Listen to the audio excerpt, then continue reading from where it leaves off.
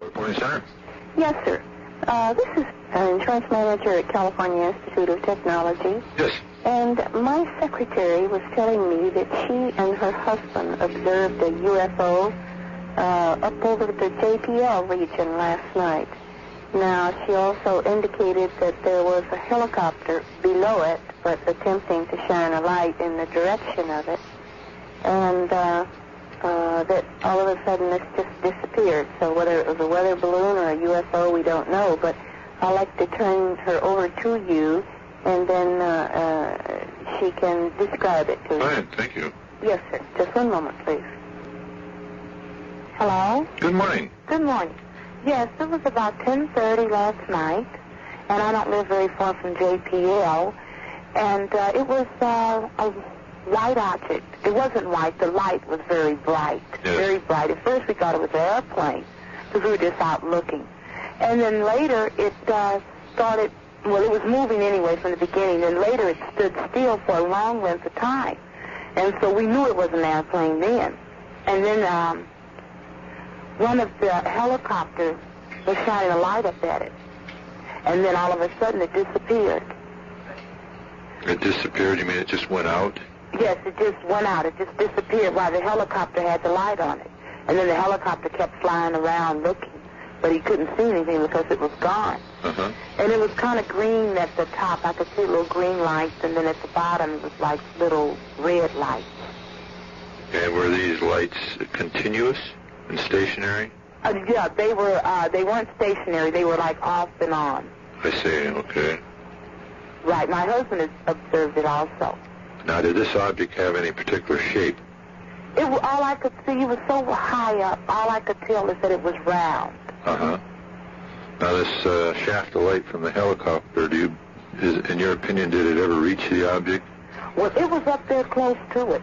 It was? Looked from where we were standing. We couldn't really tell, but I know it was close to it because the helicopter kept flying around it. Uh-huh. And then it kept, shining the light on it. And then the thing just disappeared when it went down a little bit, and then it disappeared. Okay. Do you have any estimate on the size of this object? Can you compare it with anything for size? No, well, the light of it was too big to be an airplane light because we knew that. And then when it stood still, we really knew it wasn't an airplane. But the size of it, it's hard to really judge. Yes, I know. Estimates are very... It wasn't real large. It wasn't. Uh-huh. Okay, now, did you actually see this object moving when you first spotted it? Right, at first we saw it moving. Because my husband said, look at the airplane. And then he wondered if it was an airplane because we saw it moving. It was moving slow. And then it got not too far from JPL because, like I said, I don't live that far from there. Uh-huh. And it was on that side of the sky.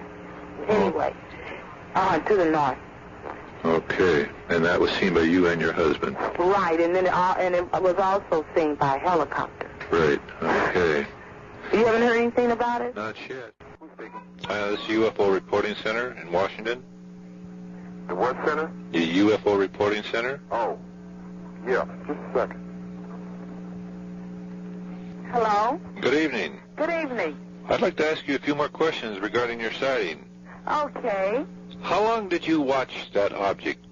Let me see. How long did we watch that? It must have been about 15 to 20 minutes. It was moving around, and then it must have been about 15 to 20 minutes we were looking at it, that I was, and my husband stayed outside looking. Okay.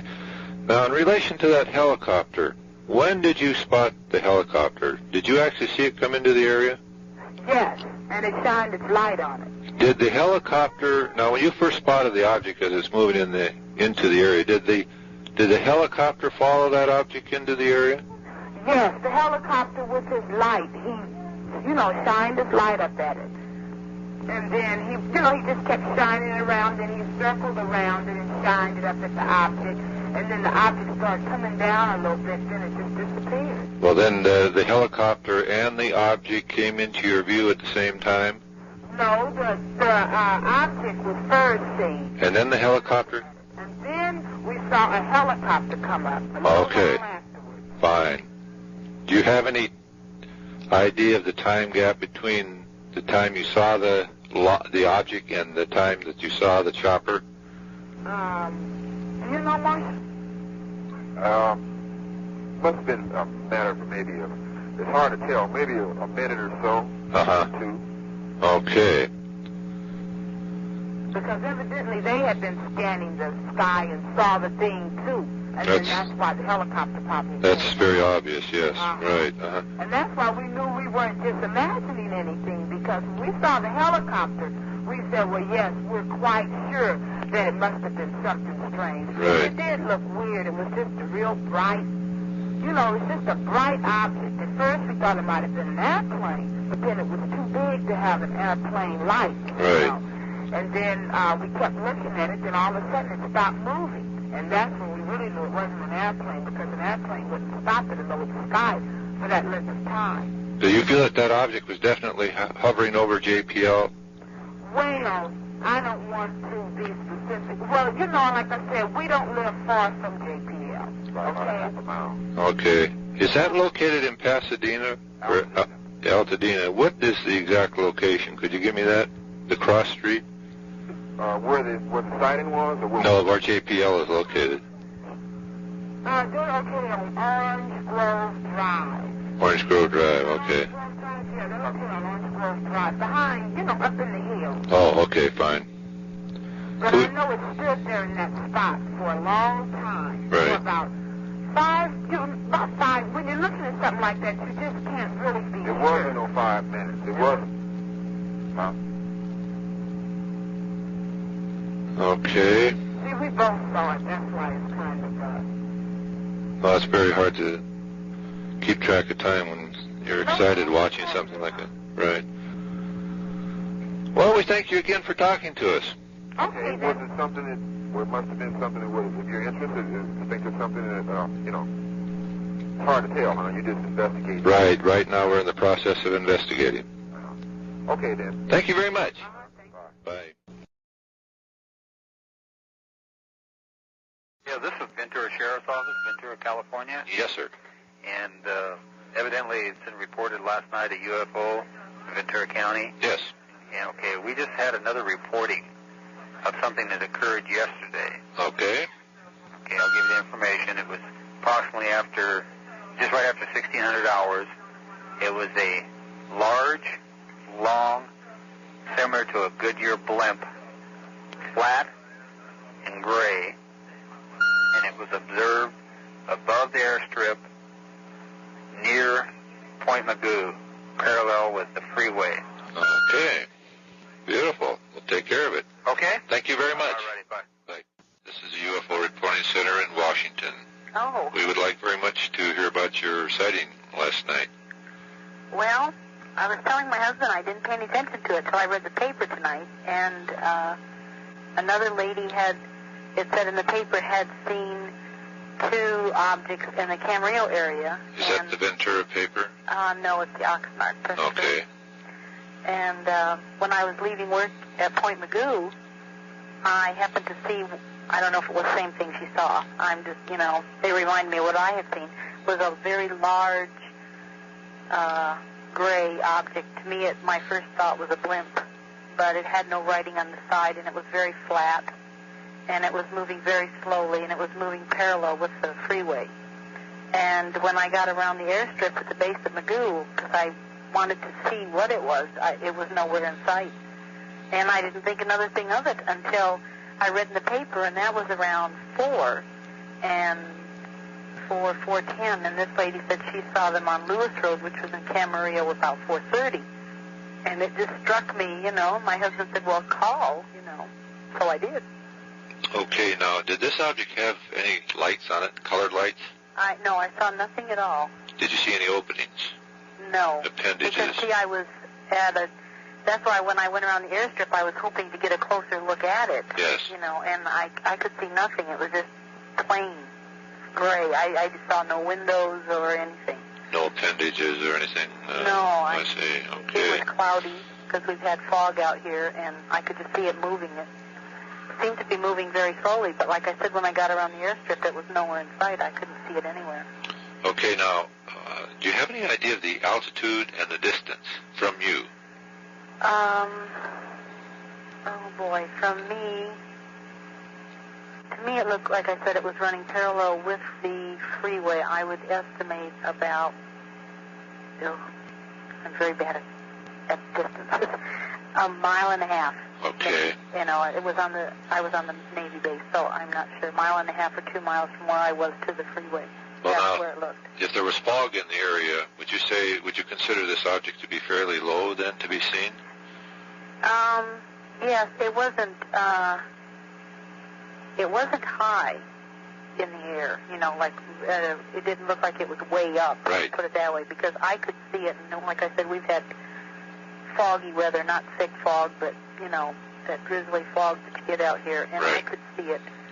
I would hesitate to say how far up it was. It didn't look like it was very high up. I mean, it wasn't low, but it was low enough for me to see. Okay, now, could you estimate its size by comparing it with something that you know? Well, like I said, the first thing I thought of was the Goodyear blimp. It would be as long as the blimp? That's what it looked like to me. Okay, that's about 206 feet long. Yeah. That was my very first thought was it was a blimp, and I couldn't see anything else in the area. Right. Now, what time did that happen? This was around 4. About 4 p.m., okay. Now, how long do you think you watched that? A minute, maybe, because I was at the light, and I happened to see it, and I was trying to come, as I went down the strip, trying to look through my window to see it better, and it disappeared. In other words, it disappeared after your observation was broke off. Yeah, okay. It was just within minutes, you know, and it was gone. And I never thought a thing about it, you know, until I read that in the paper. I thought, boy, that was just prior to when I had seen it. And, of course, Lewis Road is headed out towards Camarillo, which is the way it was headed. And this lady said she saw 2, one on Lewis Road, one over the mountain. I only saw the one. Of course, I wasn't looking around for another one either. But right. It was so funny because it was so close to the time I had seen it, and that's the way it was headed, that the time was, you know, like right in the same time area, which would have been right. Okay, well, we had another call yesterday from Moore Park. Right, that's the lady that was in the paper. Okay. And that's what, it struck me so funny, the coincidences, you know. I didn't see, she said they had red writing on it, but I was too far away. I could see nothing underneath it. Yes, okay, beautiful. Okay, you were the only one in the car? Yes. Have you talked to anybody else that might have seen this on the base? No, I was just reading the paper like half hour ago and was talking to my husband, and he said, well, call, you know. Didn't think I was a little weird, but it was so funny because of the time, you know, and she described exactly what I had seen, you know. I thought, I'll call. Well, this is great because these multiple witness cases are the ones that we're constantly looking for. Oh. Okay, and of course, this object was moving straight. No motions, no maneuvers of any kind? Not that I could see it. To me, it was moving parallel with the freeway. Okay, would that be between the freeway then and the airbase, right?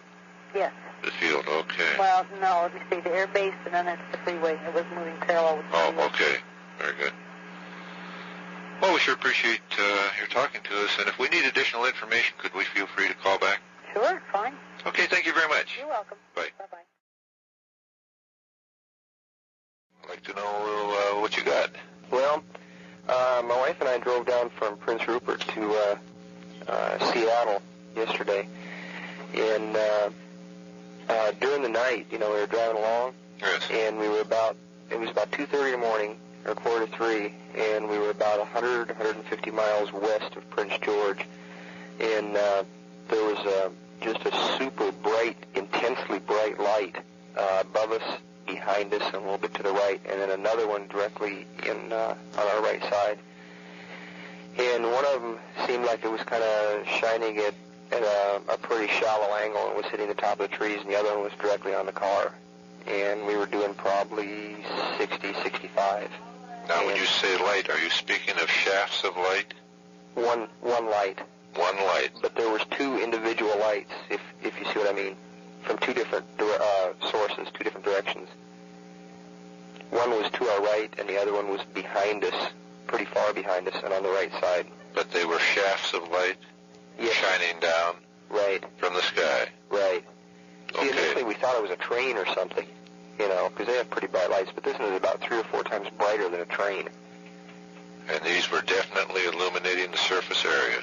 Yeah, my whole car. Uh-huh, okay. Could you see the source? No, because when you looked at it, you know, it was like looking directly at a light bulb, and you can't see the filaments inside or anything. And so then, you know, a bat, you know, a regular old bat flew by the windshield and almost went through the windshield, and I ducked my head, you know, and my wife asked me if I was getting spooky or something. And about 15 minutes to 8 the next morning, we were, oh boy, if I had my map, I could give you the name of the place, but there's a town, it's like Fond du Lac, Wisconsin or something. It's a name very similar to that, and it's the name of a town, and there's a lake by the town of the same name. Okay, and what's the highway number? Well, just hang on just a second. Okay. Do you have the map that we used on the way down? This gentleman would like to have the name of the town that we were just south of. Yeah. You want to run out and get it for me, please? Where the lights were? Yeah. Oh, okay. Burns Lake, British Columbia. Okay, I've heard of that. Is where the lights were. And, okay. And then about 6:30 or 7 that same morning, we were listening to car radio and heard that some people at a radio station or something up there had spotted a UFO. And so Burns Lake? Well, we don't know where it was because okay. the station faded out. It was that time of morning, you know, when the nighttime stations are starting to fade. Right. And so we didn't find out exactly where it was, but it was somewhere in British Columbia. And we thought possibly that's what those lights might have been. And so anyway, about 15 minutes to 8 the next morning, we were about 5 miles south of this town that's on the map my wife's run out to get. And we were about maybe 1/2 a mile north of a lake called Watson Lake, right next to the highway. Well, there's the highway that's going north and south, and then just to the west of that, there's a big long valley that runs parallel to the highway. And on the other side of that, there's a ridge that runs parallel to the highway. And it's probably 1.5 miles across it. And here, just a second, here she is with the map.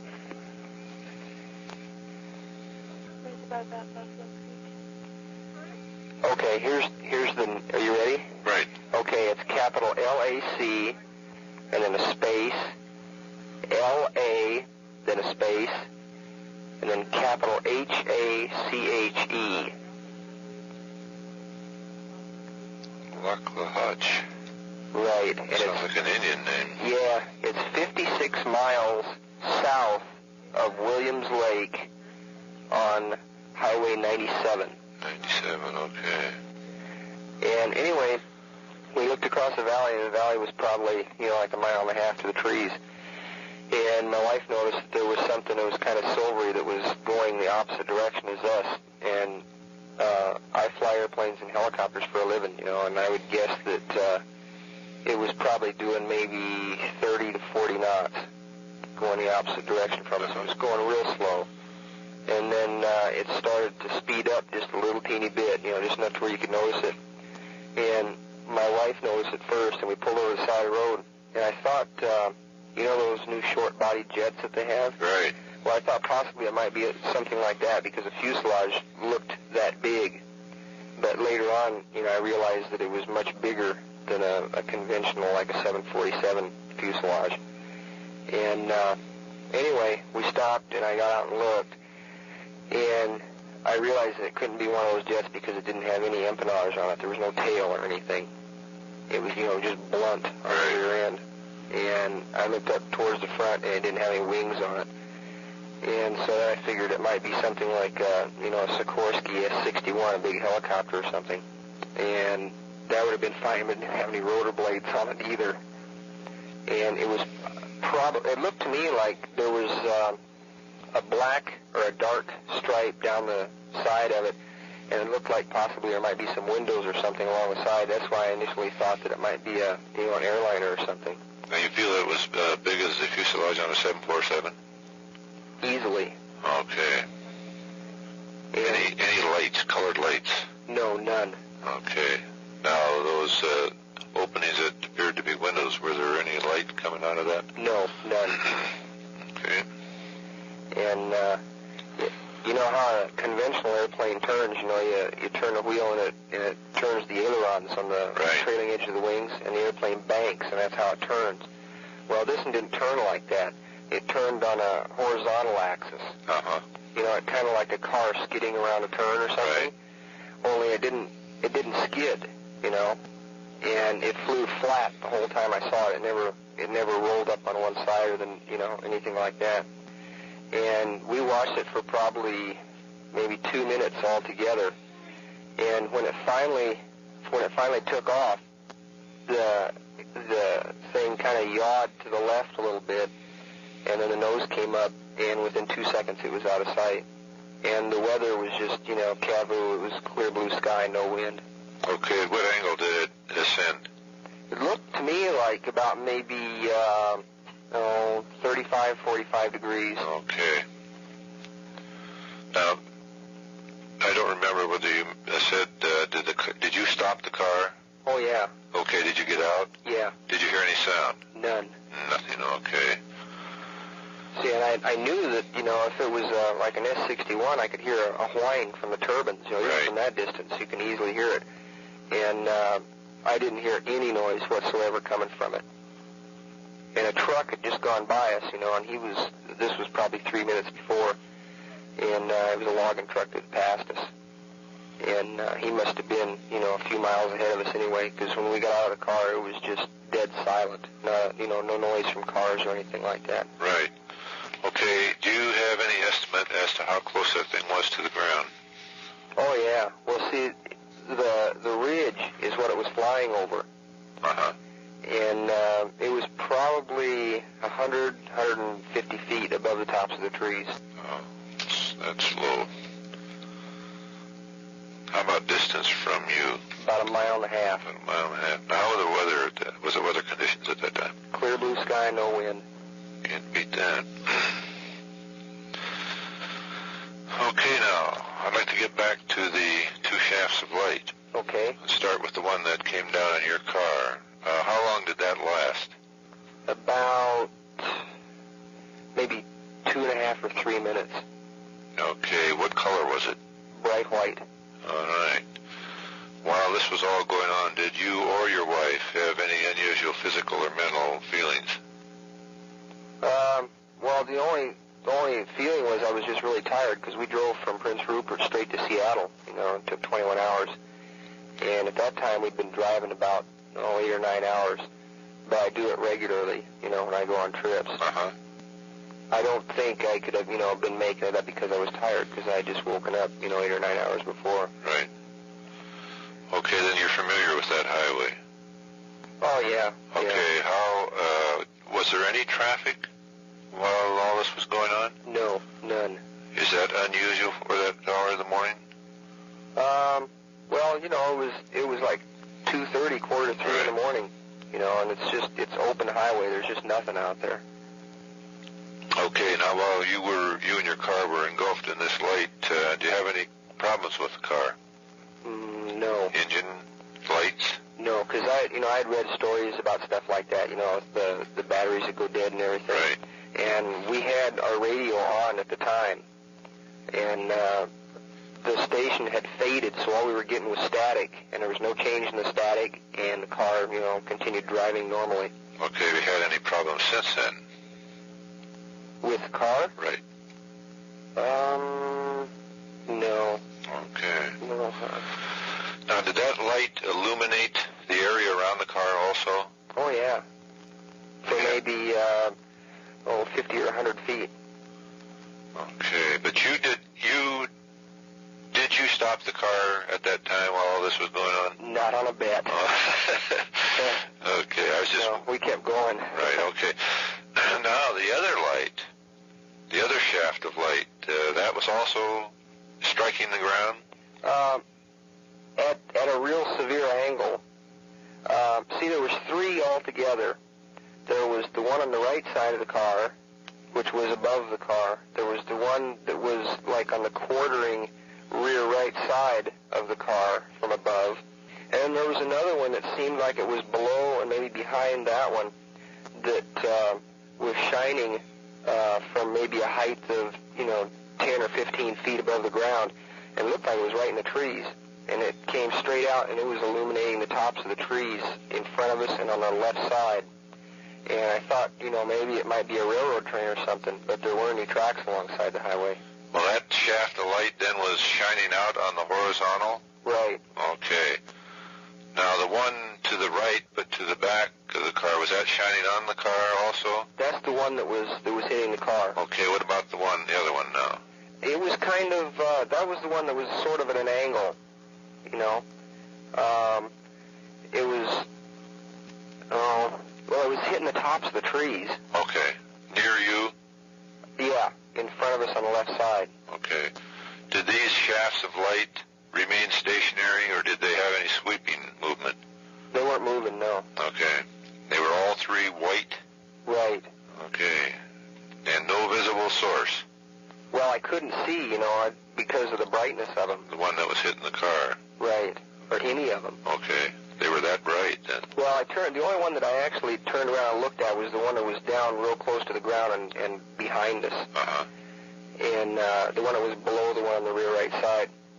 And it was probably 3 or 4 times brighter than what you see on the front of railroad engines, diesel engines. Right. Now really bright. Your wife slept through all this? Oh, no, she saw it. Oh, she saw it too? Okay. Yeah. And that occurred in the Burns Lake area, right? Right. Okay. And see, well, what happened was she said, I wonder what that is, and we pulled over to the side road and stopped. And what happened was, I sat around and looked at it and tried to figure out what it was. And like I said, I fly for a living, in Alaska. Right. And I know what an airplane looks like, and it wasn't an airplane. And I know what a helicopter looks like, and it wasn't a helicopter either. And I've never seen anything. Well, when I was in Vietnam, we used to watch them launch Hawk missiles all the time. And it accelerated faster than I've ever seen a Hawk missile accelerate. I mean, just 2 seconds, and it was completely out of sight. And it didn't leave any kind of a vapor trail or anything like that behind it. And that object was definitely silver? Either a silver or a very bright white. See, we were about 1.5 miles away from it. Right. But while I was standing there looking at it, my wife got her camera out and took a picture of it. Uh-huh. In broad daylight? Yeah. Oh. Huh. Okay. Now, in your opinion, would that object be solid?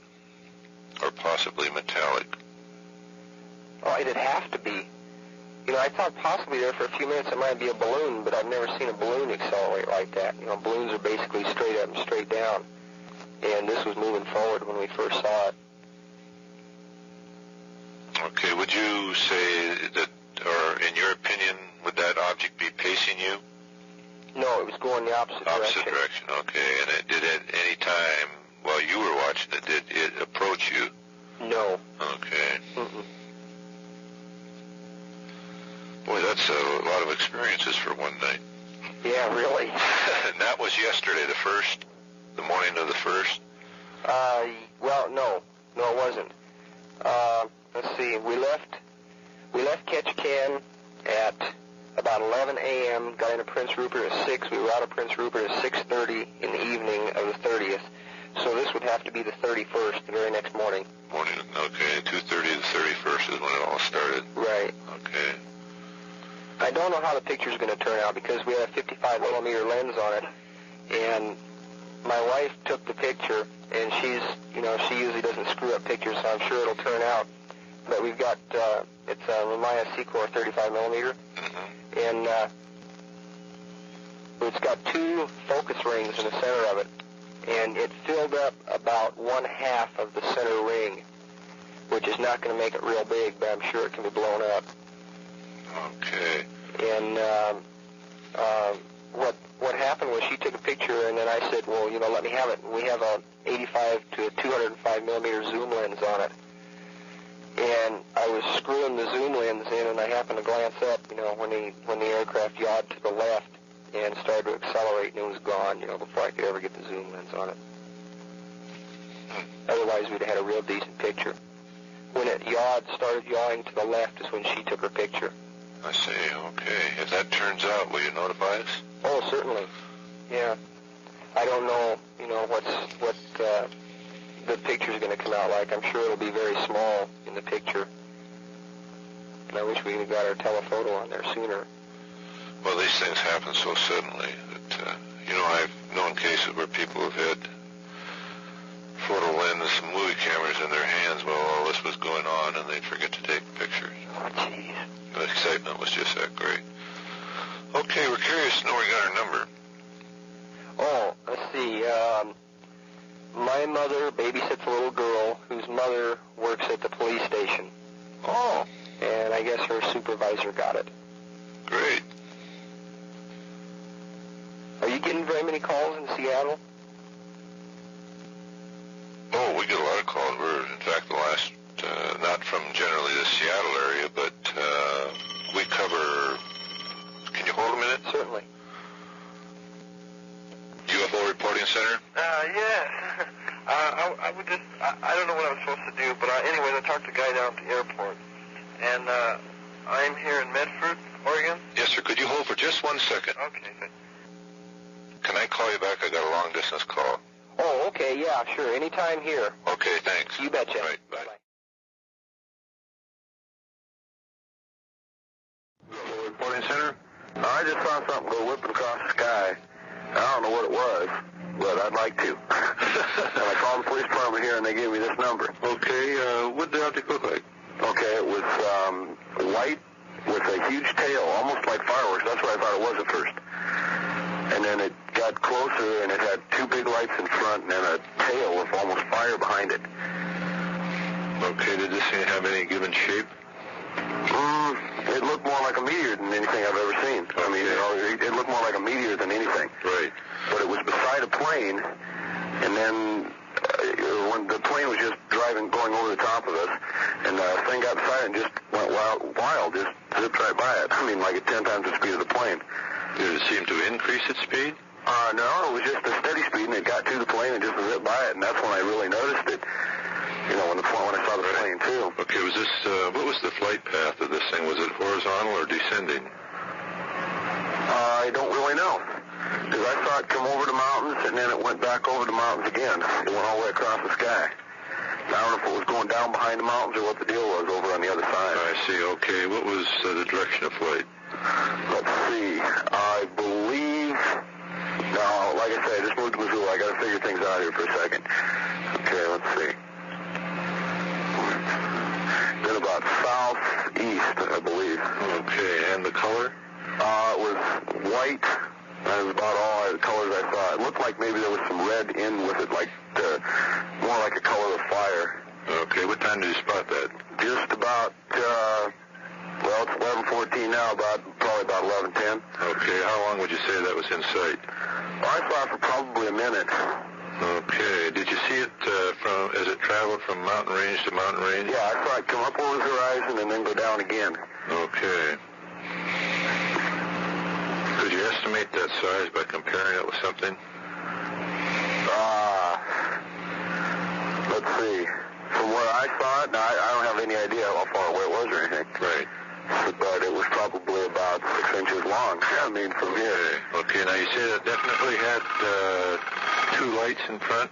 It did when it got right over the top, I could see two. But from looking from one direction, you couldn't see them, and looking from another. But when it came over the top, you could see them. Okay, can you hold for just a second? Sure. UFO Reporting Center? Yes, sir, this is the Mountain Home Police Department. I don't know, I think we're having a meteor shower or something up here, but people are getting a little uptight. They just had a big flare in the sky, about 4 or 5 of them, and I think it's a meteor shower. We just outside and looked, but we're getting calls on them and everything. What city was this? Mountain Home, Idaho. Okay. There's a big one lit up the sky. It might have been an old satellite or something, re-entering, but it had a long stream and everything on it, but people are calling.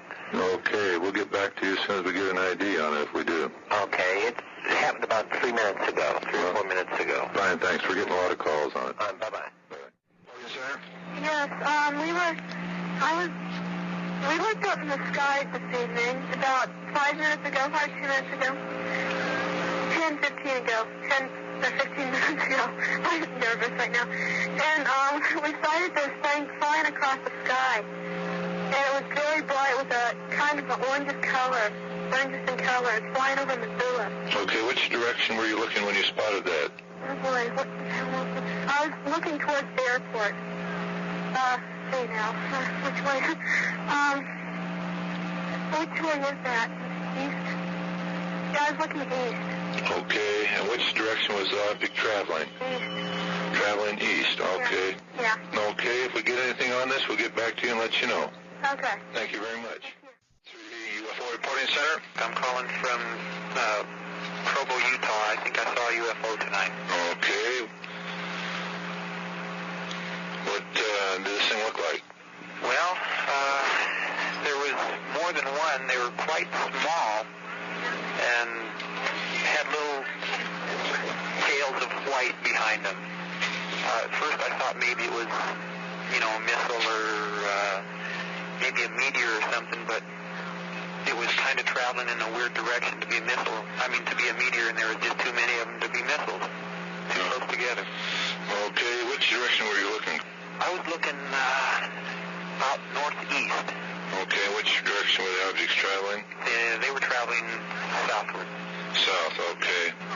And you were looking to the east, and they were traveling south. Yeah. South. Okay, we'll get on this. Get any idea on it, we'll get back to you and let you know. Thank you very much. Thank you. Bye. Bye. Forward Plane Center? Up in Pleasant View, Utah. Yes. We just seen some UFOs about 10 minutes after 11, our time here. Okay. And there was, I think, as far as I can remember, they went across the sky so quick I can't be sure just how many, but I think there was 6, and there was 3 flying ahead of the other 3, and there was tails on them. They were like balls of fire, and then they had tails right behind them. Looked like fire coming or sparks, through the atmosphere. Yes. And they were going from north to south. We had a heavy cloud cover here, so when we first seen them, we thought they were falling stars, or meteors. But I seen one of them, I thought it was a meteor, but they were right. 3 of them come through, and then 3 right behind them. Okay, which direction were you looking at the time? We were looking northeast, kind of northeast when we first seen them. Okay. And we watched them, and they went across the Ogden Valley, going from north to south.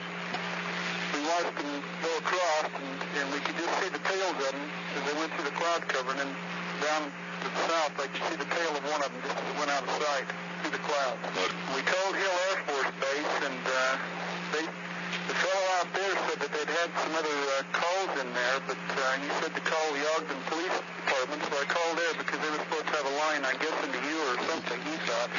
I called there, and they said they hadn't had anybody else report it, so I don't know, whether it's been substantiated with anybody else or not. Yeah, okay, great. Well, we'll see what we can do on this, and we'll get any idea on it. We'll get back and let you know. Okay. Thanks a lot. First time we'd seen anything like it. Okay, thanks very much. A lot of us.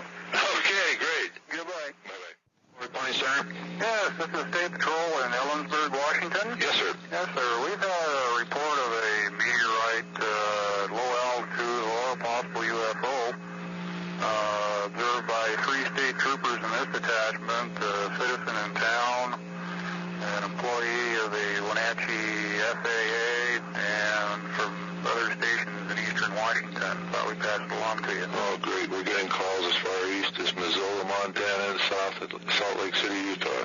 Same thing, huh? Right, possibly, yes. Northwest to southeast is general. Right. People down in Utah area are reporting multiple objects up to 40, so I don't know what we got going. Interesting. Anyway, we observed this about 22:07 local time. Okay, and that was moving northwest to southeast? Northwest to southeast, right. Okay. It was a single object with a flaming tail and an amber head. Eastern sky?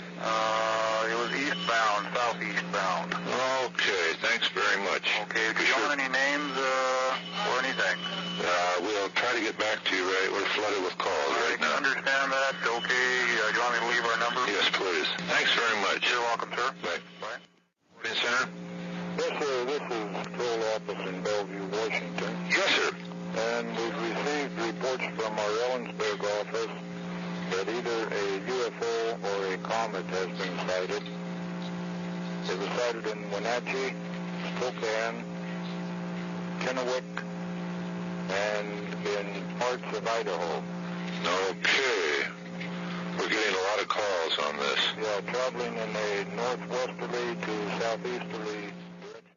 We just seen a whole bunch of objects going through the sky, going from the north to the south, a little to our east, and they were really high and going just really fast. And there was a long string of, looked like fire behind them. And so we'll probably Did that tell you anything? Okay, just a minute. Okay, that was Salt Lake City, Utah. Yes. We're going north to south. Yes. Okay, can I get your name and phone? Well, thank you very much, and we'll get back to you again. All righty. Does that tell you anything at all? Yes, it really does. It does. Well, there was the thing that was amazing to us was the fact that there were so many of them. And How many would you say? I would say probably in the vicinity of 40 to 50. 40 to 50? Yeah, there was a whole bunch of them. They were, we got quite an overcast here with a lot of high clouds, you know, but so they went all behind the clouds. Maybe I'm... Were they in sort of a formation or of any kind? No. They didn't seem to be in a formation, but there seemed to be more, about, I'd say, maybe I'm exaggerating on the amount. Maybe there was more like, around 30 maybe, but there was in smaller groups, you know. Like the last group maybe had about 8 in it maybe, or 9, 10, something like that. The first group had more in it. But the second group was quite close behind them. But they were sure going fast, and they were really high. Any particular color? No, they just looked like clear color, you know, White? Yeah. Okay. But the front of it, you know, looked like it was more of a solid piece, but then but the streaking behind it, you know what I mean? Yes. No, she said no. Okay? Okay, thank you very much. You bet. Bye-bye. Bye. Heading due south, and I was just wondering if you had another report on this. Yes, what was it? Well, it would just look like I don't know, it was just a long red fiery streak, and it looked like it was super big. I thought maybe it was a plane on fire or something, the way it looked. There were about 15 guys just getting off work, and they saw it too, so. Okay. In which direction was that going? It was heading almost due south from us. It was kind of to south and to the east, but it looked like it was going to go right over Moscow from here. And what part of Idaho was that? It's kind of, we're just in right where the Panhandle starts north. It's about 40 miles north of Moscow. Okay.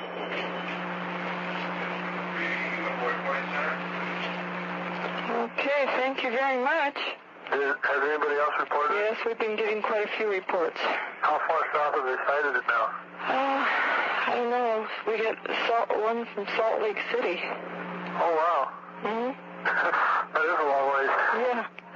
Oh, okay. Well, thank you very much. Okay, thank you. All right. Bye-bye. I don't know what I saw approximately 30 minutes ago. Could you tell me what it looked like? Well, what it looked like at first was a comet. And which way was it traveling? It was traveling south by just barely east. And what time was that? 23:10, 11:10 p.m. Right. Okay, could you give me your phone number? Which do you want, my duty phone or my home phone? Are you with the police department? Okay, both. I think that's all we need because we're getting so many calls right now. Thank you very much for calling. Quite a bit coming in, huh? Oh, yeah. All the way from Washington through Utah. Okay, was this something in a flat trajectory? Yes, it was. That dissolved? Or appeared to, break apart and fade out? I just arrived here at the office. Right. So I really don't have to find out. I will get back with you if we get more information on it. Okay,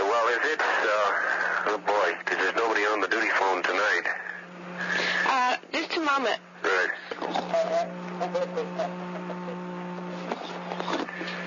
I'll let our director talk to you. All right. Can I help you? Well, I don't know. I just saw something. Apparently, you had a bunch of people saw the same thing. I'm in Idaho, southwestern Idaho. Okay.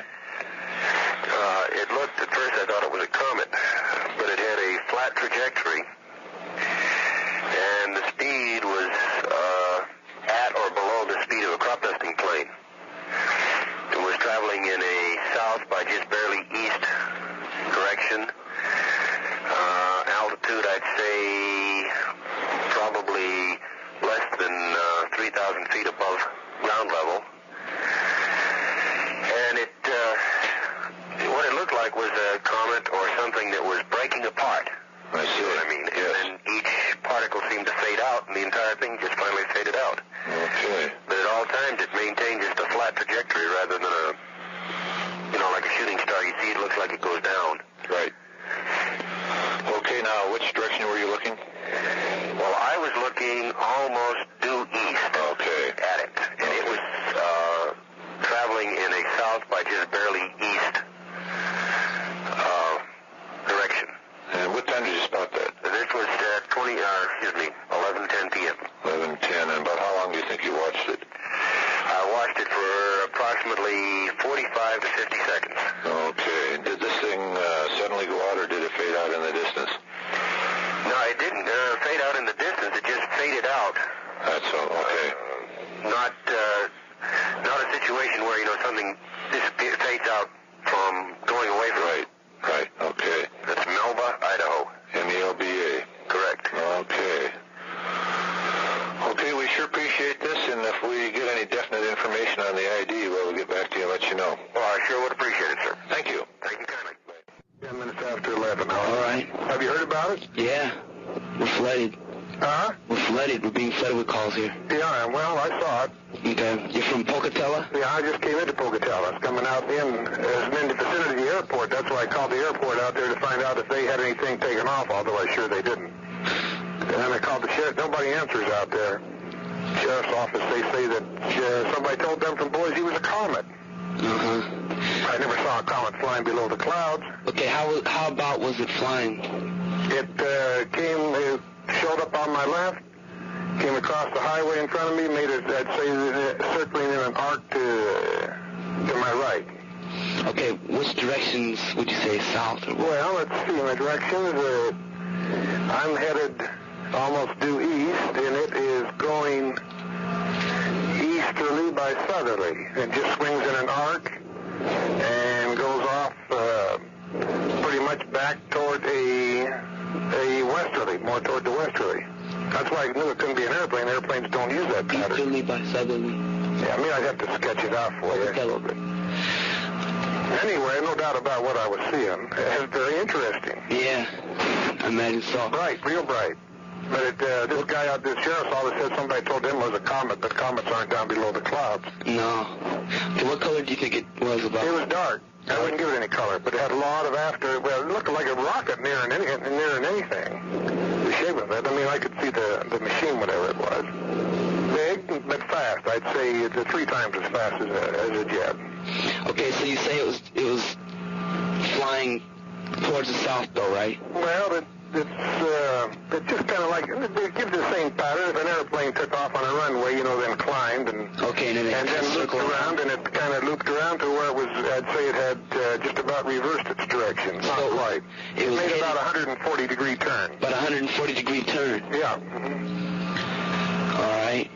On that object, did you see any type of fuselage or outline? I saw the outline, yeah. You saw the outline? Yeah, it was shaped like, I'd say, a big rocket. Shaped like a big rocket? It was flying horizontal. It wasn't climbing or anything. It was just zipping along. Is that parallel to the ground then? Yeah. Mm-hmm. Okay, any openings or anything on it? Like nothing that I could see. I couldn't see any fins or anything like that. It was, of course, it's a bright moon here, and there were clouds, light clouds, and it was below the clouds, and it went up into the clouds. It went up into the clouds? Yeah, well, it maybe didn't, but I mean, it got into a cloud area. We have intermittent clouds, I'd say, up at around 1,000 to 2,000 feet here, it looks like. Yeah. Any different colored lights on it or anything? No lights on what I would say the main body of the thing. Just a big trail of lights. That's what caught my attention. Kind of bright white? Oh, I'm telling you, colored. Many colored. Many colored, multi, huh? Yeah. All right. Very bright. Very bright. Very bright. Most unusual thing that I've ever seen. I've been around airports, fly a lot. I'll tell you what it reminded me of a lot. I flew blimps in a war, and it looked like generally the shape of a blimp, only not that fat. But yeah, not that big. Right? No, more like a rocket. Could you estimate it at all the size of it? Oh, I would say, yeah, I could. It would have to have been in the area of 600 to 800 feet long. 600 to 800 feet. I would feel that, yeah. But the thing was making turns and everything, though. No, it didn't make it. Just made one turn. What kind of a loop? One big swooping, looping turn. It came up. It cut across the highway in front of me, and I stopped the car, got out so I could look, and then it swung off to the right. The whole thing was about 25 seconds, and it was gone. Maybe 20 seconds. 20 seconds, huh? Mm-hmm. All right. Okay, then we'll get back to you probably. Yeah, if I can help you, I can sure tell you I saw some. Another car behind me stopped too, but then I was going to stop and visit with him, and he drove off. Okay, but it's all right if we get back to you if we need more information, all right? Yeah, if I can give you anything more, right? I can sure pinpoint exactly where it was and where it went, you know. Yeah, that's what kind of like with a map of Pocatello, which I used to live here, so I know what I'm talking about. Yeah. We've been hit by quite a few from around there. Yeah, just tonight, huh? Yeah. Well, the only that anybody was out could see this if they it wasn't something you had to strain your eye to see. Yeah. And it wasn't any comet. Comet doesn't get that close to the ground and go looping around in a curve. That's the truth. Yeah. It was below the clouds, and then it went through some clouds. Mm-hmm. The clouds are not, comets, they're burnt out if they get down to the cloud level. I appreciate you taking the time to hear it. Thank you. Mm-hmm. See you later. Please talk to somebody for some information. What kind of information, sir? Well, this is the UFO Reporting Center in Seattle, Washington calling. We're being flooded with calls on an object or group of objects from northwestern United States into the southeastern area along the Rocky Mountain Range, and we want to know if you have any space hardware scheduled for re-entry at this time. Okay, just a moment. Let me connect you to the Space Event Center. Maybe they can help you. Okay. I'm going to try on that 3414 and see if they can help you. I'll stay on the line to make sure that's the correct number because I don't know for sure. Thank you.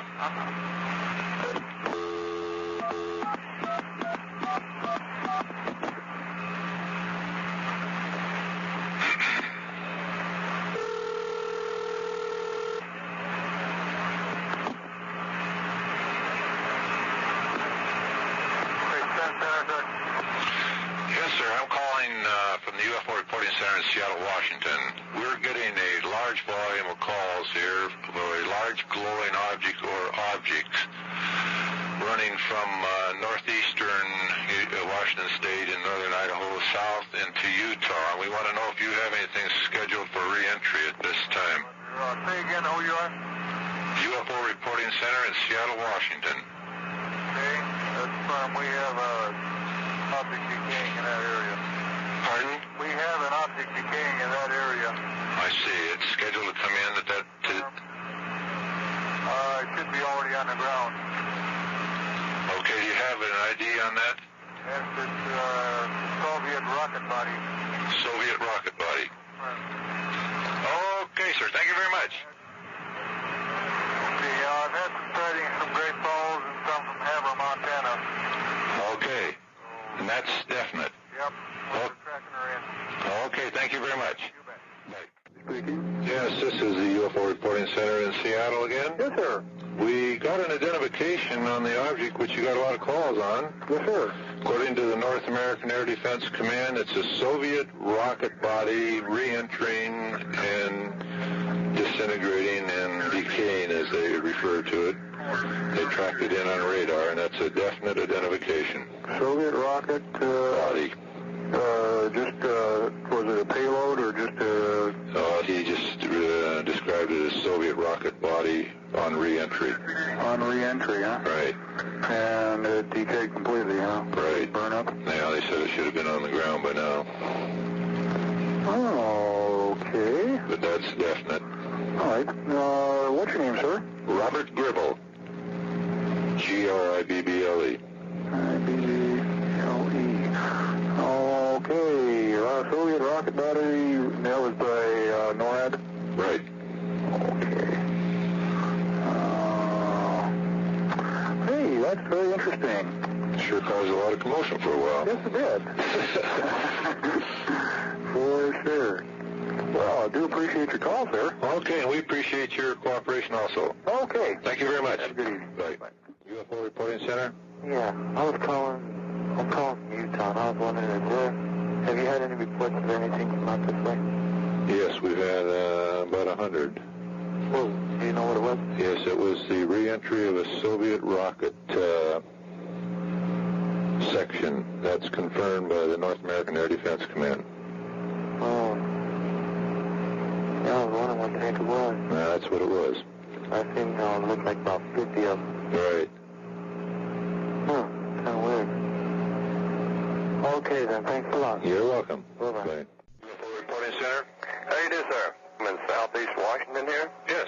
and I just spotted a UFO. I don't know what it was, whatnot. I called State Patrol, and they said they got a bulletin out on it as it being some kind of a Soviet rocket portion that dismantled and was burning up, going back. Okay, which time did you see that? Saw this about 10 o'clock our time, something like that. Right. Out here. Where you located? It's a Soviet rocket body confirmed by North American Air Defense Command. We talked to them some time ago, and that's what it was. It was quite a spectacular sight seen from northern Idaho south to Utah, Washington, and Montana on both sides. Wow, that's incredible, huh? I'll be darned. Really?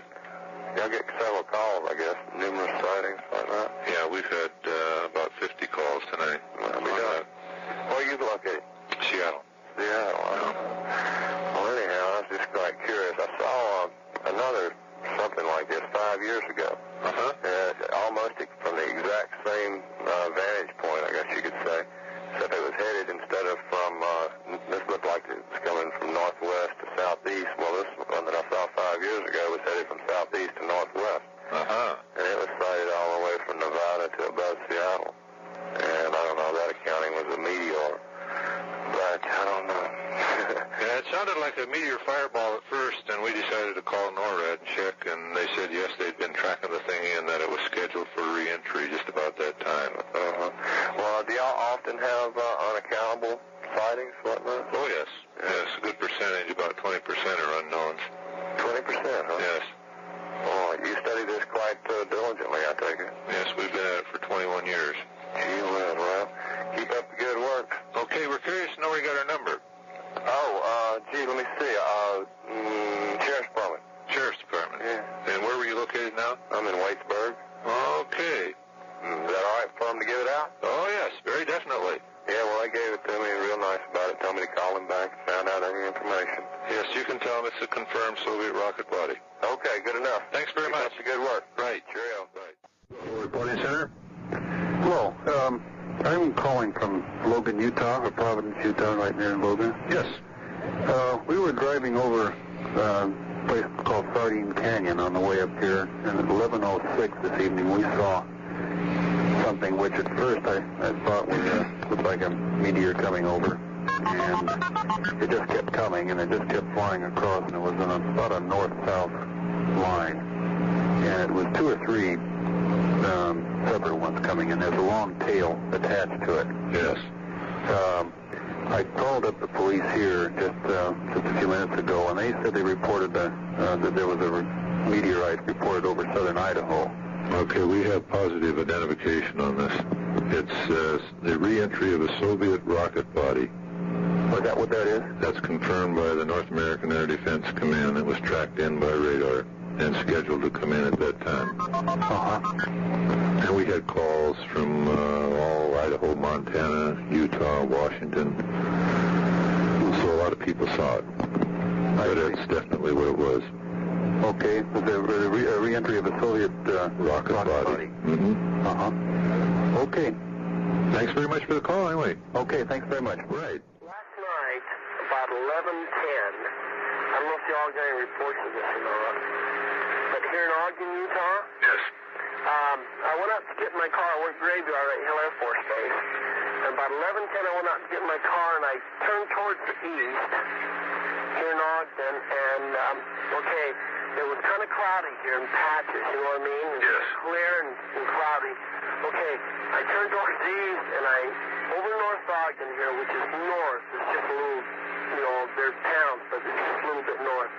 I could see some lights coming through the clouds, you know.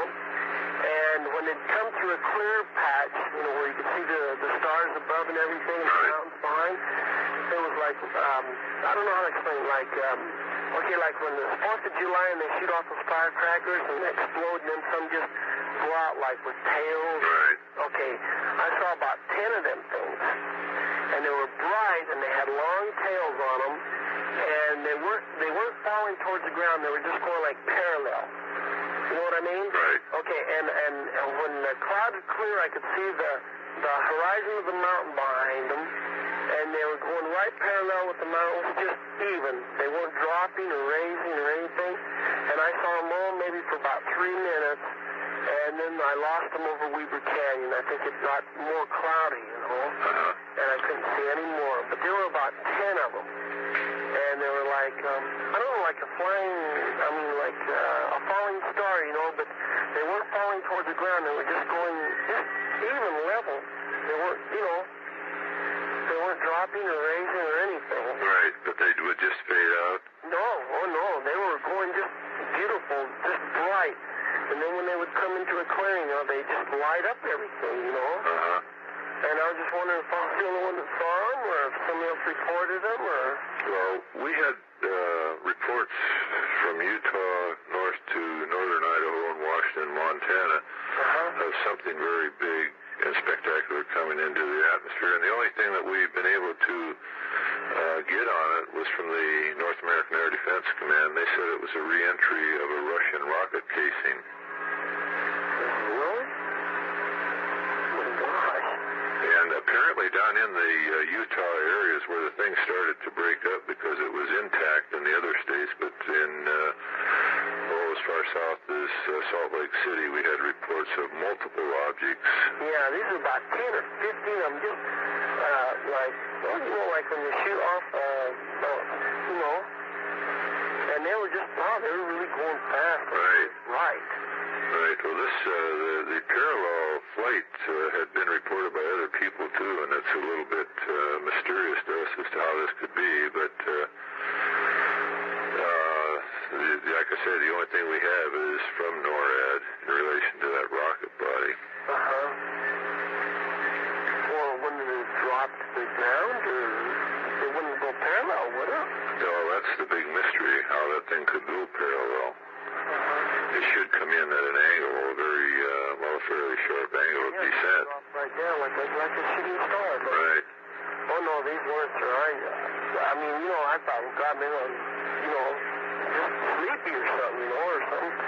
But they were going parallel, and they were going fast, boy. And when they go through the clouds, there was a bright, like the head of it was bright, and then they'd have a long tail, and there was just like 1 or 2 or 3 right under each other, not right exactly under each other, like one ahead of each other, you know what I mean? Right. And they were just going along, just slick as a whistle, boy, and they were moving. Did they actually pass through the cloud layer? Yes. Yeah. See, they would, like there was clouds up and down, and you know what I mean? Right. Okay, now they would just like if an airplane goes through, like when you see an airplane go through and then it comes out the other side. Right. Okay, they were doing just that. Oh, I see. Did they seem to light up the clouds as they went through? Oh, you ain't kidding, they did. They lit up the whole cloud there, you know. And then when they would go through, I guess, a deeper, darker cloud, it would be dimmer, and it's when they come through the clearing where the cloud broke up, they would just light up. How long do you feel that you watched these? Okay, when I went outside, it was about 11:10, and I stood there for a minute. Well, I went to the car, and I turned around, and I saw them, and then I had to run to the front of the house, because there's a great big tree there that blocks, and I watched them until I just couldn't see them anymore, and it was about 11:13. Because I got a digital watch, you know, and it shows the 10, 11, 13.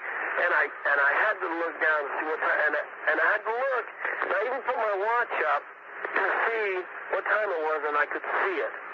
That's how bright it was. Wow. You know, my digital clock, watch is dark. It got dark letters. And I put my arm up towards where the light was, and I could see the numbers, and it says 11:13. And these were to the east of you, right? Yeah, they were to the east of Ogden. Okay. And I called Hill Air Force Base, and they said that all of a sudden their board lit up, and there was people calling them, and they said that they were seeing all these objects going through the sky there. Yeah. And I thought maybe I was the only one, you know. But Hillfield said that they saw a lot of them, the tower there. Right. You know, a lot of people called them. And also Ogden Police Department said they had a lot of calls. Okay, well, I tell you what, if we get any additional information on this, why, we can get back to you and let you know. Good enough, because, you know, I was standing there, I was so scared I was shaking, it just shivers down my back. You know, that's scared, you know, because I don't know. Which direction do you feel that these were traveling? Okay, like where I was standing, when I turned around, I was facing east, and they were coming from north to south towards Salt Lake. Okay. Yeah. Fine. Okay, we appreciate the call, and if we get any more information on this, substantiating what the devil it was, well, we'll get back to you and let you know. Hey, I sure appreciate that. Thank you very much. You're welcome. Bye-bye.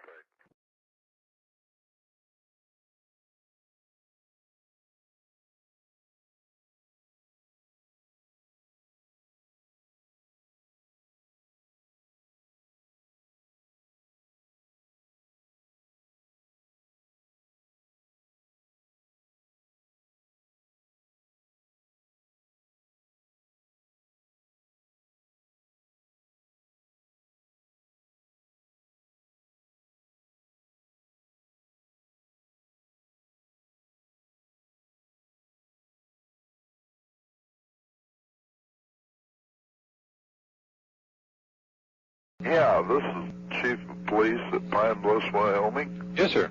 And we've had a helicopter about 4 miles south of Pine Bluff that's been flying back and forth all evening. Uh-huh. And they called the Air Force, and they don't have anything out here. And I just thought I'd talk to you about it, see what you thought, or see if you know anything about it. Well, we don't know anything about it, but we can do what we can to check into it. There's been several flying over here in the daytime, and one in a blue color and the other in a army gray color. Are these olive drab? Okay. Are the daylight sightings? Are they carrying any kind of identification? That I haven't. You know, they've been a little too far off for me to make out. I see. They've been better than half a mile away. Okay, and how long has this been going on? Oh, the last week. Okay. And now tonight this copter has been flying back and forth just about a mile south of my place.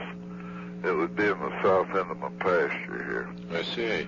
And it's been flying back and forth and not too high off the ground, but nothing unusual about it. I mean, it's just a copter, that's all. Has there been any reports of any strange goings on the ground in that area? No. Uh-huh. No. I mean, we haven't had anything here for quite some time unless somebody's failed to report it. I see. Well, sir, we'll check into it, and if we come up with anything, we can get back to you. It just seems kind of odd that they'd be out here. They haven't got any business unless it's the Air Force, I'm sure of that. Right. And the Air Force, I just called the Air Force, and they have nothing out this way. I see. So. Okay, we'll see if we can come up with something. Yeah, and that's, well, I live three miles straight south of Pine Bluffs, and this is a mile beyond me. Okay, fine. Yeah. Thank you. Mm-hmm. Good night now.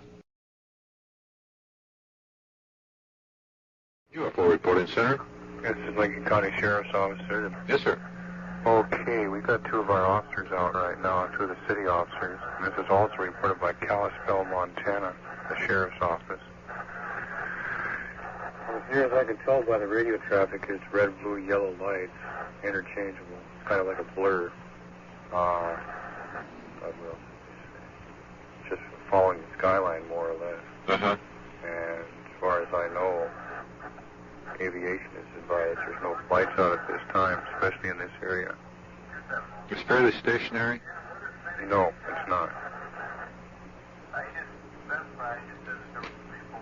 Okay, are there any of those officers that we can contact later? Let me see, I imagine. But you could call the Kalispell Sheriff's Office. They're open 24 hours. Down there, let me get you their phone number here.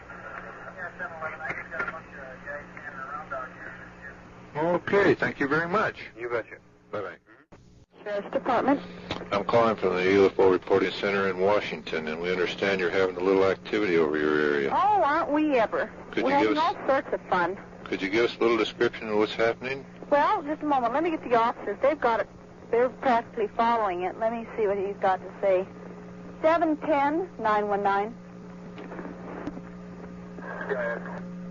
I've got the UFO Reporting Center in Washington on the line. Could you give me some description of the object and where it is now? Well, it's moving in a southerly direction and looks like probably about this point, we're actually about the middle of the Bob Marshall, and she said it's south, and it's rather low. 10-4, you said it continually changes colors? No, I can't say that it changes color. It's constant. It's a bright light, and rays come off of it, like. And we move fast for a little bit, and then she goes very slow. And then moves fast, and then very slow. 10-4, then it's bright kind of white or yellowish color, or is it the green and red that the other people reported? It's a bright whitish color. It looks like a real bright light. 10-4. That's interesting. Did you hear him? Yes. Did he say there was fire coming out of one end of it? No, he didn't. He said it's a bright light. He said it seems to be, kind of glowing. It seems to speed up and then go, very slowly. We called a radar base, and of course he said it's hovering, it's too low for them to pick anything up. So they haven't picked anything. Earlier reports, I've had 3 different reports, and they all said the same thing, though. When they first saw it, this was the same one. It changed colors. I see. Green, red, white. Kind of go out of focus and in focus, it seemed like. And then it was northwest of the city of Kalispell, or more west, I would say, east rather, northeast. And then it went up more north, directly north. And then all of a sudden, if it's the same one, it's down south. He said it's moving in a southerly direction, taking its time in there. Definitely watching it. I don't know, it just... What else can I say? Just a moment. 710-919. 710. You said you had the other subjects in the car. Could you possibly give me any names? This gentleman would like to be able to contact people at a later date. 10-4. Okay, and then there was... 10-4, is it very large or just small? It's quite large. 10-4, just a solid light then. There's nothing that looks like maybe fire or anything coming out of one end? Not that I could detect. 10-4. You heard him talk about that at the last, didn't you? Yes. Quite large, you said. Does he ever mention the given shape for that light? No, it's 710-919. 710? Yes, so what about a shape?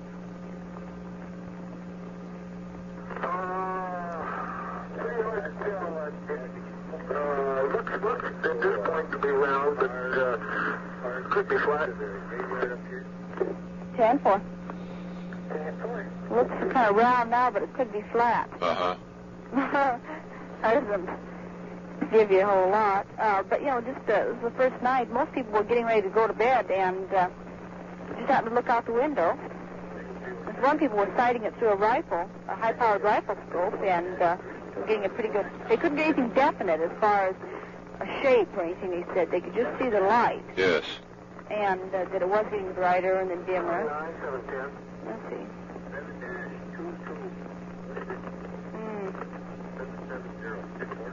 Okay, what time do they get off in the morning? They'll get off at 6. And that'd probably be a good idea to wait till afternoon to call them. Yeah. Okay. Probably. It'd be real nice for them. But they're watching it right now. Just a moment. Oh, dear. 10-4-14. But anyway. Anything else I can... Okay, about when did that start? Do you remember? Yeah, shortly after midnight, I believe. I got my... Let's see. Yeah, it all started after midnight. I got a call about 0012. Okay. The first one, and then they just came in just a few minutes after that, the other two.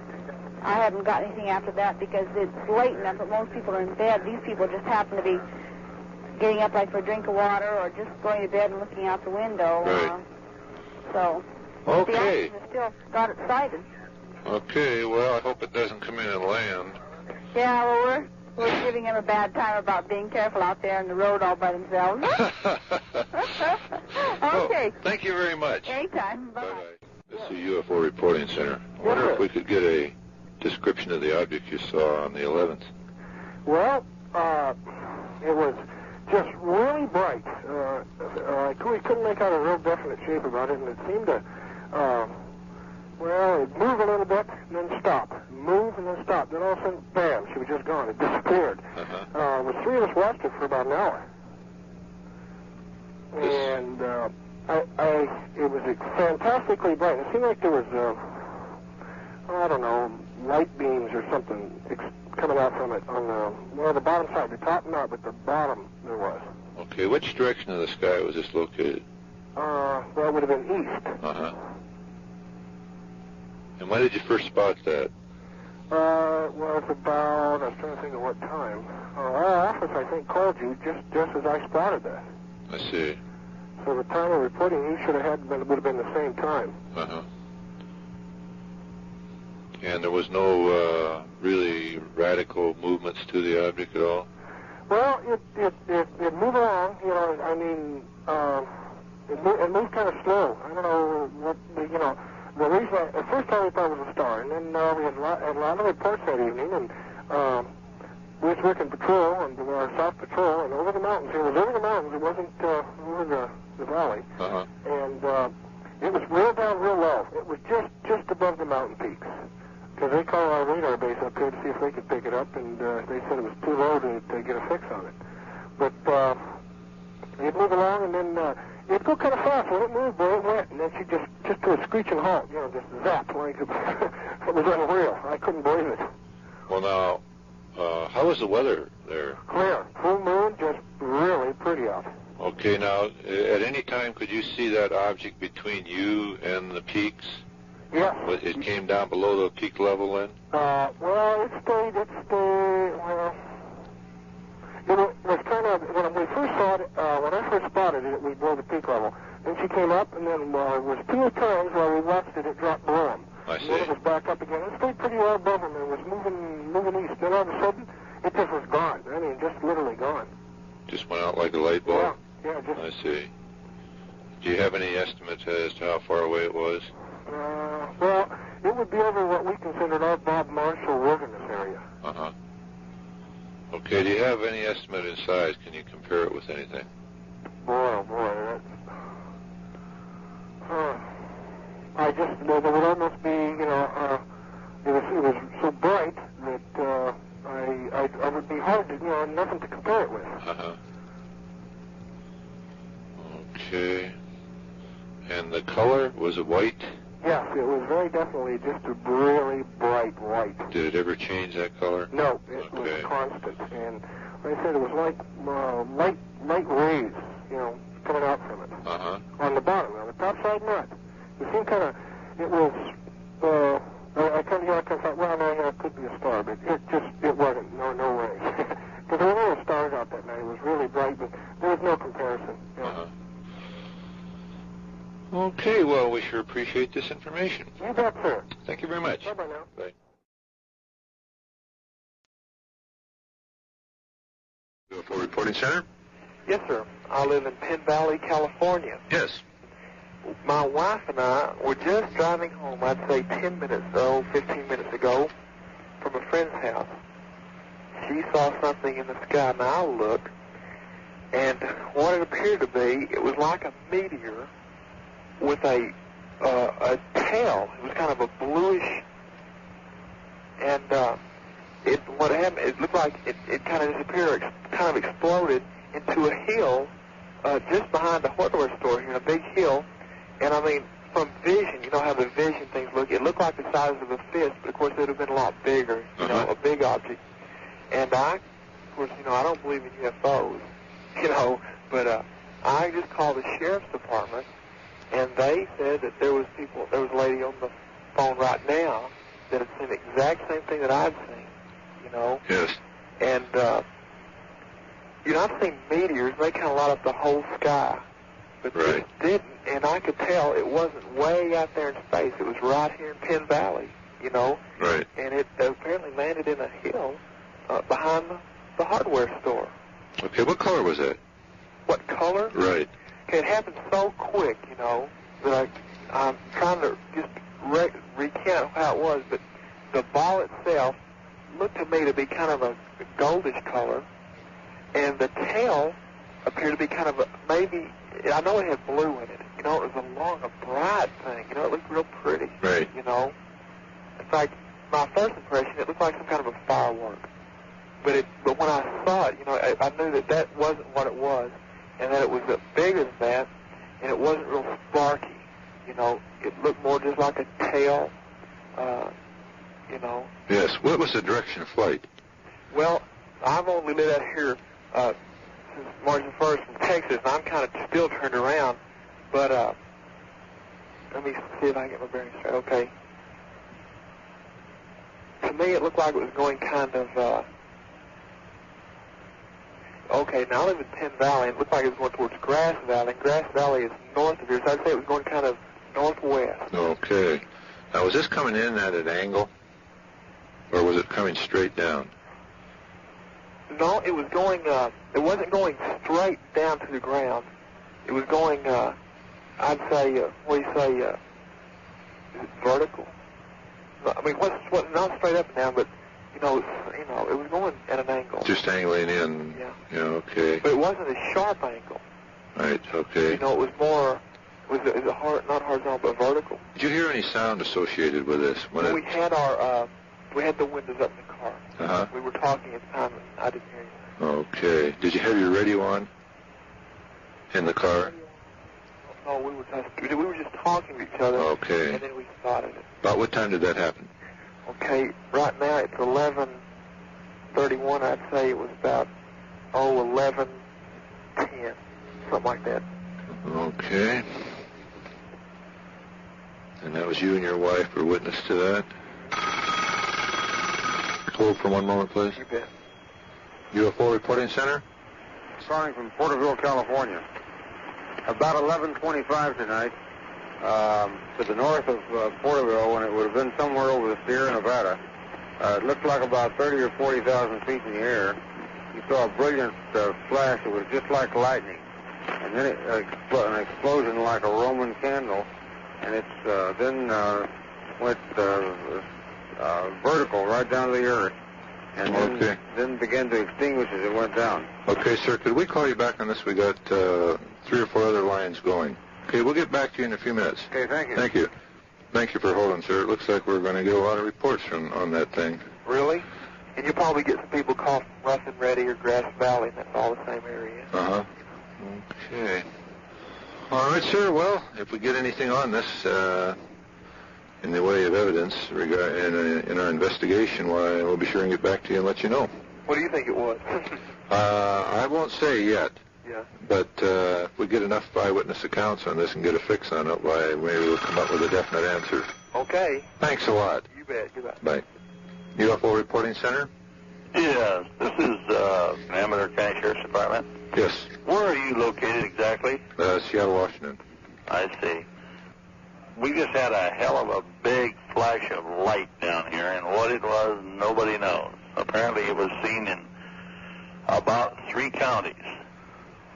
Okay, we're getting a lot of calls on it. Are you getting calls on that clearance Right. there? Yes, we are. Do you have any idea what it was? Not yet. One person called, said a woman here near Jackson said she thought she seen like a flying object and then the flash. Uh-huh.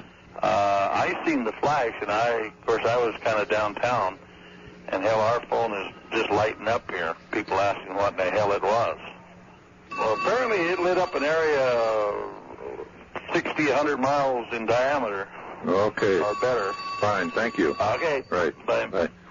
UFO Reporting Center? Hello there. This is Sheriff's Office in Contra County in California. Yes, ma'am. Have you had a report of anything out in this county or Alameda County? Yes, ma'am. We're swamped with calls. You are, too. Do you have any idea what it is so far? Tentative identification, meteor fireball. Fine. Thank you very much. You're welcome. I don't know whether I saw a UFO. I just saw something burning in the sky tonight. Uh-huh. And did you get any other calls about it? Yes, sir. Where are you located? Pleasanton, California. Did you get a lot of calls about it? Yes, we're flooded with calls. In just the California area? Right. Okay, thank you very much. You're welcome. Mm-hmm. Bye. Reporting Center? Oh, is this UFO reporting center? Yes. I just called the Pasadena Police Department. We were driving down Orange Grove Boulevard in Pasadena, Yes. and we thought we saw a plane crash. Okay, could you hold for one moment, please? Sure. Oh, they saw it too, huh? A lot of people. Really? Right. It was really strange. How big of an area was it seen? All over the southwest. Oh, you're kidding. My goodness. But it wasn't any Marsmen or anything, huh? No, we feel that the tentative identification would be a meteor fireball. I see. Okay? Okay, thank you. You're welcome. Bye-bye. This is Petaluma Police Department. Yes, sir. County. Yes. Have you had any reports of anything kind of strange, I guess it would be in the San Francisco area? Yes, we've had calls clear south to San Diego and inland about 100 miles. Yeah. Well, I was outside. We've had several calls up here, too, and I saw it out there. I've seen shooting stars, but this was big, you know. So I didn't know what it was, and I thought I might as well, see if anybody else had called on it. Did you get any sound off of that explosion? No, I didn't even hear an explosion. We're about 35 miles north. We're about 50 miles north of San Francisco. Right. And I was facing south when I saw it, and it was really fast, and like normal shooting stars that I've seen, or falling stars, what we call them, they kind of go for a while. This thing here was just for, maybe a second, and it had a lot of real bright orange sparks behind it, and from where I was sitting, in relationship, it was as big as the moon to me, and it was kind of a greenish white, I guess, with this orange tail, and then it went down behind where we could see, and then it lit up the whole sky, kind of whitish blue. And I didn't think. In fact, when I saw it, I thought somebody had shot a fireworks or something just here in town. But then some other people said it was south of town, so I thought I'd give you a call anyway. I think it was about 11:25. Right. Okay. Our tentative identification on this is a meteor fireball of some kind, but that's not definite. Yeah. Okay. Well, I appreciate the information anyway. Okay. Thank you. Right. Bye-bye. Bye. UFO Reporting Center? Is this such a collect call from the Ukiah Flight Service Station? Yes. Hello. Yes. Are you familiar with where we are here? Yes, sir. Okay. We're getting lots of UFO type reports. Actually, they don't say that, but they say balls of green light, and one fellow was looking right up to the west of Ukiah here, and he saw a red and green and white flashing object in the sky, not moving except up and down. We saw a great big flash of light was reported by several different people, including the police and highway patrol, just to the east of Ukiah here. And I called the sheriff's department, and they said they've been having reports all over California of this. And I got another call just after that of the airport security down at Santa Rosa, and they said that there's been a fellow called and reported 3 such objects out around Mount St. Helena area, just to the northeast of them. Okay, we're getting calls from as far south as San Diego and probably 75 to 100 miles inland. I don't know of any special military operations or anything going on like that. Is there any meteor showers expected? Well, no, not really, but from the descriptions, we have a tentative identification of a meteor fireball, although on the explosion there was no sound, which is very unusual. Well, there must be more than one, because these things are coming in at different times for different places. Right. And I'm really interested in the one that the guy was looking at and watching that was doing anything. Uh-huh. In fact, the fellow just come in to relieve me, said he saw what looked like a big fireball that went down, but he didn't hear anything. Uh-huh. So, anyway, I'm sorry to add my 2 bits worth there. Thanks very much. Okay. Right. Thank you. Right. I just observed a big flash outside my house, and let's say 3 minutes after I observed the flash, I walked back inside with some other friends of mine and observed a big boom, like my whole house. It was like a sonic boom. Right. The whole house started shaking. Where are you living? Turlock. Turlock, okay. It was like a brilliant flash. It lasted at least 2 to 3 seconds. Long enough for me to look at the guy that was looking at it out of the window and then look at the flash myself out of the window. Did you see the object itself going across the sky? No, it wasn't like kind of like a streak. I thought it was some sparkles or something. But okay, the streak, how in the sky, what was it in relation to directly overhead to you? It wasn't even over. Well, how far up do you think it was? We can't look to. Like a 4 or 5 story building. Okay, what I mean is, was this overhead? Did it pass overhead? No. Okay, looking out of my window, I would say it was like someone would throw something out of a 4 or 5 story building. Oh, I see. Okay. No clouds in the sky. Okay. You know, I called the police department and told them that. And he said, well, maybe it's raining. Okay. There are no clouds in the sky. And he said he saw it also. Right. We're getting calls from Northern California to San Diego and about 100 miles inland, and the tentative identification on this so far is a meteor fireball. A meteor fireball? Which exploded upon entering the atmosphere. That's just tentative, not definite. Oh, it's just tentative. Right. A meteor fireball that fired off where? It exploded after it entered the atmosphere. Oh, it exploded after it entered the atmosphere. Right. Well, that was pretty heavy, man. Yes. No, a lot of spectacular sightings are being described to us tonight. Oh, well, are you going to mail me any literature? Would you like a questionnaire? Yeah, why not? What the hell? Okay. Great. I got to get something for calling you. Hey, listen, do you think that has anything to do with the earthquakes we're having? I sound like a reporter, huh? It's very possible. I can't give you any definite statement on that, but it's very possible. Hey, listen, you call me, man, if we're going to have one here, understand? Okay. Or send me a postcard. Okay. Because I want to know so I can prepare and move. Okay, thanks much for calling. Later. Right. UFO Reporting Center? Yes. This is Pasadena, California. Yes, sir. And your number was given me by the Pasadena Police Department to call. At 23 minutes past 11 o'clock tonight, that's Pacific Daylight Time, Savings Time, I saw what I believe to be a meteor. Was very brilliant, and it did strike the surface. I was in the western end of Pasadena, and this apparently came from the northwest, and it was on a bearing from me of about 340 degrees from true north. And it was greenish in color, very brilliant. It made quite a bit of smoke in its tail, and it lit north of either one or several of the mountains which are northwest of Pasadena. Let's say between Pasadena and Bakersfield. And I saw a second brilliance when it evidently struck the surface. In other words, a sort of a flash. I see. Did you hear any sound with that?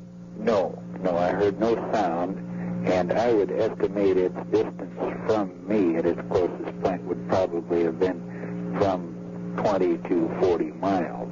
Sir, could you hold for one moment, please? Yes. Yes, sir. Can I help you? Yeah, this is the Chronicle in San Francisco. Yes. We just had a large, unidentified flying object streak over our city. Okay, now, could I interrupt? Could you hold for just a moment till I get this other party off the line?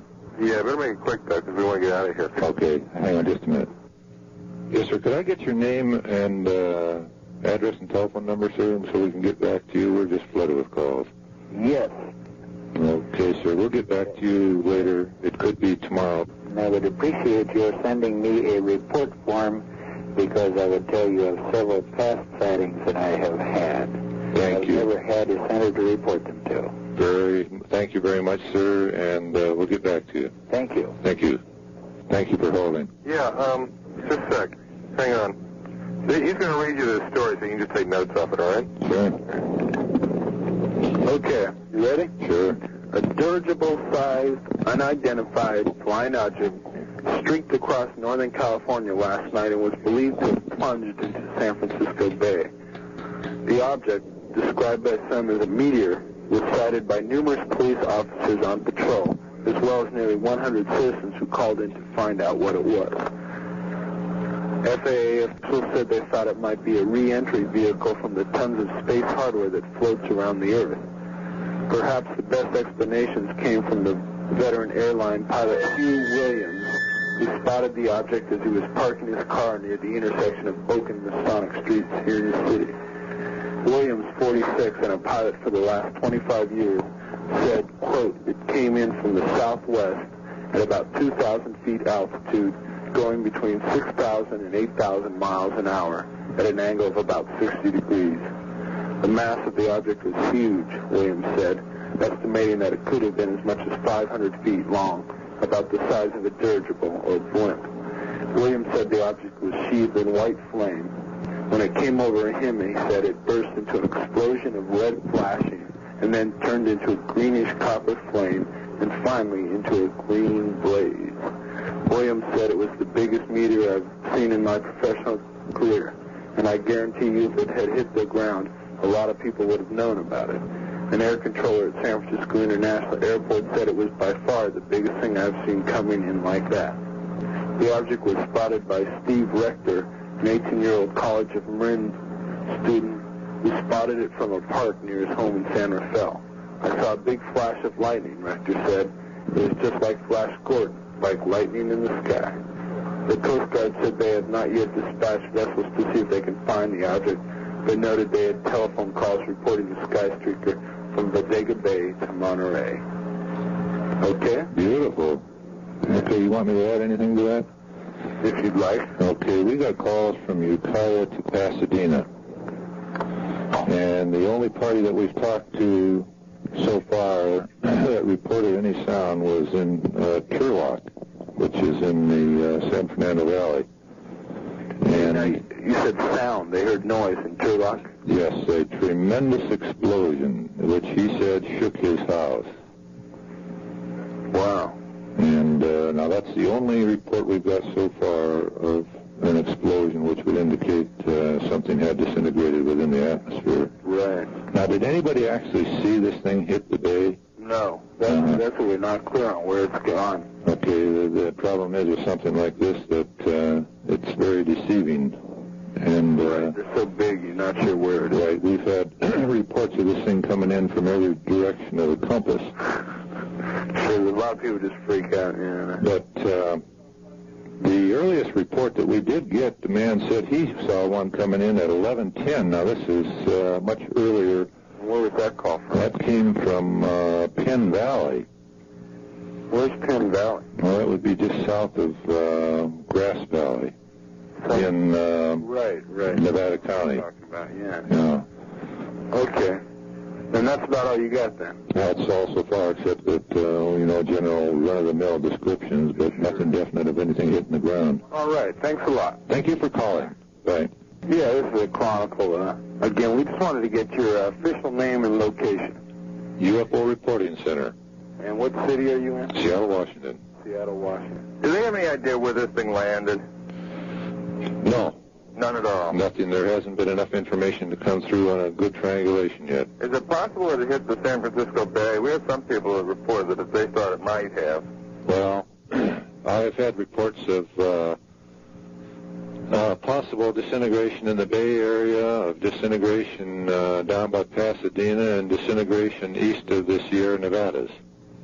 So it all depends on where the individual was at. He's going to be looking at it from a different angle, and they're going to give different description. Do you think it might have been disintegration instead of hitting the water? If that thing had hit the San Francisco Bay, everybody in the Bay Area would have known about it. Could you talk to a reporter on this just a second? Sure. Just a minute. Yeah. Here. Yeah, hello. Is this a UFO Center? UFO Reporting Center, Seattle, Washington. Seattle, Washington? Right. Oh. Is that where I called? That's where the Area 206 is? Right. Oh, okay. What do you think it did? Well, from the descriptions that we got, this thing was probably a disintegrating meteor fireball or bolide. And like I said, we don't have enough definite data right now to tell whether the thing actually made impact on the ground. Because we're getting so many different descriptions of different flight directions. And you're the UFO Reporting Center, right? Right. Okay. A private organization? Right. Okay. And you got reports from Ukiah to... Pasadena. Pasadena? Right. Okay. We had an awfully good description. Did you hear that description from the airline pilot? Yes. Yeah. That was fantastic. Yeah, wasn't it good? Okay, but you have no idea where it landed? No, not at the present time. But there was an explosion over Turlock, right? A tremendous explosion, yeah. Where's Turlock? That's, what county? I'm trying to think of. Hang on a second, I'll get a map right here. If I wrote my story, it was believed to have disintegrated along the coast. Would that be fair enough? Well, I think that one person's guess is as good as any right now. Right. Because we're going to get all kinds of descriptions. Yeah. Okay. Did you find Turlock yet? Yeah, Turlock is just west, put it this way, it's about 8 miles south of Modesto. Okay. Now, I wonder if you guys could do me a favor. Do you have any connection with AP or UPI down there? Yeah, we do. Okay, what we want to do is get witnesses who saw this thing traveling directly overhead. Okay, well, I'll give you the name. Captain Hugh Williams, United Airlines. Okay, was that the one in the story? Yeah. Okay, and he saw it from the air, though, didn't he? He saw it from the ground. Well, that's right, he was driving, right? So he's parking his car right over his head. Right. Okay, listen, I'm right on deadline. I gotta go, okay? Okay, thanks much. Okay, thanks a lot. Feel free to call anytime. Okay, Doug. Thank you very much. Bye. Bye-bye. Yeah, I'm calling from San Rafael, and I couldn't find anybody here who could give me any kind of information, but I saw a ball of light flying through the sky, and started out kind of small and got quite big and sort of lit up the sky like lightning and sort of looked like it had flames on it there again, sort of. And I'm wondering what it was. Okay, what time did you see that first of all? Well, it was about an hour ago, and I found out from calling Hamilton Air Force Base and the police department that several other sightings of it had been seen, and someone said they had seen it more than once. We've had calls from Ukiah to Pasadena. And from what we can get, just a tentative identification from the information we've got to date, or to this time, would be a very large bolide meteor fireball. Oh, yeah? Which entered the atmosphere, apparently over the San Francisco Bay Area, and exploded. Well, we're not too sure of the altitude, but we're getting kind of a scramble of reports right now. We haven't been able to get the puzzle put together. Yeah. But we were sure it's a meteor fireball of some kind. That's what I thought it was, but there's no place I could call. I don't know who to ask, and I just wanted to satisfy my curiosity, I guess. Okay, how long was that in sight when you were watching it? It seemed to last about, not very long, 15, 20 seconds. Okay, now, did it come anywhere near to being directly overhead? No, it looked like I was out a little west of San Rafael, and from where I looked, it looked like it was just right over the bay or San Rafael or something. Heading in which direction? It went from the south towards the north. Okay. And did you hear any sound at all? No, I didn't, but I was in my car driving, so I wouldn't have known. Okay. There's no place for anybody to call to find out around here. I think they should have some kind of information for things like that. Okay, we're curious to know where you got our number. I called the San Anselmo Police Department finally because I couldn't find anything to call, you know, that would give me any information, and so they finally gave me your number. Great. So. Well, we sure appreciate this, and I'm sure that it was a meteor fireball. Uh-huh. Okay, thank you. You're welcome. All right. Bye. Has it landed there? Well, some of the witnesses said that they appeared to have landed, and some said that it appeared to have exploded in the sky. Where did you see this at? Santa Rosa. Okay, now, how was this in relation to you? Could you... Headed towards Napa. Towards Napa. I seen a flash out towards the coast. Uh-huh. And all of a sudden, a big orange ball with a big orange tail. And it looked like it was heading straight for Napa, no one the other. So I thought it was right out in front of me. Uh-huh. It was about over by Napa, I guess. Okay, now did you hear any sound? No, I was waiting for a nurse trimmer, but nothing happened. Uh-huh. About how long would you say that you observed that? Oh, boy. It was just like 5 seconds, 10 seconds, maybe. But the flash came back. Immediately after the flash, there was the ball. Because the bushman was then running down our driveway. He was walking over to his house. And he seen the flash. He turned around and just started to see the ball, he said. Yeah. And I just wanted to figure out if anybody else was in the bad state. Yeah, not. Yeah, I would say there's been several thousand in the Bay Area saw it. Yeah. From the reports that we got from the law enforcement agencies, their switchboards were lit up like Christmas trees. Oh, wow. Yeah, I got a couple bugs, too. Where are you located? So we're located in Seattle, Washington. This is the center. Washington. Yeah. Wow. And that's pretty far away. No, not really. No. Try to get there sometime. We're down here in California. Yeah, I love your California. That's all right. Last couple weeks ago, we had a little bit of rain. That was good. You really need it, don't you? We really do. Well, we're getting an overabundance of it up here this month. It's up here crying out. Yeah. We're curious to know we got our number. Well, we got your number? Yes. Santa Rosa. Santa Rosa Police Department? Sheriff's Department. Sheriff's Department. I called this out. Okay, well, we appreciate the call. Okay, well, thank you. Now I know I wasn't saying anything. Okay. See you later. Right. Right. In what I saw. Very definitely. I live on Potrero Hill, which is on the east side of the city, looking to the East Bay towards Oakland, Alameda. Yes. And I'm very close to the water. I was sitting at my table in the dining room, and at about 11:20 or so, I looked through the window in the kitchen. There are trees out there, and I saw the meteor, or whatever it was, come down.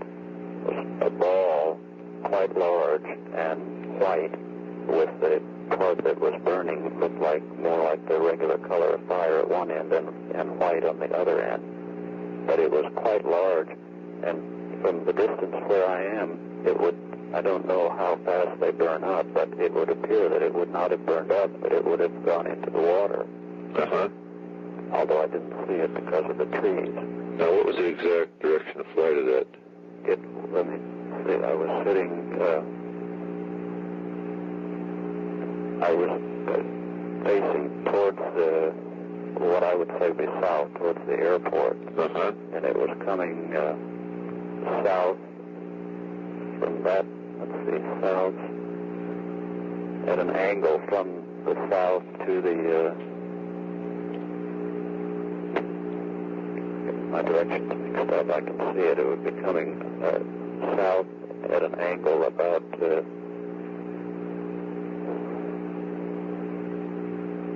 I don't know exactly how to describe it, but it would be about 3/4 of the way from instead of straight down, like an angle three-quarters of the way over. Then you would say that it was moving from north to south? From south to... south to north? To north, I think. Okay, fine. This is an important point we're trying to get pinned down. I'm not sure of whether I have south or north right in this area, though I refer to south as the south and east as the East Bay, which may not be accurate. Uh-huh. But you felt that it went out of sight in what you would consider would be the Bay Area? Actually, the Bay, the water. Right, okay. Right, between San Francisco and roughly Alameda, the Naval Air Station in Alameda. Right. And you didn't hear any sound, did you, by any chance? No. Okay, we're trying to pin down whether there was any kind of an aerial explosion. We've had several reports from the San Fernando Valley area which reported a tremendous aerial concussion, and apparently no one in the Bay Area heard that. So if it did disintegrate, why, it probably did so over towards the valley. Either that or we're dealing with more than one object. It was quite large. I've never seen anything that large in this kind of a situation. I had been meditating right before, so I was very calm and relaxed, and that's why I can recall it so vividly. Was this quite bright? Yes, very bright. Uh-huh. Okay, well, I'll tell you, if we come up with any definite answers on this, well, we'll get back to you one way or another and let you know. Right. Can you tell me about your research group briefly? It's a very small group made up of laymen and scientists, and they're all volunteers, and we're just working very diligently trying to come up with some answers in relation to the UFO phenomenon and events associated with the UFO mystery. And is it funded by anyone, or it is self-funded? All right. Thank you very much. And thank you again for calling. Thank you. Great. Thanks. Swing shift. I'm calling from their downstairs payphone because I can't make a long distance call on the office phone. Yes. And the thing went by. It was not a meteor. It just no way, because it had something that was straight and slanted about a 45-degree angle, like when you paint a stripe down a bus or something, you kind of slant it, make it jazz up, make it look good. Right. Well, this was a black thing in the middle of that flame at about a 45-degree angle, and meteors just don't got those things. Like, no way they have them. And I was just wondering, everybody says it's a meteor, and everybody's kind of laughing at me here where I work. I just thought I'd call somebody up and find out something about it. Well, of course, we've had a lot of descriptions, and... Well, I looked at, we have tinted glass in our computer room here. Right. And I was working over on the far side where the glass is at, and I looked out, and everybody said it was blue, green, and fire. I didn't see that. I don't know if the tinted glass kind of cut it out or not. Uh-huh. But I did see the orange flame. It looked like a big, well, to me, I thought it was a private plane crashing very close, but I thought it was that big to me. Now, I don't know how far away it was from me or what course it took, but it looked like a private plane about 300 or 400 yards away. Oh. That's how big it looked to my eye. Now, which direction were you looking at the time?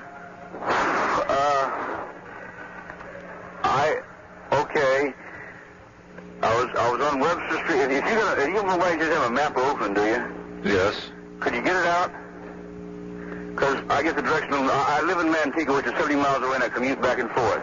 Yeah. Okay, and my Oakland directions aren't that good. So, but I was looking out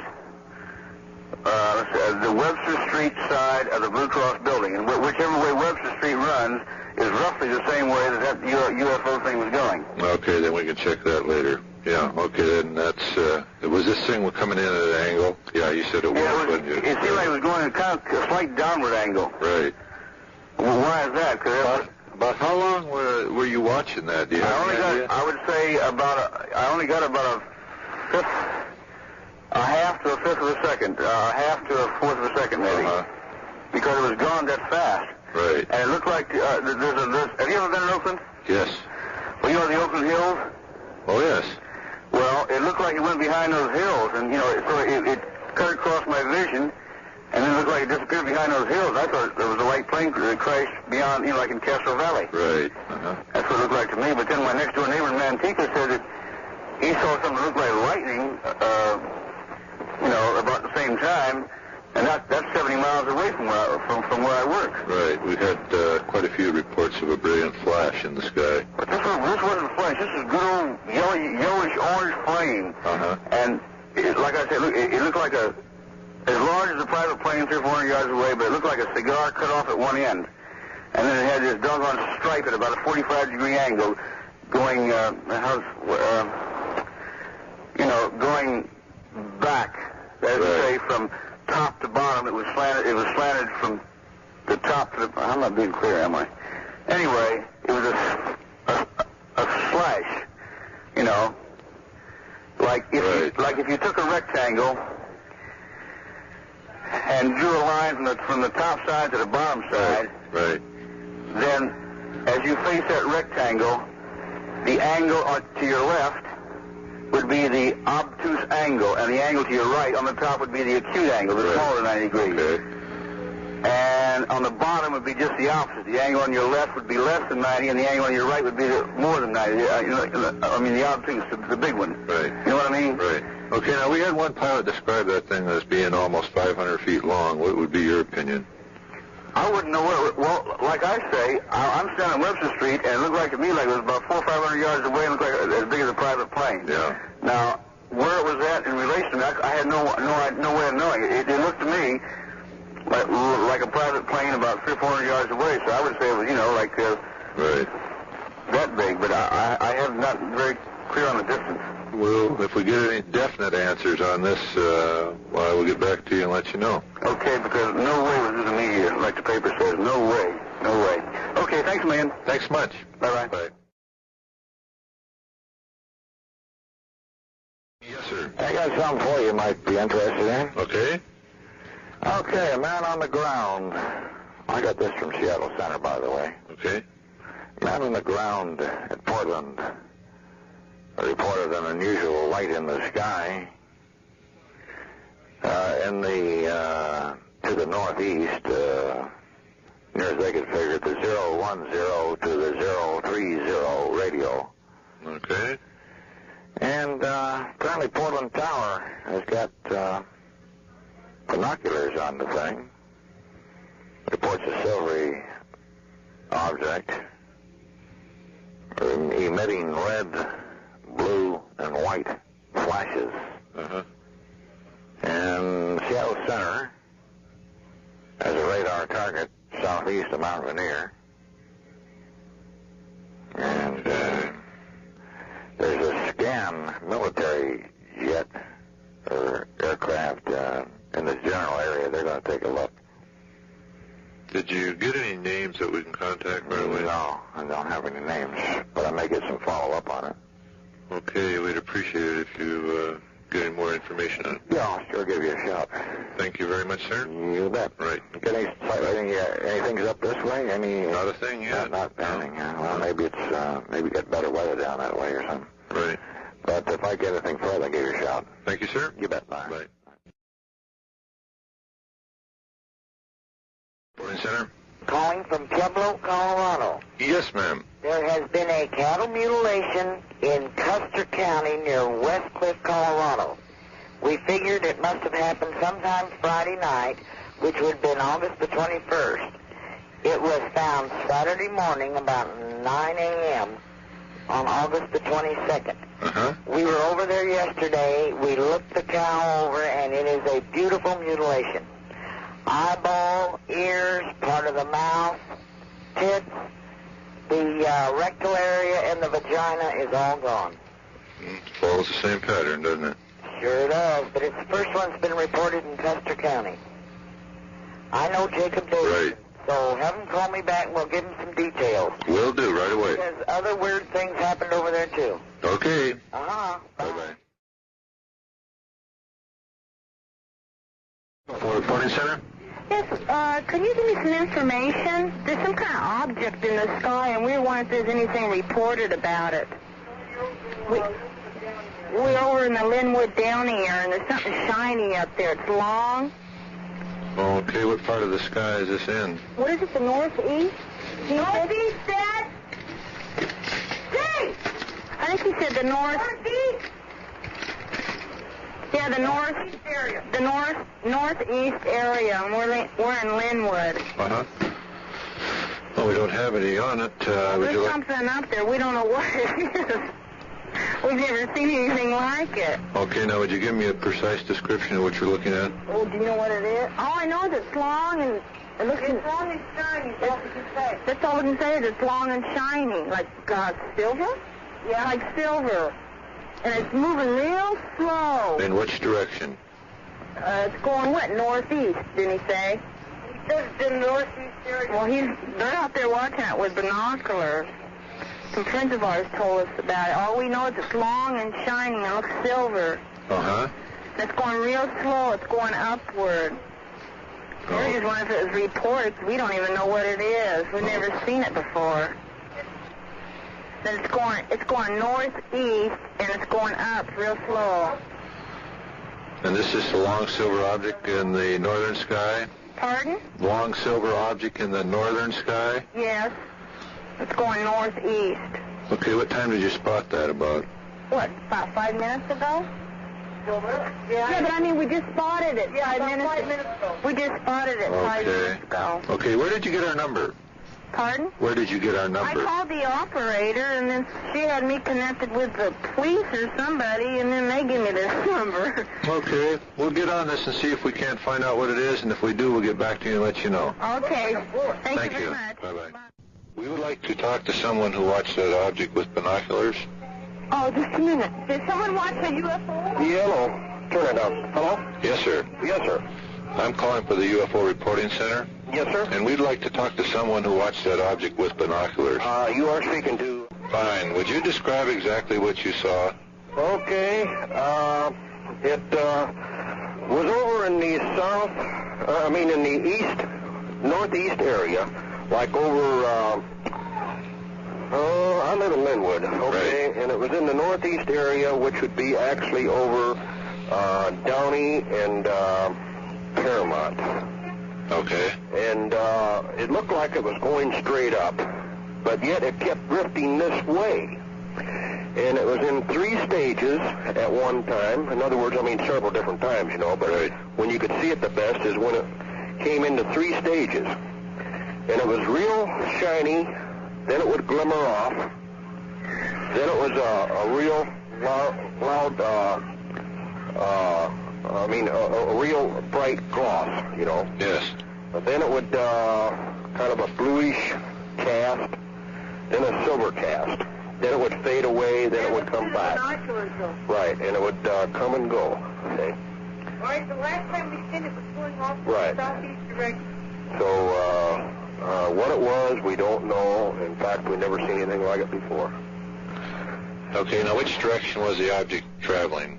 Well, more or less straight up. Straight up. I mean, to our knowledge, but it was drifting this way. Uh-huh. Which was actually right over the city of Linwood towards the last. In other words, the last part we could see of it. Okay, now did it have any definite given shape? Did it hold any particular shape? Well,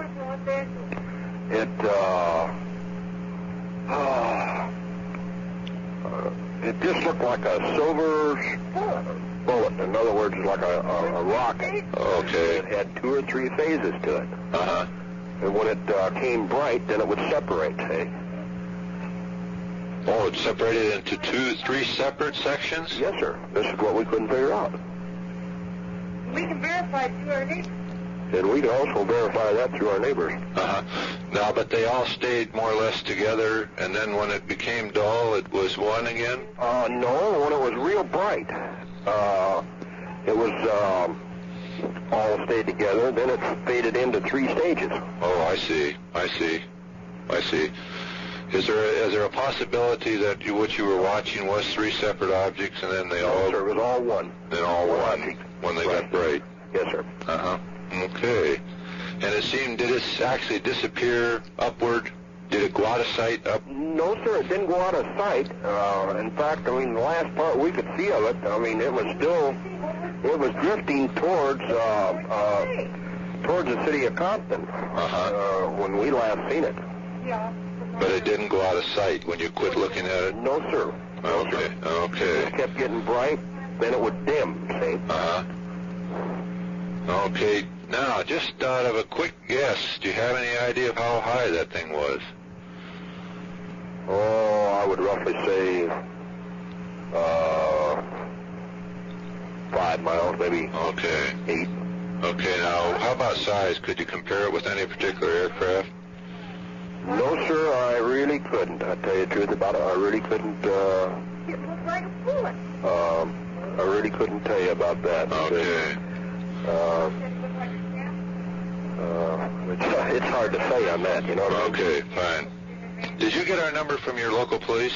Yes, sir. Okay. Well, we'll keep working on this, and if we get anything on it, we'll get back to you and let you know. See, it was actually, in other words, let's put it this way. Talk to you, report something like that? You're speaking to the party. Okay, well, we're in Spokane, Washington.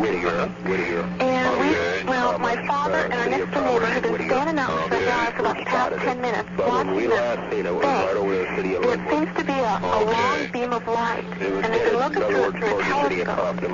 And it looks to me like it's kind of in the shape of what people call a flying saucer. It's got a long tail on it. And it was pretty close to us for a while. And then within just a minute, no idea what it was. Not yet. Went down towards the west horizon really fast, and we've been talking to one of the local news stations here, and my mother just came in and said that it separated into 2 halves and then just totally disappeared. Okay, now when did you first spot that? It was about 15 minutes ago. Okay. Now, when you first saw it, it was just a shaft of light? Yeah, it was sort of small in the end, and then it got a little bit wider in the middle, and then smaller. You know, like a side angle of a flying saucer. Yes. Like a disc? Yeah. Okay, this thing was on the horizontal flat? First it was on the horizontal flat, then it turned perpendicular to the earth, and then it turned back horizontal again. And it may have stayed on one shaft while it was doing all this? Mm-hmm. Okay. And then it was at kind of between a right angle and a 90-degree, well, it is a 90-degree angle. It was at an angle. Okay. And it wasn't flat. It wasn't flat across, and it wasn't straight up and down. It was kind of in the middle. Okay. Now, what color was the object? Oh, I'd say maybe, well, it was sort of yellow-orange. It was more yellow. Okay. And your mother said that it broke into 2? Mm-hmm. My father said it did too. Right straight in half, and then it just disappeared out of sight. Okay, now which shape were the 2? Did they... It was just like they had sliced it right in half. Okay. Equal portions.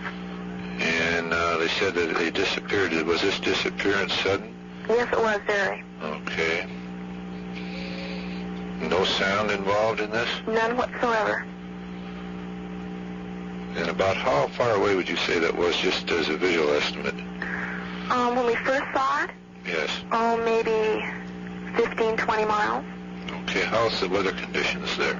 Pardon? The weather conditions, the sky conditions? Oh, it's, well, maybe half overcast. And all this was taking place under the cloud level? Yes, it was. Okay. Now, could you give me any estimate on how, in degrees, how far above the horizon the object was operating at? Oh, let's see. Maybe 80 degrees. Okay. And how many witnesses? Just the 3? No, there's, 4, 5. Okay. Okay, now when the object broke up, did it change color? Did the object change color when it broke up? No, it stayed the same. It just faded out. Okay, and the party looking at this through the telescope definitely saw a disc-type shape? Yes. Okay. My father just said that it seemed like an object that the sun was reflecting off of. It was reflecting light, then? Okay, did it appear to be metallic? All it looked like was fire. You know, the color. Dad's I thought maybe it was metallic or something, and the sun was reflecting off it. I see. Okay. Dad just said it had a really big long tail on it. Okay, now is he, a tail, is he speaking of a trail of vapor or something like that? Were you speaking of a trail of vapor? Whatever it was. He doesn't know. What he said was that whatever it was reflecting the sun. Okay, fine. Because he said it was very bright. Okay. Well, we sure appreciate this report, and we'll get on this and see if we can't come up with some kind of identification. And if we do find some answers, or if we come up with other witnesses, why, we'll get back to you and let you know. Oh, well, thank you very much. And we appreciate the call. We're curious to know where you got our number. Well, we called KGRB radio station here in Spokane, and they suggested that we call out at Fairchild at the aviation department, and they gave us this number. Oh, fine. Well, thank you very much. Well, thank you. Right. Goodbye. Bye-bye. I had a strange experience last evening, and I thought maybe I'd relate it to you folks. Okay, what I'd like to hear about. It's strange. My daughter and I were sleeping on the patio. Uh-huh. It must have been, I'd say, 3 o'clock this morning. And I was sleeping. I was trying to wake up, but I couldn't. And about 12 feet from my head, 10, 12 feet from my head, I could hear this very well-running motor, real smooth running motor. And it seemed like it was in one place, Yes. And then almost a few seconds after that, my daughter, she's only 11, but she shook me and said, Mom, look at that. And she pointed, and I woke up, and then she pointed to the same place I heard this motor. But for about 3 seconds, it's all along and out. As I woke up, and focused my eyes, I just didn't really see it for about a matter of 3 seconds. And she said, oh, Mom, I got electrical shock. And she'd been shot on a barbed wire fence one time. And she said, that's what it felt like. Uh-huh. And she said that it felt like that, but it's only a little worse than that. And she's seen this thing, and she says that it was brown. And it was about probably 8 feet of, she said, half the size of our patio. So that would probably be about 8 feet. So she didn't see any lights on it, but she could see it.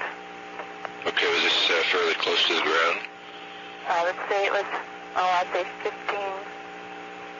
20 feet above the ground. About 20 feet above the ground. Uh-huh. Our patio was, I'd say, 5 feet off the ground. And then I would say it was another 8 feet above it. Well, just about 15 to 20 feet, I'm not too sure. But anyway, it was a very strange experience, and it left my daughter very upset. She was, shaking for quite some time afterwards. But she definitely, felt the electrical shock. I asked her if she didn't think that, she could have been dreaming. And she said, no, Mom, I felt that electrical shock. And then she said, I couldn't see him move during that time. And then as soon as I got a electrical shock, so I turned around, and there she said, I'd seen that thing. She said, I only seen it for 3 seconds about. She said, I just barely seen it, and it just disappeared so quickly. Now, when you say disappear, did it move away? Or did it just snap out? No, it moved away, she said. It moved away, okay.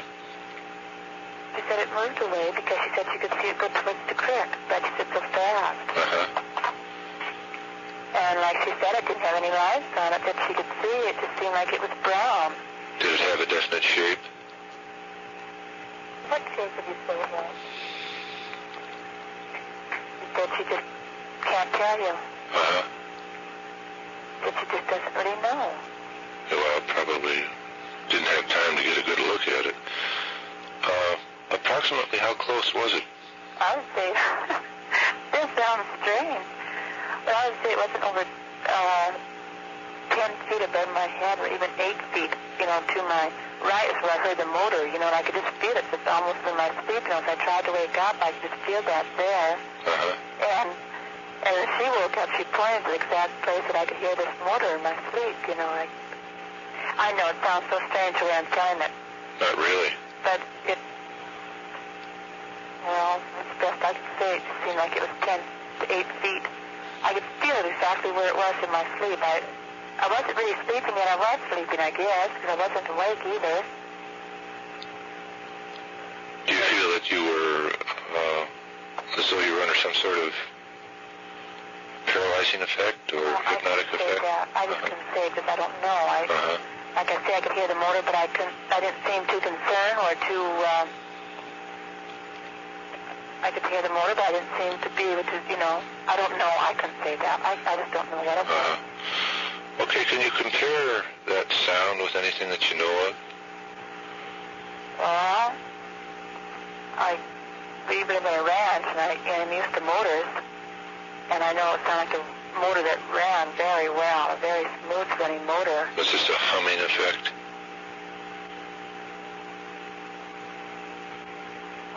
Not a humming effect, no. No, it wasn't. Now you got me thinking this exactly how it did sound, more like a propeller effect. But very smooth, very smooth. Yes. Extremely smooth.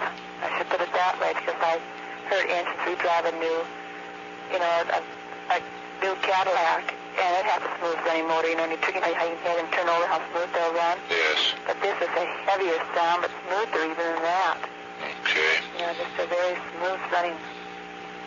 But it was this sound that woke you up. It was a sound I could hear there, that I knew that thing was whatever it was there, but I couldn't seem to get awake to, But then with my daughter, then she, hit my arm, Mom, look. And if I turned around to look, I just couldn't seem to, says, Mom, I got electrical shock, but she got the shock before she touched me, before she woke me up. She said she felt the shock, electrical shock that lasted, and then when that shock went away, well, then she turned, and she was able to turn around and touch me, and wake me up, shake me and say, look. But I didn't see it. She seen it for a matter of 3 seconds. She said it's just a matter of probably 3 seconds, and it moved away. Okay. Have you had anything happen to you since that happened this morning? Anything strange around the house? No. Okay. All right. But it was such a strange experience and a very real experience. I'm not prone to imagination at all, and I don't think I am either. So. Well, this electrical shock that she said she had, we've had cases like this before. Oh, have you? Yes, very definitely.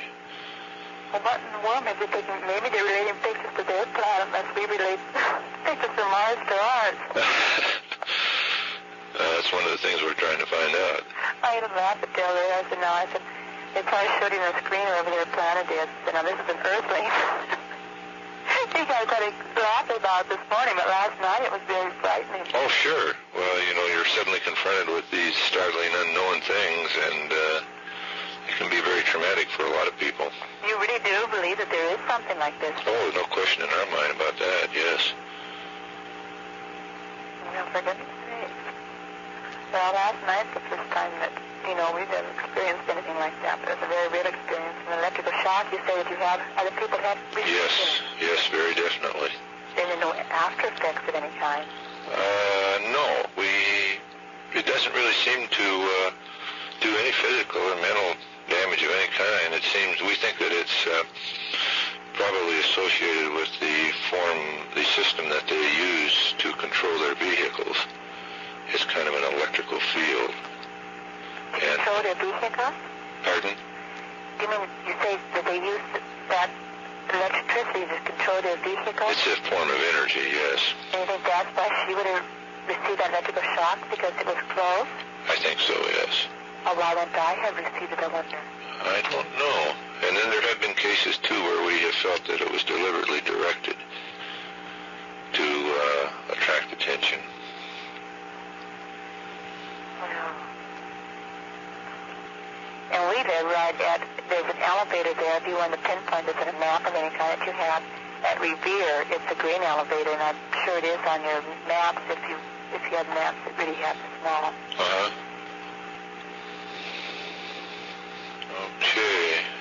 What's your age?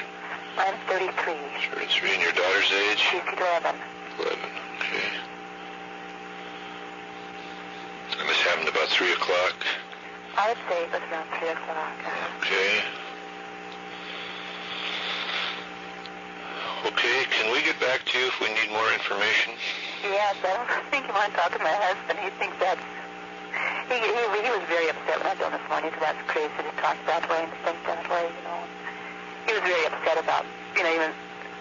But I told him at the breakfast table this morning before he went down to the other ranch to harvest down there. I told him what had happened. He said, that's the craziest thing he'd ever heard of. And he said, don't even, you know, speak about it, don't talk about it anymore. I don't want to hear any more about it. But it just happened, you know, and we did tell him about it, but he doesn't think that, you know, that there could possibly be anything like that. Well, these things are happening all the time, all over the world. They're happening all over the world? Oh, we get reports from countries all over this planet. Then apparently there must be, you believe there is life on another planet someplace? Oh, yes. Very definitely. Have they ever harmed anyone in any way? Not deliberately. There have been cases where people have had, like injuries to their eyes because they're looking at these things. Apparently when their fields are built up, they're looking at, actually all they're looking at is a super bright light. And they're so anxious to try to see what's out there that they just look at it too long, just like looking at the sun too long. And some people end up having a little eye damage, but other than that, why? Well, then like last night, Delray said that this object was, you know, brown, and she didn't seem to think it had any lights on it, but she could still see it. Uh-huh. That seemed kind of different. It was kind of strange that I asked her, how could you see it if it didn't have any lights on it? She said, well, I don't know, but I've seen it. How was the weather over there? The weather was, last night it was warm last night. Uh-huh. And it wasn't really as cloudy as it is this morning. It was a little overcast maybe, but there were, you know, you could see the stars. Okay. There wasn't a real dark night, but it wasn't a real light night either. Yes, okay. We're curious to know where you got our number. Pardon? We're curious to know where you got our number. Oh, through the Air Force. Oh. I'd have to look up here again to see what that is. But they had, I thought maybe they'd seen something on their screen or something last night. Fairchild Air Force Base? Yeah, I can give you the number if you just wait. No, that's not necessary. Oh. But anyway, I thought maybe they might possibly, you know, have picked up something on their radar screen. Right. You know, something came in. I thought, well, surely it would go through, you know, through there somehow. But they said no, they never. Wouldn't your radar screens pick up things like this? Yes, but then anything, of course, that they pick up on radar would be classified, and it would have to be released. The information would have to be released from a much higher source. Oh, I see. So that's the problem there. Well, we sure appreciate this call, and like I say, if we get any additional information on this, well, we'll get back to you and let you know about it. Okay, well, thank you for talking with me, too. It's been a pleasure. Okay, goodbye. Bye-bye. Well, I was wondering, has there been any report of a flying saucer last night around the college? We had one report out of Colorado just a moment. Did you want the location of that? Not Colorado. Caldwell. Oh, Caldwell. Excuse me. No, ma'am, we didn't. Did you see something?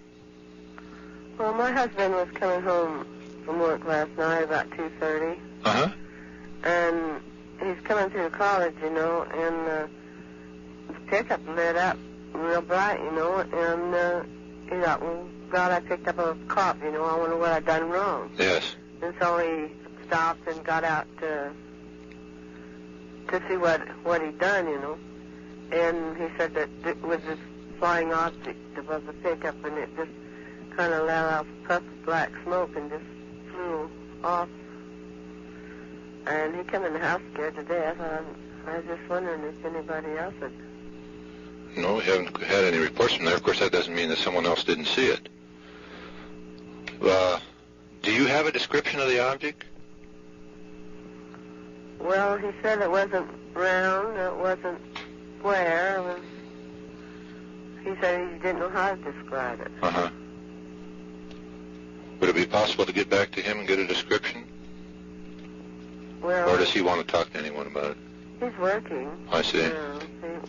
He'd like to talk to somebody about it, but he said, I didn't believe him. He said, if you don't believe me, nobody else will believe me, Uh-huh.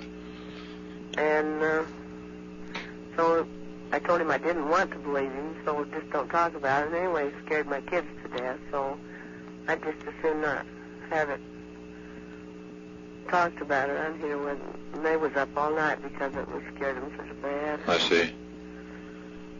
But if I could have him call you and tomorrow, all right, and explain it to you? Yes, we appreciate that very much. Then, of course, if we get any more information on it, then we can exchange back to you.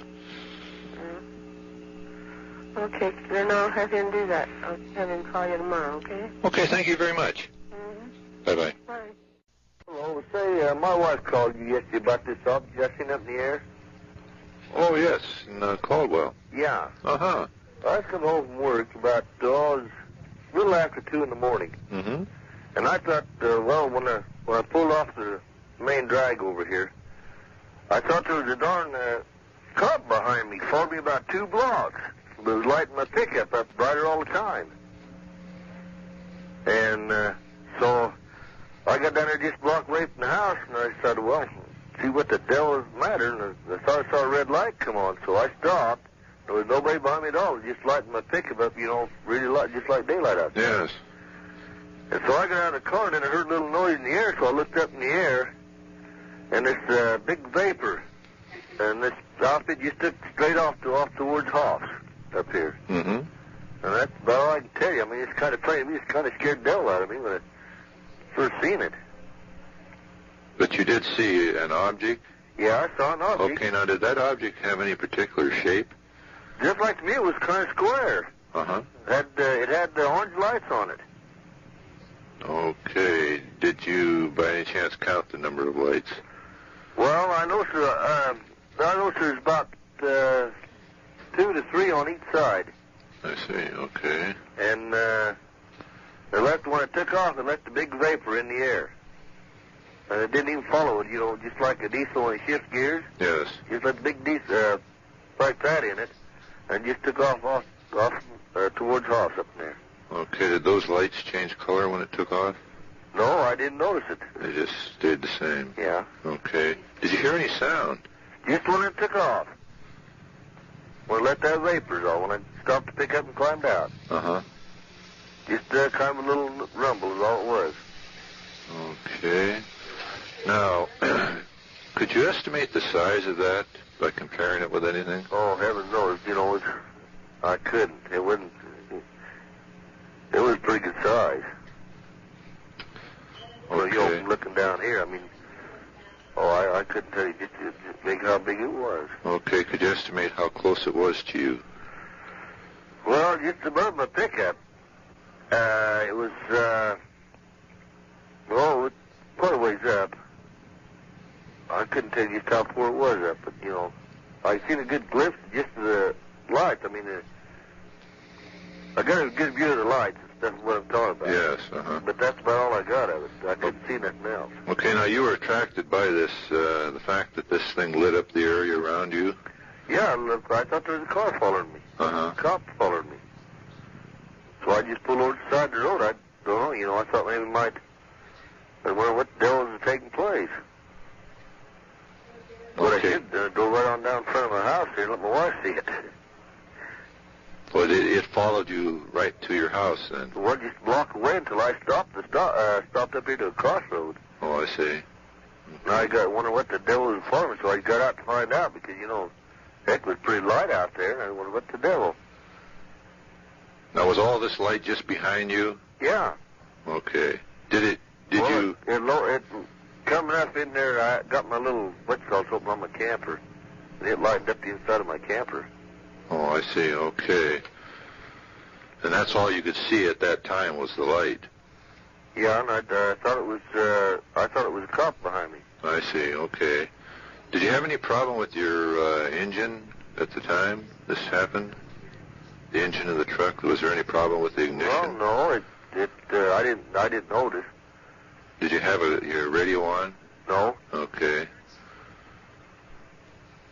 No, I didn't. I didn't have no radio on or anything. Did you have any unusual physical sensations while that light was in the area? Well, it just scared me a little bit. I wondered what the devil I'd done wrong, or, and I kind of wondered about the only thing. Yes, okay. Everybody might think I'm a liar. No, well, we deal with these things every day, so... I told a couple, 3 guys over at the plant over there, and they one of them did believe me. The other, he's kind of doubt. He says, I've heard of them, but he says, I've never seen any of them. Uh-huh. And nothing has happened to you since you saw this thing? Uh-huh. Okay. No, I just kind of wondering about it all. Did you see any openings in this object? No, I didn't. All I know is when I climbed out of the pickup, the lights went out. And then the thing took off? Took off and left the big vapor behind it. Uh-huh. And did you actually see it just disappear in the distance? Yeah, I just went over so far and then I couldn't see it no further. Okay. Looks like it either went straight up or something. I don't know. Just. Okay, what was your opinion of these objects previous to this? Well, I never did. I'm kind of hard believing them. Okay, does this make you a believer? Yeah, pretty good. It's kind of hard to tell anybody this because, to think I'm full of talk or something. Yeah, well, okay. We're curious to know where your wife got our number. That's from the police station. Police station, okay. Yeah, she called the police station about it. Okay. Well, we sure appreciate this report, and if we get any additional information on this, we'll get back to you. Yeah, well, it took off toward Napa when I seen it, just off that way, and then I didn't see it anymore it didn't go too far before it was clean outside. Uh-huh. Okay, can we get back to you if we need additional information on this? Yeah. Very good. You have to get me before 3 o'clock. Before 3. Okay, sir, we thank you again. You bet. Right. Bye. Have you heard anything like that before? About them? Oh, yes. Uh-huh. Yes. About the vapor and everything? Yes. Mm-hmm. I was kind of wondering myself. Oh, yes, these things are being seen all around the planet. Huh. Well, that sure gave me a scare last night. I imagine, yes. I was kind of shaking. I was shaking, though, when I seen them lights now a little bit. But I never did have a lawman there, follow me like that. I just shook up the way it was. Right. But, I just a little stunned. Now, was that object hovering directly overhead? Yeah, just darn near direct going on top of me.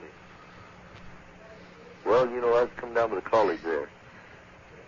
They followed me. It was just a little bit off from me, not very much. Yes. It looked like it was just pretty near down straight up.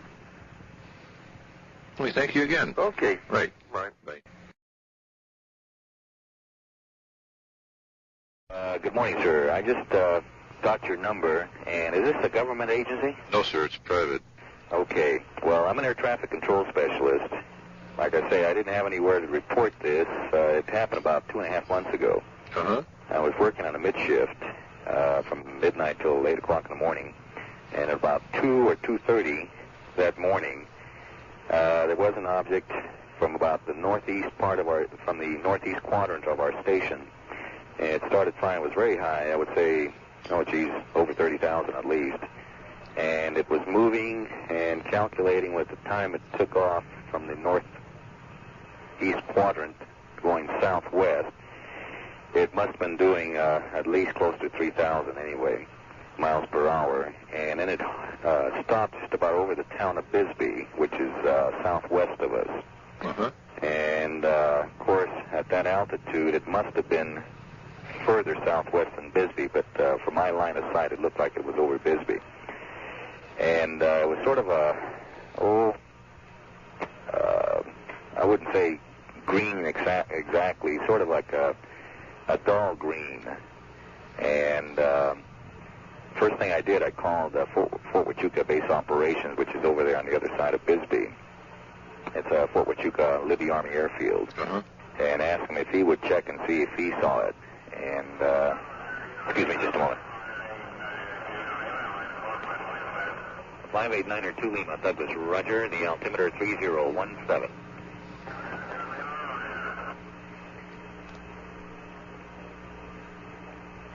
Okay, and I asked him to go outside and see if he could see it, just about southwest of the Bisbee area there. Right. And he confirmed that he did see it. And I called up Albuquerque Center and asked him if he could pick up anything on the radar scope, and he said he did pick something up, but he thought it was a permanent echo. And then I checked with Tucson Approach Control, which is about 100 miles northwest of us here, and they said that it was out of their range. They couldn't see anything. Mm-hmm. But anyway, what I saw was this sort of dull green light, pretty big. I'd say it looked like, Jesus, I don't know what size, because like I say, it was very high. But it was moving about 3,000 miles an hour, and it stopped right over Bisbee. And about the only way I can describe it, what it did when it stopped over there, was, have you ever seen one of these bees or flies or something hanging over garbage that just buzz back and forth in one little erratic, yes, just going back like that? Well, that's the way it stayed there for a while. It must have stayed there for at least about, half an hour. And then it just zipped on southwest. I mean, it just flat moved out. I couldn't calculate any speed. Okay, that was about it. When it came to a stop, did it appear to slow down, or did it just stop abruptly? It just stopped abruptly. I was taking my weather observation, actually, at that time. We go outside. We have this little shack that we take our temperatures for dew point and all that stuff. And I looked up to see this judge of sky cover, and at first I thought it was a satellite, because we see them cross over once in a while, but it was too big. You could see a definite circle to it. I'm sorry, I have to ask you to wait a minute again. Go ahead. It says 90638 Victor. Douglas, go ahead.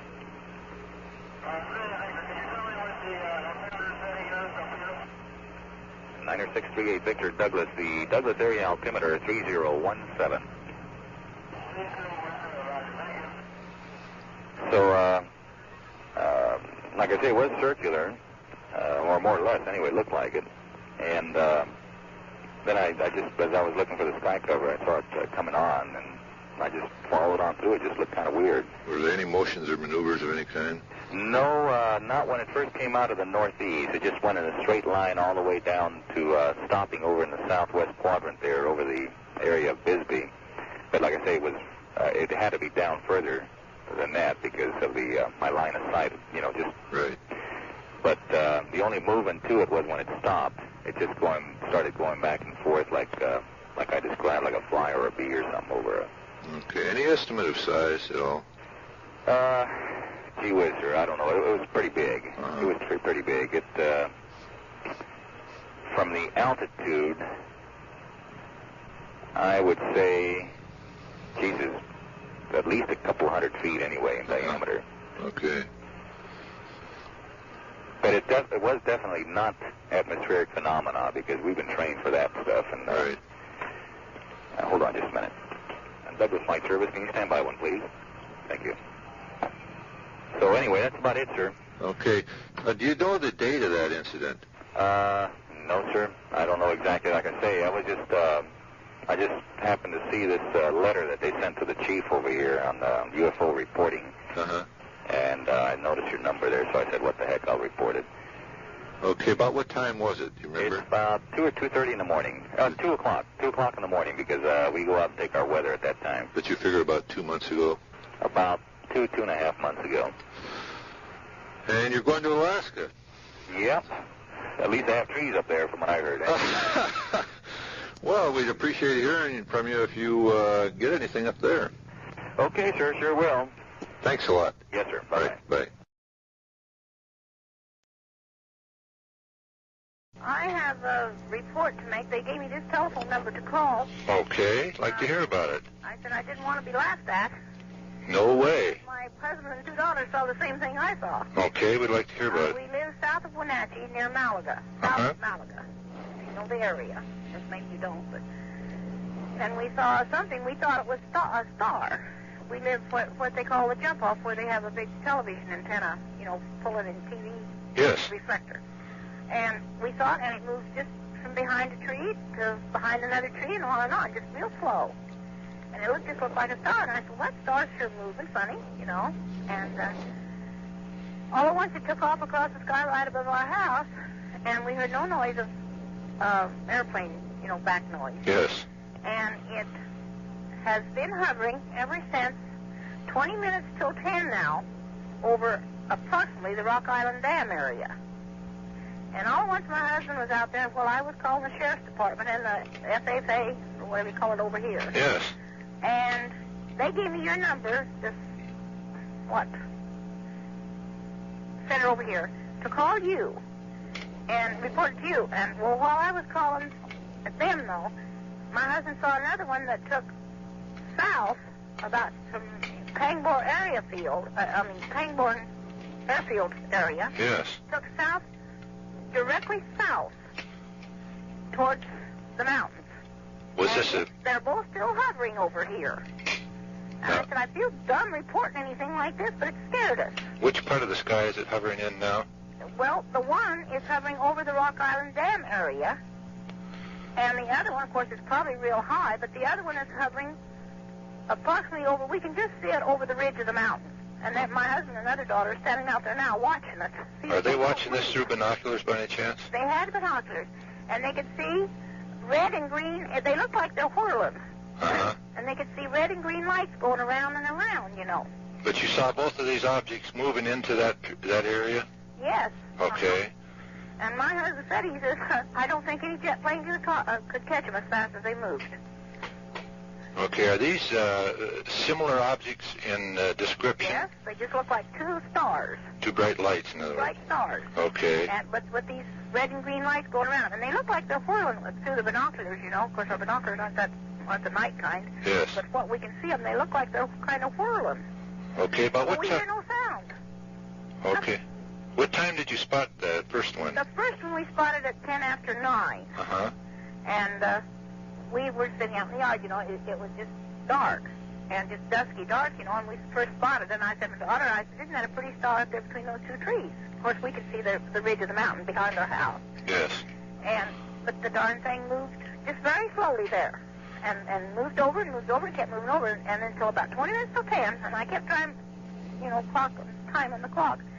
20 minutes till 10, it took off and took across the sky just flying towards Rock Island. And then it came to a stop over that area. Then it came to a stop over there. It's been hovering over there ever since. Do you have any estimation as to the altitude that object is hovering over the dam? No. Gosh, no. Okay. It's a lot higher than any airplane I think we've ever seen. I'm sorry. I'm so nervous. I'm about ready to die.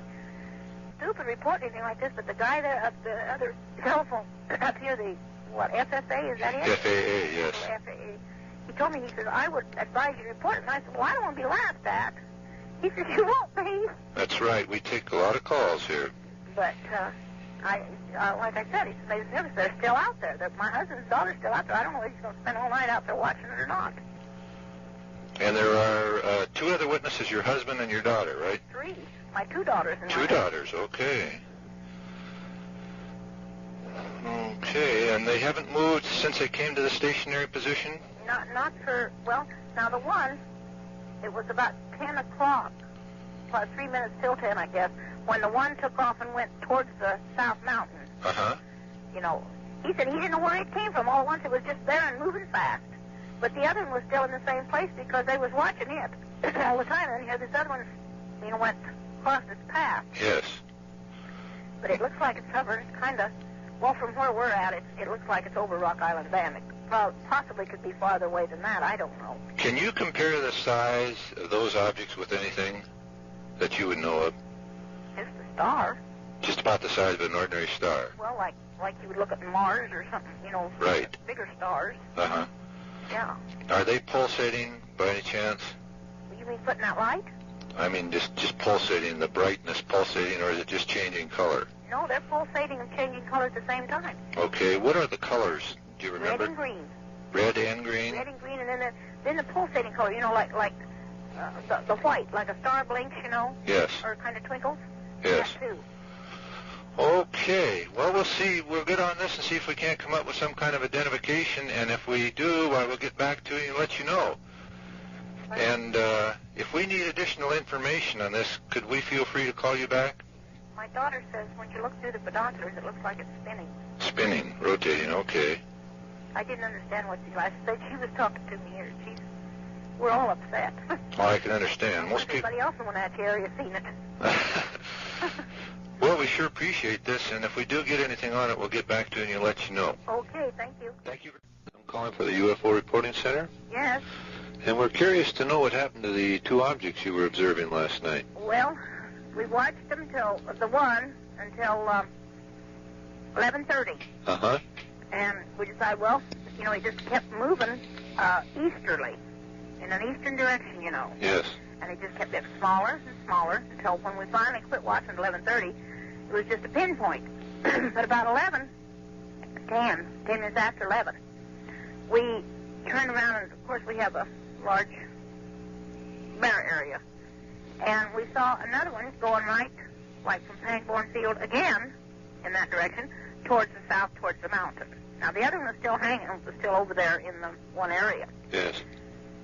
So we went out around a bunch of trees we had there, because it went behind our trees. We went around them and watched it. We didn't see it come back out. Now, whether it took off somewhere else or whether it's still up there, as far as we know. Uh-huh. But then at 20 minutes, we stood there and watched for about 10 minutes, watched for it, kept looking. At 20 minutes after 11, again from the jump-off ridge that way, if you know the area, going north in a northeasterly direction, was another one, and it was really moving, and it was really high, and it disappeared. It just plain disappeared. I mean, just from where we live, it just completely disappeared in the northeast direction. I see. So actually, we don't know whether we saw 3 or 4. You know what I mean? Yes. Whether they were this one that we saw take off and go in that northeast direction, the last one at 11:20, was the one that we saw at 11:20 or not. Whether it took off and went down around in a circle and made a circle or not. Right. It still bothers us. We feel kind of silly about saying anything about it, but we wonder if anyone else saw it. Well, we haven't had any additional calls. Of course, that doesn't mean other people didn't watch it either. Yeah. Well, that's the way I called the sheriff's office this morning, and they said one of the sheriffs had went down and in the Malaga area, they said, and looked for it, but he didn't spot anything. Uh-huh. But we stood there last night now from when I called you till 11:30. We stood in our front yard, or in our backyard, whichever you want to call it, and watched that, because we're kind of up towards the mountain by ourselves. And yes. We stood there and we watched it. My husband took the scope on his rifle and watched it. And he said it was, you could see that red light, blinking on it. Yes. Whatever. He said through the scope on the rifle, it looked like it was whirling, and every once in a while you'd see it take a spurt off and go off in kind of an angle away from its original path. It's scary. Don't kid yourself. It's not really scary, but it sounds stupid, don't it? To see something like that and wonder what in the world it was. And we know it wasn't an airplane because we heard no noise at all. And generally we get this back, what do we call it, the noise after the jets have went over. Right. They can still be over our house, but we still get it. And we have no traffic problems where we can, that would interfere with the hearing of it, if you know what I mean. Yes. Because we live back far enough away from the Malaga-Alcoa highway that we hear the traffic, but we aren't really. Well, the one was hovering over the dam for about a half an hour, and was that other one, that second one, still in the area at the time? We don't. Well, yeah, when it was still hovering over at the dam, and during that half hour, the one that my husband and my oldest daughter saw came from, like I said, the Pangborn Field area, yes, right straight over, and went to the south, and it hung over the mountain south of here. If you were here and I could show you, it would be better explained, because if you don't know the area, if you don't know where I'm at, right, it's hard to explain. But it hung down on the where we could see it, which would be, to us, would be just right on the horizon of the mountain, Right. Oh, from where we could see it, it looked like it was about 6 or 8 foot above the mountain, but still it was probably farther away than that, you know what I mean? Okay, now we have 9:10 as the time of the first sighting. What time did that second object come in? That probably was about 9:20. Okay. But see, the first one, we watched over the jump-off. That I told you hovering over. It took off and started to hover at the dam at 9:10. But we watched it from 10 minutes till 9 up on the jump-off area. We watched it there moving around. It kind of moved in a... Well, we saw it between trees. When my daughter came out, we was thinking about going to the show last night, but we had company. My son-in-law, my son and his girlfriend was out. And we were just sitting out in the backyard, and she'd wanted to go to the show, and she came out, and she said, Mama, are we going to get to go? And I said, I don't think so.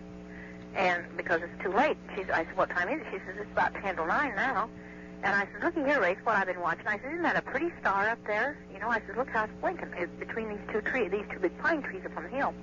And she watched it, and pretty soon she looked, and she said, where'd it go to? And I said, I don't know. And I kept watching, and then here it was. It came again, between two more trees. And I said, my gosh, look at that. That star moved over. And then we all got to watching it. Just sat there and watching it. You know, thought, that's odd. No star moves like that. And then it moved between two more trees. You know what I mean? You could see it moving on a... Right. On a... well, away from its original position. Now, that was about 10 minutes till 9. So my son and his girlfriend got ready, and they left. And that was about 9. And he says, asked her what time was. She's about 9 o'clock. He said, we better be going. So they got up and they left. And then we sat there, and Chet says, you know, that's the oddest thing, because it kept moving. But then we were fascinated by it. And about 10 minutes after 9, why, it swooshed right over our house, or over our, you know, where we could really see it real plain. And then I said, I'm going to go call somebody, because I saw one years and years and years ago, and everybody in the country laughed at me, or I thought I saw one, and 3 or 4 people here at Wenatchee saw it too, evidently. Uh-huh. And, of course, like I said, one guy, he was quite a drinker, and they said, he was seeing, you know, he was kind of seeing things. And I thought, well, I'm sure not going to tell anyone that I saw it either, because they're liable to tell me a drinker too. But I told Jed if I ever see nothing, I'm going to report it. So last night I came in and I reported it. I had a heck of a hard time finding anyone to listen to me. Did you originally call the sheriff's department? I called the sheriff's department, and I called the airport over here, Pangborn Field, but I couldn't get them, so I called this FAA number, and he gave me your number to call. The sheriff's number? What in the world is it? Uh-huh. I mean, is there any idea what it is? I think it would fall into the category of an unidentified flying object. Do they got lots of them? They had some in the sky last night. If I hadn't seen them, I wouldn't have believed it. There's been a lot flying around over eastern Washington in the last 10 days. Has there? Yes. I'm not just seeing things. Then. No, ma'am. No, we're getting a lot of reports from the Spokane and Whitman County area also. Yeah. Well, now, that's what Chet said last night. Like, see, we live due west from Spokane. Right. So that would be a problem. When it moved out, like I said, when it moved out, it kind of moved on a zigzag angle, you know, like it was kind of zigzagging. Right. This is very common. And as fast as it was going, it had to be going fast. But at 11:30, when we put watching, we finally come in the house. Figured, well, we stood out there long enough. I was willing to watch it all night till the stars went down. And at 11:30, when we came in, though, you could just barely see a pinpoint. And like I said, with the scope on his rifle, you could see the red light blinking. And it seemed like when that red light moved more, the more the red light blinked, the more they took off. You know what I mean? Yes. They moved. Right. Now, whether it was just we could see it easier with the red light blinking, I don't know. But like I said, we know we saw at least the 1 or 2. Now, I'm not sure whether this one that went over at 11:10 was the same one that came back and zoomed through here at 11:20 or not. It could have been. I don't know. Yes. But it was really high when it zoomed over here. We couldn't see the red light or the green light. We just saw it just really zooming across the sky real fast, and it wasn't a falling star because it took off into the atmosphere, if you know what I mean. Yes. It didn't come down to Earth like the falling star looks. But we couldn't hear nothing. That's, my daughter was scared to death last night. She wouldn't even sleep in her bedroom. Oh. Well, we sure appreciate the call, and if we get anything on this, why, we'll get back to you and let you know. Would you mind? Because I'm really worried about it. Well, I'm not worried, but I'm curious now. Right. I think I'll sit out in the yard every night for the rest of my life. Well, if we come up with anything, we'll let you know. Okay, thank you. Thank you very much. Bye. Bye. Eugene, Oregon. Yes. And I'd like to report something I've just seen. Okay. I saw this about at least 4 or 5 minutes ago. Okay. Now, it was I looked at it through binoculars. It was at least, how far away do you think it was from where we were? Well, it was up near the cloud cover. It was underneath the cloud cover we have here. I don't know how high the cloud cover is right now. It was traveling fairly low, and when first sighted, it was a horizontal, kind of a, how would you describe it? Kind of a bar. And it, underneath, it was traveling horizontally to the horizon. Underneath was a bright yellow, and overhead was almost a dim orange. It was varying between the two colors. Uh-huh. And it got brighter and brighter as it appeared to come closer. And then the flame flickered out. And then in place of the flame, there was an object that was completely spherical in shape, what appeared to me. It was black in color, kind of a cinder. And it was traveling, it appeared to me, traveling faster than a plane would travel. And, but, well, maybe slower than a jet plane might travel, depending on the jet, I guess. It was traveling fairly fast, and it disappeared over the southeastern horizon going toward Cresswell. Okay, did that object appear solid? Yes, definitely. Okay, did you hear any sound? Just a minute. What? Oh, yes, there was a little one that dropped in. All right, there was the large spherical shape, and then it appered that I was pretty far close to the horizon. It was very hazy due to the cloud cover, and it appeared that a smaller one separated from it, from below it, and became a bright color, bright white or a yellowish, kind of maybe an off-white, and shot very fast toward the horizon, just extremely fast. And about a couple seconds later, it appeared back underneath it and hovered for a while underneath it, and then it was gone. It didn't appear to shoot off in another direction. Maybe it went back up to the other spherical shape. I'm not too sure. I think that's what it might have happened. Now, when that small object moved away, was it to the east or western horizon? It was moving in, all right, what direction is that? It was moving south. Okay, then you didn't see that come back. I didn't see it come back. Yes, I did. Did you see the small one come back? Yes. And it moved under the larger one? Yes. But you did not, did you see the small one go aboard the large one? No, I didn't. I can't say that for sure. Okay. That was just my And own. this all took place as the object is moving southeast? Yes, the larger object was in continual motion. Okay. I didn't hear any sound at all. Uh-huh. Can you compare the size of that object with anything that you know? Well, depending on how far it was, I also take into consideration there was a cloud cover over. It was hovering in and out of the clouds. It appeared to be mostly out of it. What do you think? Well, of a very large weather balloon or something like that? I'm not sure. Well, I don't know. The size that I saw, okay, it looked about the size of a pea, a little larger, and quite far away, because you could tell that it was round, but you couldn't, tell, like, if there was, anything about it that might resemble a weather balloon or something, like if there was something underneath it or something, because it was round. Uh-huh. And it was, every once in a while it would go behind a light patch of clouds, and just for maybe half a second, and then come back out. That's how I thought maybe it was up in the cloud cover, or it appeared just below it. It appeared to be, from what my guess would be, maybe the size of a very, very large balloon. How far is the balloon across? I'm not sure. I really can't say. It appeared to be very large, but it also appeared to be very far away. Okay. Can you give me the degrees above the horizon that this thing was located? I'm afraid I can't. Okay. But you actually saw the object move out of sight? Yes. It disappeared over the horizon. Okay. How were you attracted to this to begin with? Shouts and cries from my girlfriend's mother and her friend. Okay. Yeah, our friend was just leaving, and Mom walked out to say goodbye to her, and they were watching it go across the sky and said, "Wow, it looks like a UFO." So we went out to look, and we saw it, and I ran back and got my binoculars to look. Okay. And you figured you watched this just about 5 minutes? Yeah. About 5 minutes. And how many witnesses to that? Let's see, there were 4 who just saw it with the naked eye, and then the 2 of us that looked through it with binoculars. Okay. And through binoculars, you could see the spherical shape? Yeah. Okay. Well, we sure appreciate this report, and if we get any additional information on this, we'll get back to you and let you know about it. Okay, thank you. Thank you very much. Bye-bye. Bye. I'd like to report an incident from last night. Okay. It's, of course, what happened was I was over here in Magnolia. There was a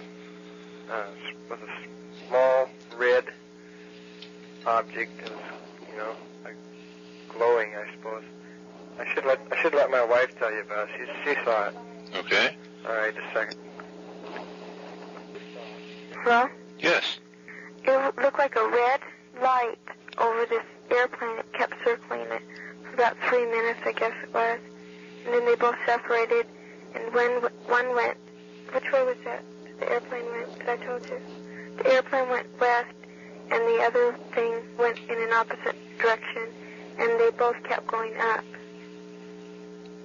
Now, this was last night? Yeah. About what time? 10:30. Okay, which section of the sky did that take place in? Which direction were you looking at the time? Which direction is straight?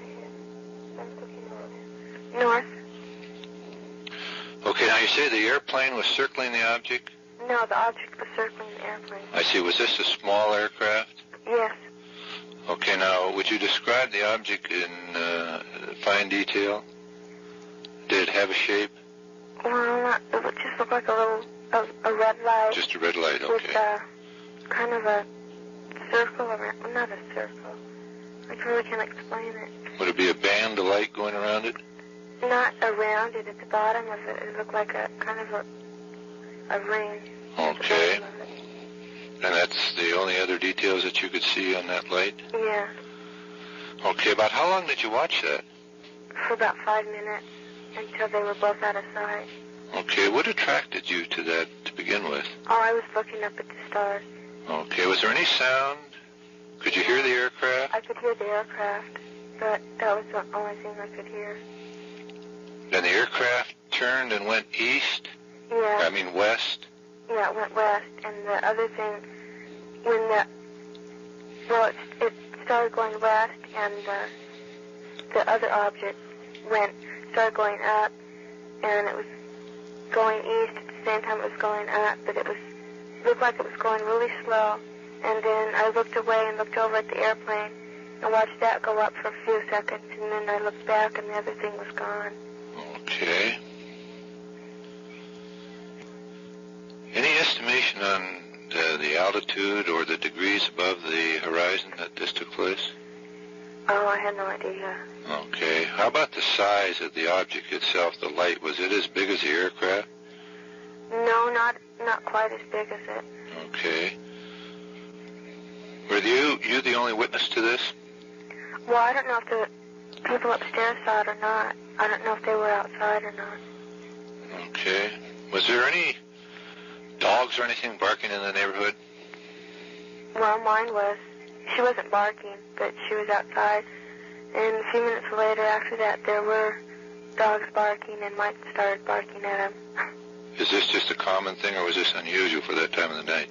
Well, do dogs bark outside at night all the time? No, they usually don't bark at night. Okay.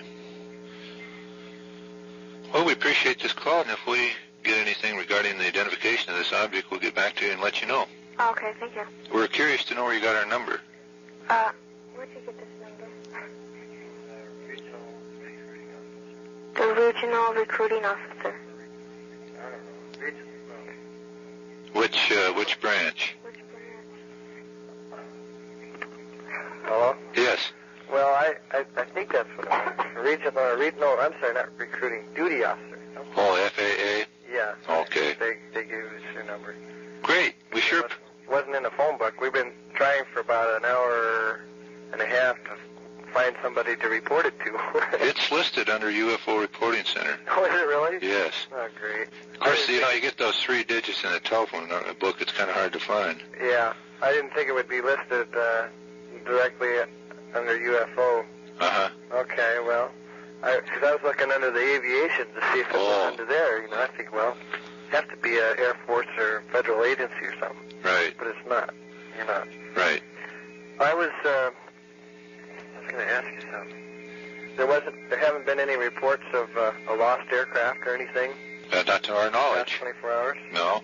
No? Okay, well, I thought maybe, you know, the airplane might have gone down or something. Or I'm really surprised. Right, I'm surprised that the pilot didn't report that. The direction he was headed, anyway. Right. Uh-huh. So, the way I get it from her is that this object was just hovering over the top, you know, circling just the width of the airplane. Yes. And maybe he just didn't want to report it, right? That could be the case, yes. There are a lot of people afraid of ridicule yet, you know. Definitely. There's always that chance you take of great ridicule. Right. Okay. Thanks again. Well, alrighty. Right. You're welcome. Bye. Bye-bye.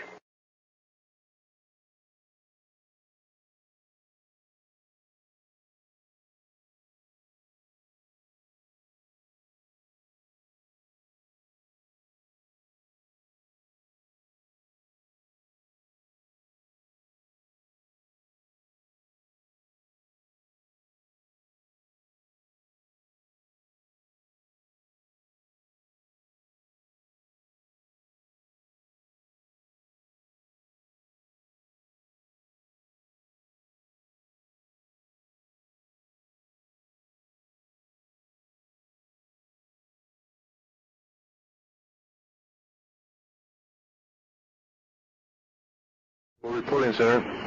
Yeah, this is the Hammond County Sheriff's Office. Yes. In California.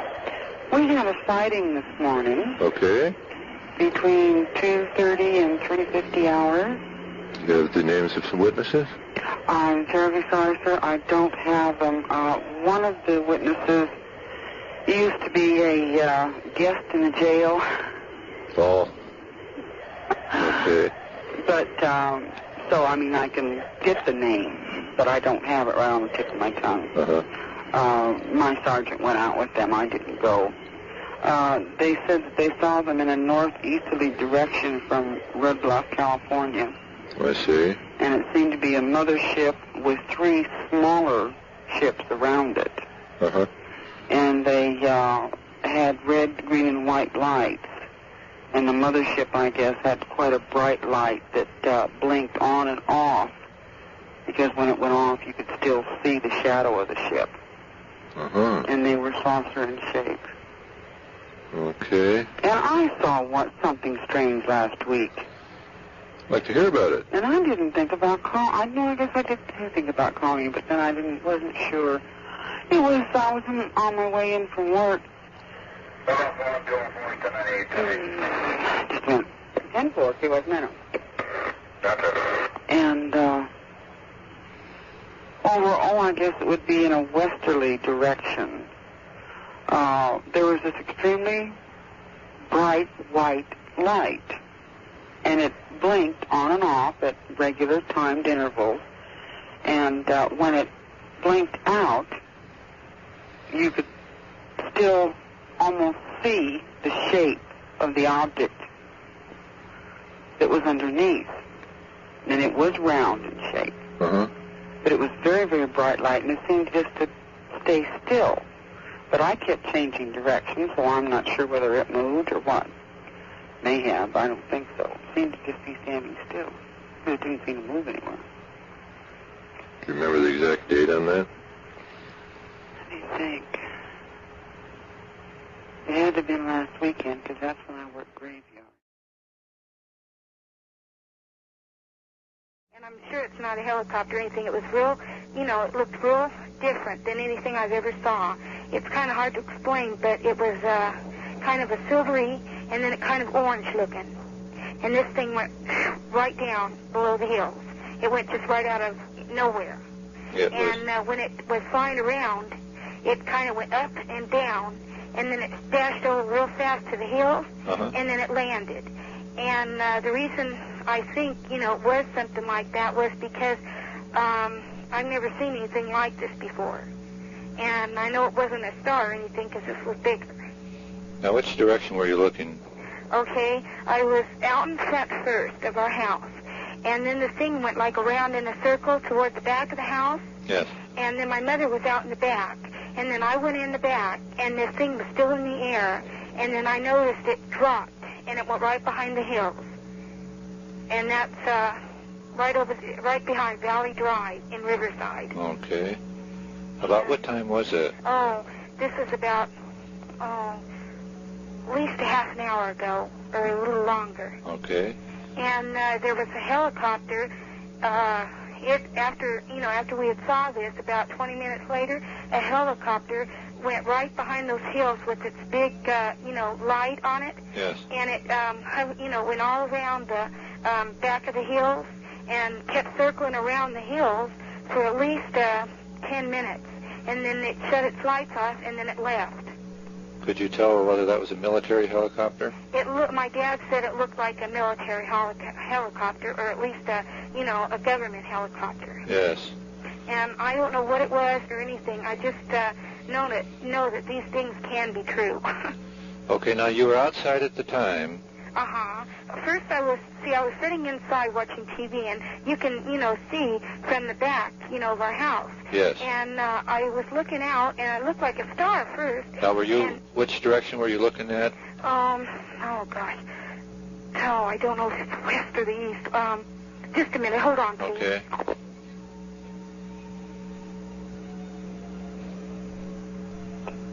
It was, my sister pointed me the way. It's the east way. Okay. And this thing, I looked at it real good, and then I went outside in the front, because then it went that way. So I ran outside real quick to see what it was, and this thing went all around by the trees in the front, and then it moved back, and it went right around to the back of our house. And it's not right, down in our backyard or nothing. It's at least about 5 blocks away in the back, and it dropped down in some hills. And we've been, watching it and everything, and it kind of, made the sky, kind of light up just a little bit, not very much or anything. Yes. And that's why I think it was, something like a UFO. Okay. Do you have any idea of just how close you were to that object? Oh, like I said, maybe at least maybe a mile, okay. 5 blocks or a mile. I'm not sure. I'm just kind of shook up a little bit from seeing this. Sure. Well, do you have any idea of how high it was when you first spotted it? You know how high a helicopter goes? Yes. Well, it was about that high, or maybe a little less high, not that high. It was about as high as a helicopter. Okay. Okay. Do you have any idea, can you compare it with anything for size? Oh, no. It was, like I said, at least 4 times bigger than a star in the sky. Yes. It was at least 4 times bigger than that. I'm not really sure about what the size was, but when it hovered down, went down in the back, it kind of got a little bigger when it got closer. And then it just automatically dropped out of nowhere. I can't see it now or anything. And then I heard a helicopter going over our house real low, and I went outside, and the helicopter was flashing its lights all around and everything. Okay. How many were in the party who saw this? Oh, it's just me and my mom saw the thing land. Did you hear any sound? No, it wasn't. There was no helicopter sound, no plane or anything. It was as high as an airplane, my mom said. Right. Okay. Did the object have a definite shape?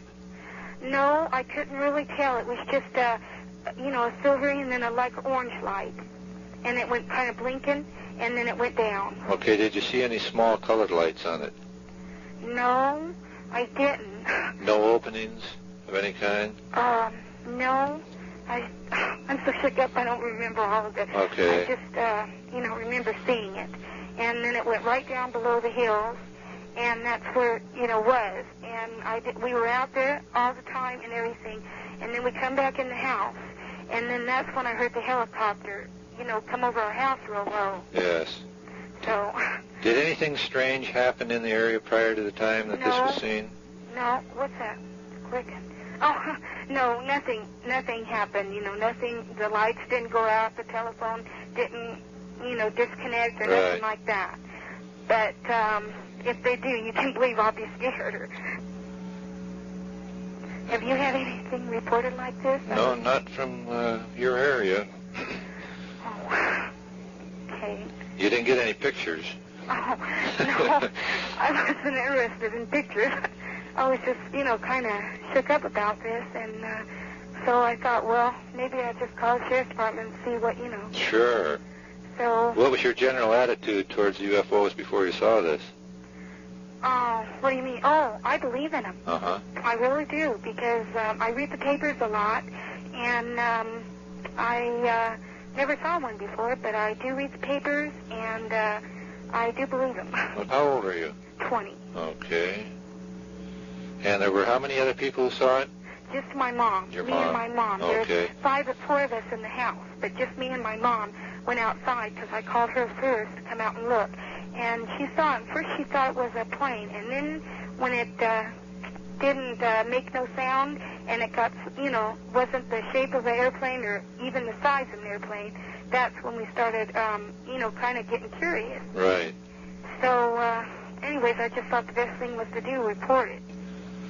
Well, we sure appreciate this call, and if we get any additional information on this, we'll get back to you and let you know.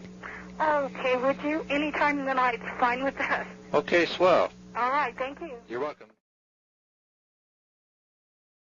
And I want to report a UFO. Okay. Okay, early this evening, I seen, it was real weird. It was like a big light, and it just lit the whole sky up, and then it went straight up in the air and disappeared.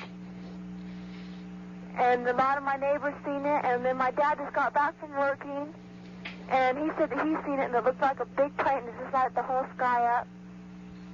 Okay, about what time did this happen? Okay, when I seen it, it was about 9:30, and then when my dad seen it, it was about 15 to 11. Okay, then you must have seen 2 different incidents here then, right?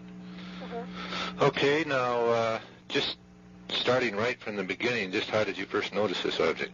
Okay, well, see, we were outside, and I was talking to one of my cousins on the phone, and I seen something real weird, like a spaceship, and I just got an eye, And then all of a sudden, this big light was coming towards our house, and it got bright and just lit the whole sky up, and then it just shot up in the air and disappeared.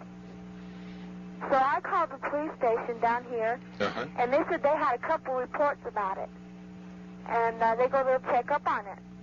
And then they never notified us or nothing about it. So my dad got home and he told me that he saw it, and so we called the police station again, and they gave me this number to call and tell you that we've seen this. Okay, now you say that when you first saw this object, it appeared to be coming right toward you? Yeah, it came right towards our house, and then it just shot up in the air, and it disappeared, and it lit the whole sky when it was coming to our house. Did this go straight up? Straight up, and then it disappeared. Until it just went out of sight? Yeah, and when my dad saw it, he said it looked like a big plate, and it just lit the whole sky. A big plate? Uh-huh. Okay, now, did it have any shape when it was coming towards you? It just looked like, it had like an oval shape. Oval, okay. Was this all light? It was light, and then it just... Were there any colored lights or anything? Not when I saw it, but I can ask my dad. My dad's sitting right here. Okay, Dad, when you saw it, did it have any colored lights to it? My dad said when he saw it, it had all kinds of colors. Okay. Purple, red, he said. Okay, now which direction did this come from? Okay, when I seen it, it came from the east. And when my dad seen it, it was coming from the north. Okay, now when your dad was watching it, did it also go straight up into the sky? Dad, when you seen it, did it also go straight up into the sky? My dad says when he seen it, it came to the ground, and it just lit up the ground, and then it just shot straight back up in the air, he said. Okay. And a couple of my friends called over here to see if I seen it, and I told them yes. Okay, now you say you were outdoors when this happened, right? And my dad was outdoors when he saw it, but I was indoors. I wasn't about to go outside. Oh, I see. Well, you didn't go out even after it shot up into the sky? I wasn't going to dare go outside. Oh, okay. Did you hear any sound at all? Well, see, when it happened, our horses and our dogs were acting real weird. Uh-huh. Like, our dogs started barking, and our horses started bucking and acting real weird. And then I heard this whistling sound, me and my sister, so I just looked out the window, and that big thing was just coming right for the house. Well, in other words, this is what drew your attention to it. Yeah, and it just scared me. I just go, wow, what am I going to do? Uh-huh. Okay, what color was that? Okay, when I seen it, it was like a silverish light color. Okay, do you have any idea of just how close it came to you before it turned up? Okay, it wasn't very far from my house. I say about 100 to 200 feet away from us. Okay, do you live out in the country? Uh-huh, I do. Okay. And where was your dad when he saw it? Out in the country. Just, okay, it was just about a mile from my house when he seen it. And it came down from the sky first? Uh-huh. And then it just, did he see it actually turn and then go back up into the sky? Okay, Daddy, when you seen it, did it actually turn and go back up to the sky? My dad says when he seen it, it just lit the ground and shot right back up. Okay. Would you ask him how long he watched it? How long did you watch it? For about 10 minutes. Okay. And he saw it about what time? 11:15, did you say? Uh-huh. Okay. Would you ask your dad if the colors changed at all while he was watching it? Okay, when you seen it, Daddy, when you were watching it, did the colors change? He said, yep.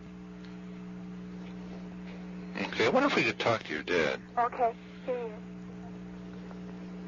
Yeah, hello? Good evening. Yeah.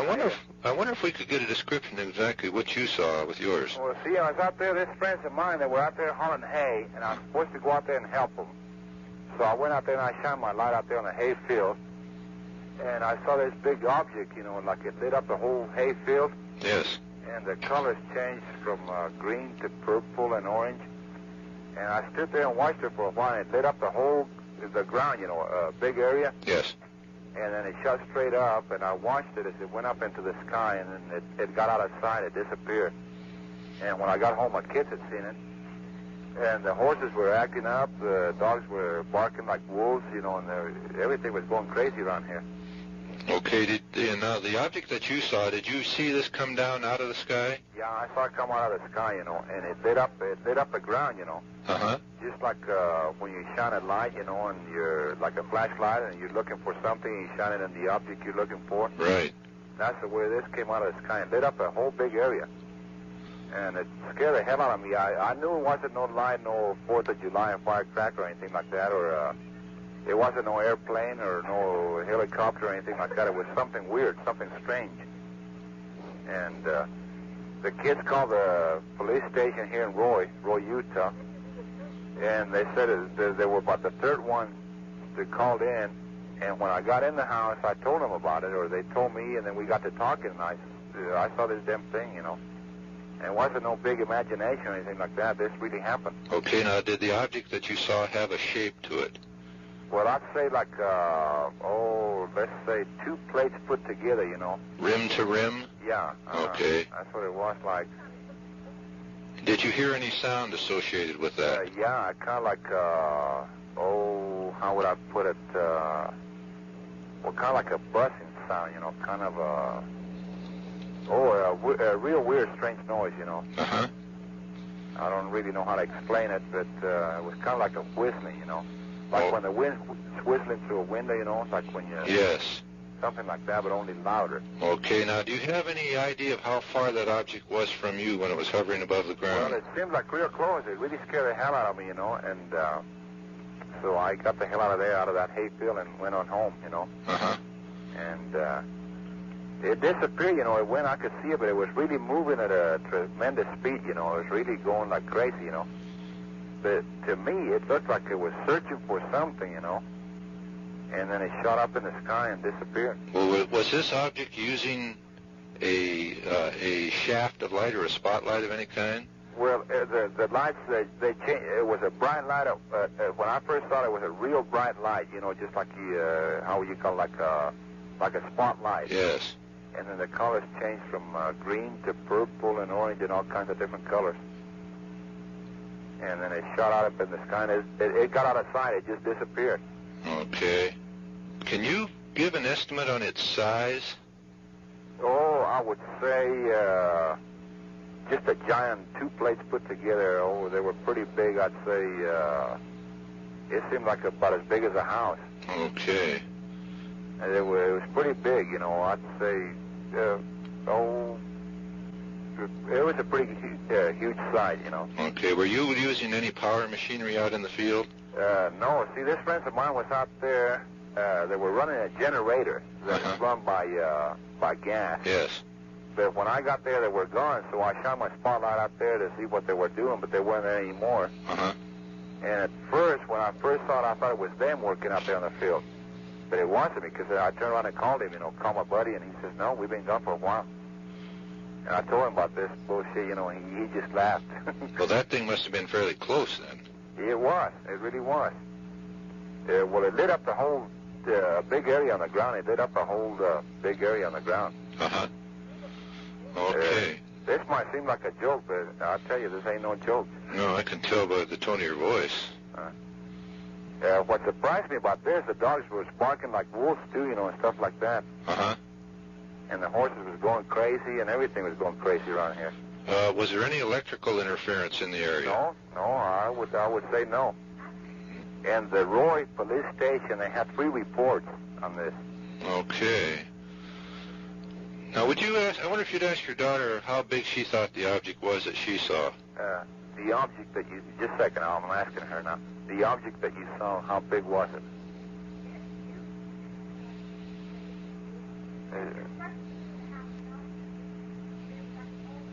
They said it was really huge, but they describe it as an oval shape.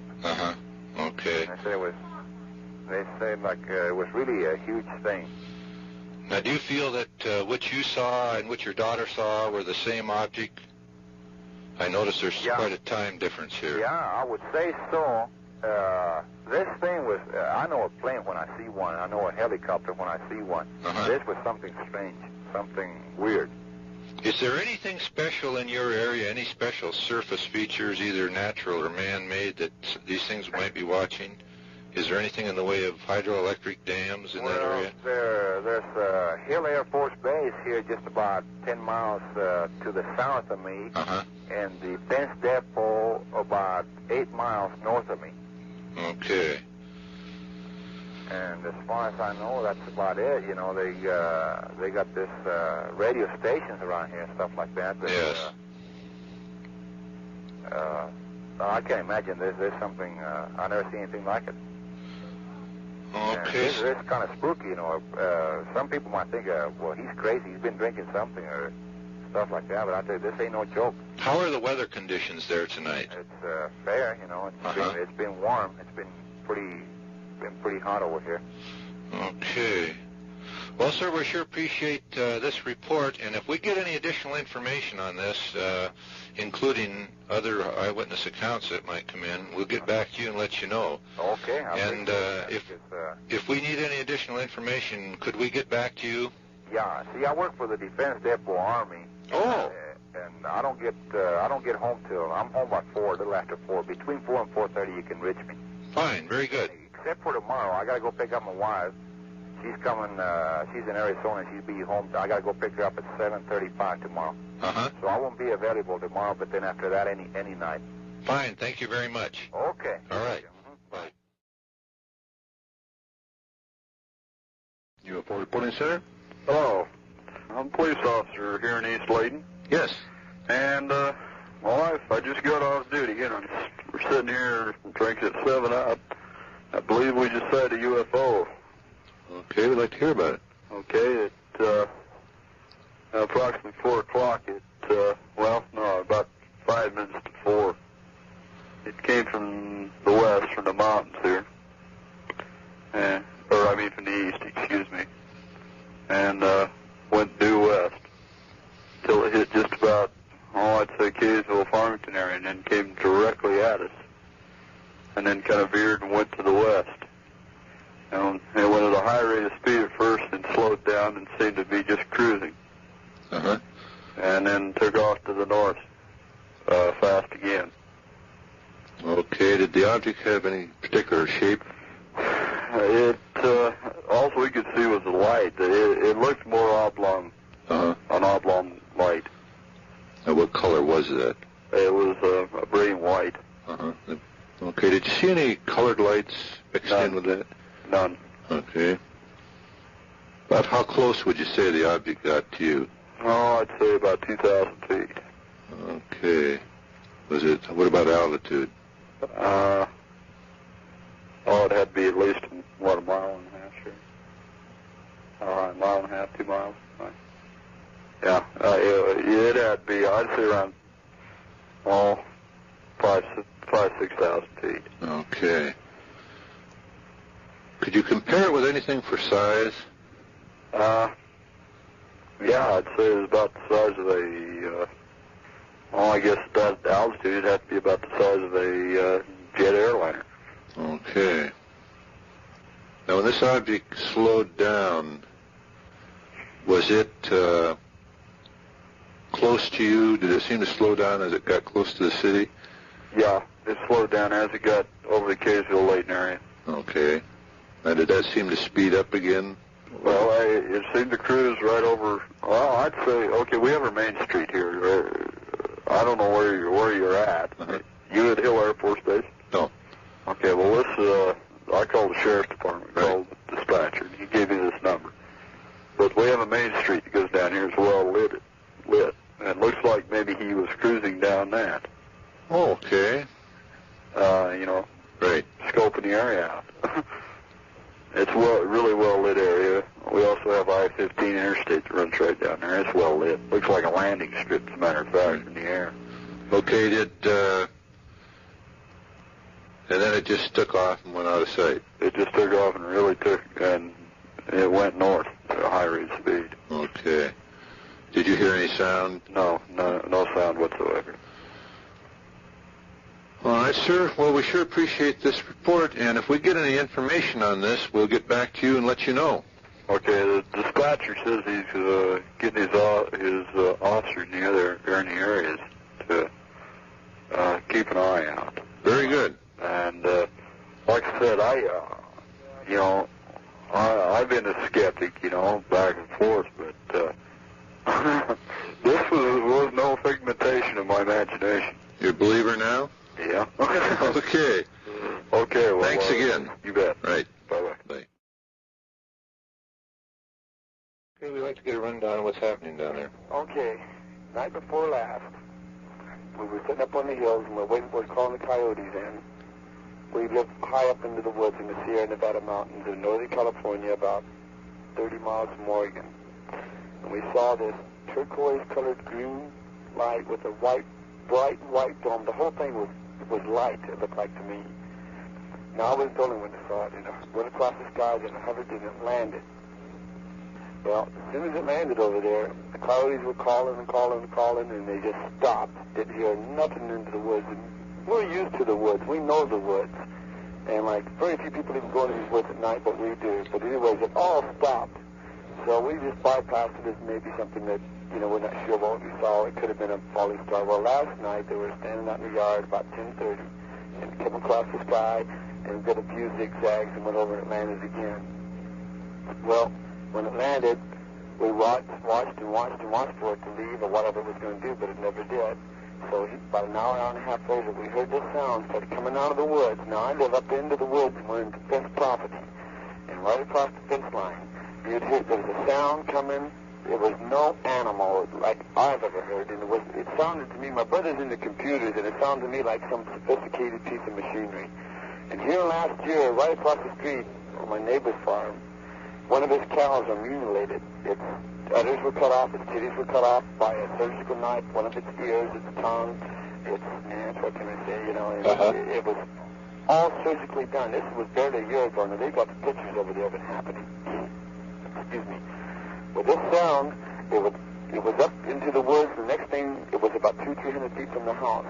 And we were just sitting there listening to it, and it was bouncing around, but it was like a hollow coming out of a cave. Well, there's no caves around here, for one thing.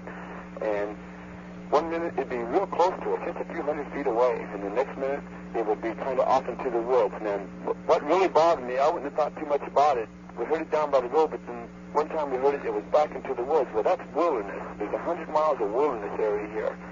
And it's just, nobody goes in there at night because you got to walk in. It's rattlesnake infested.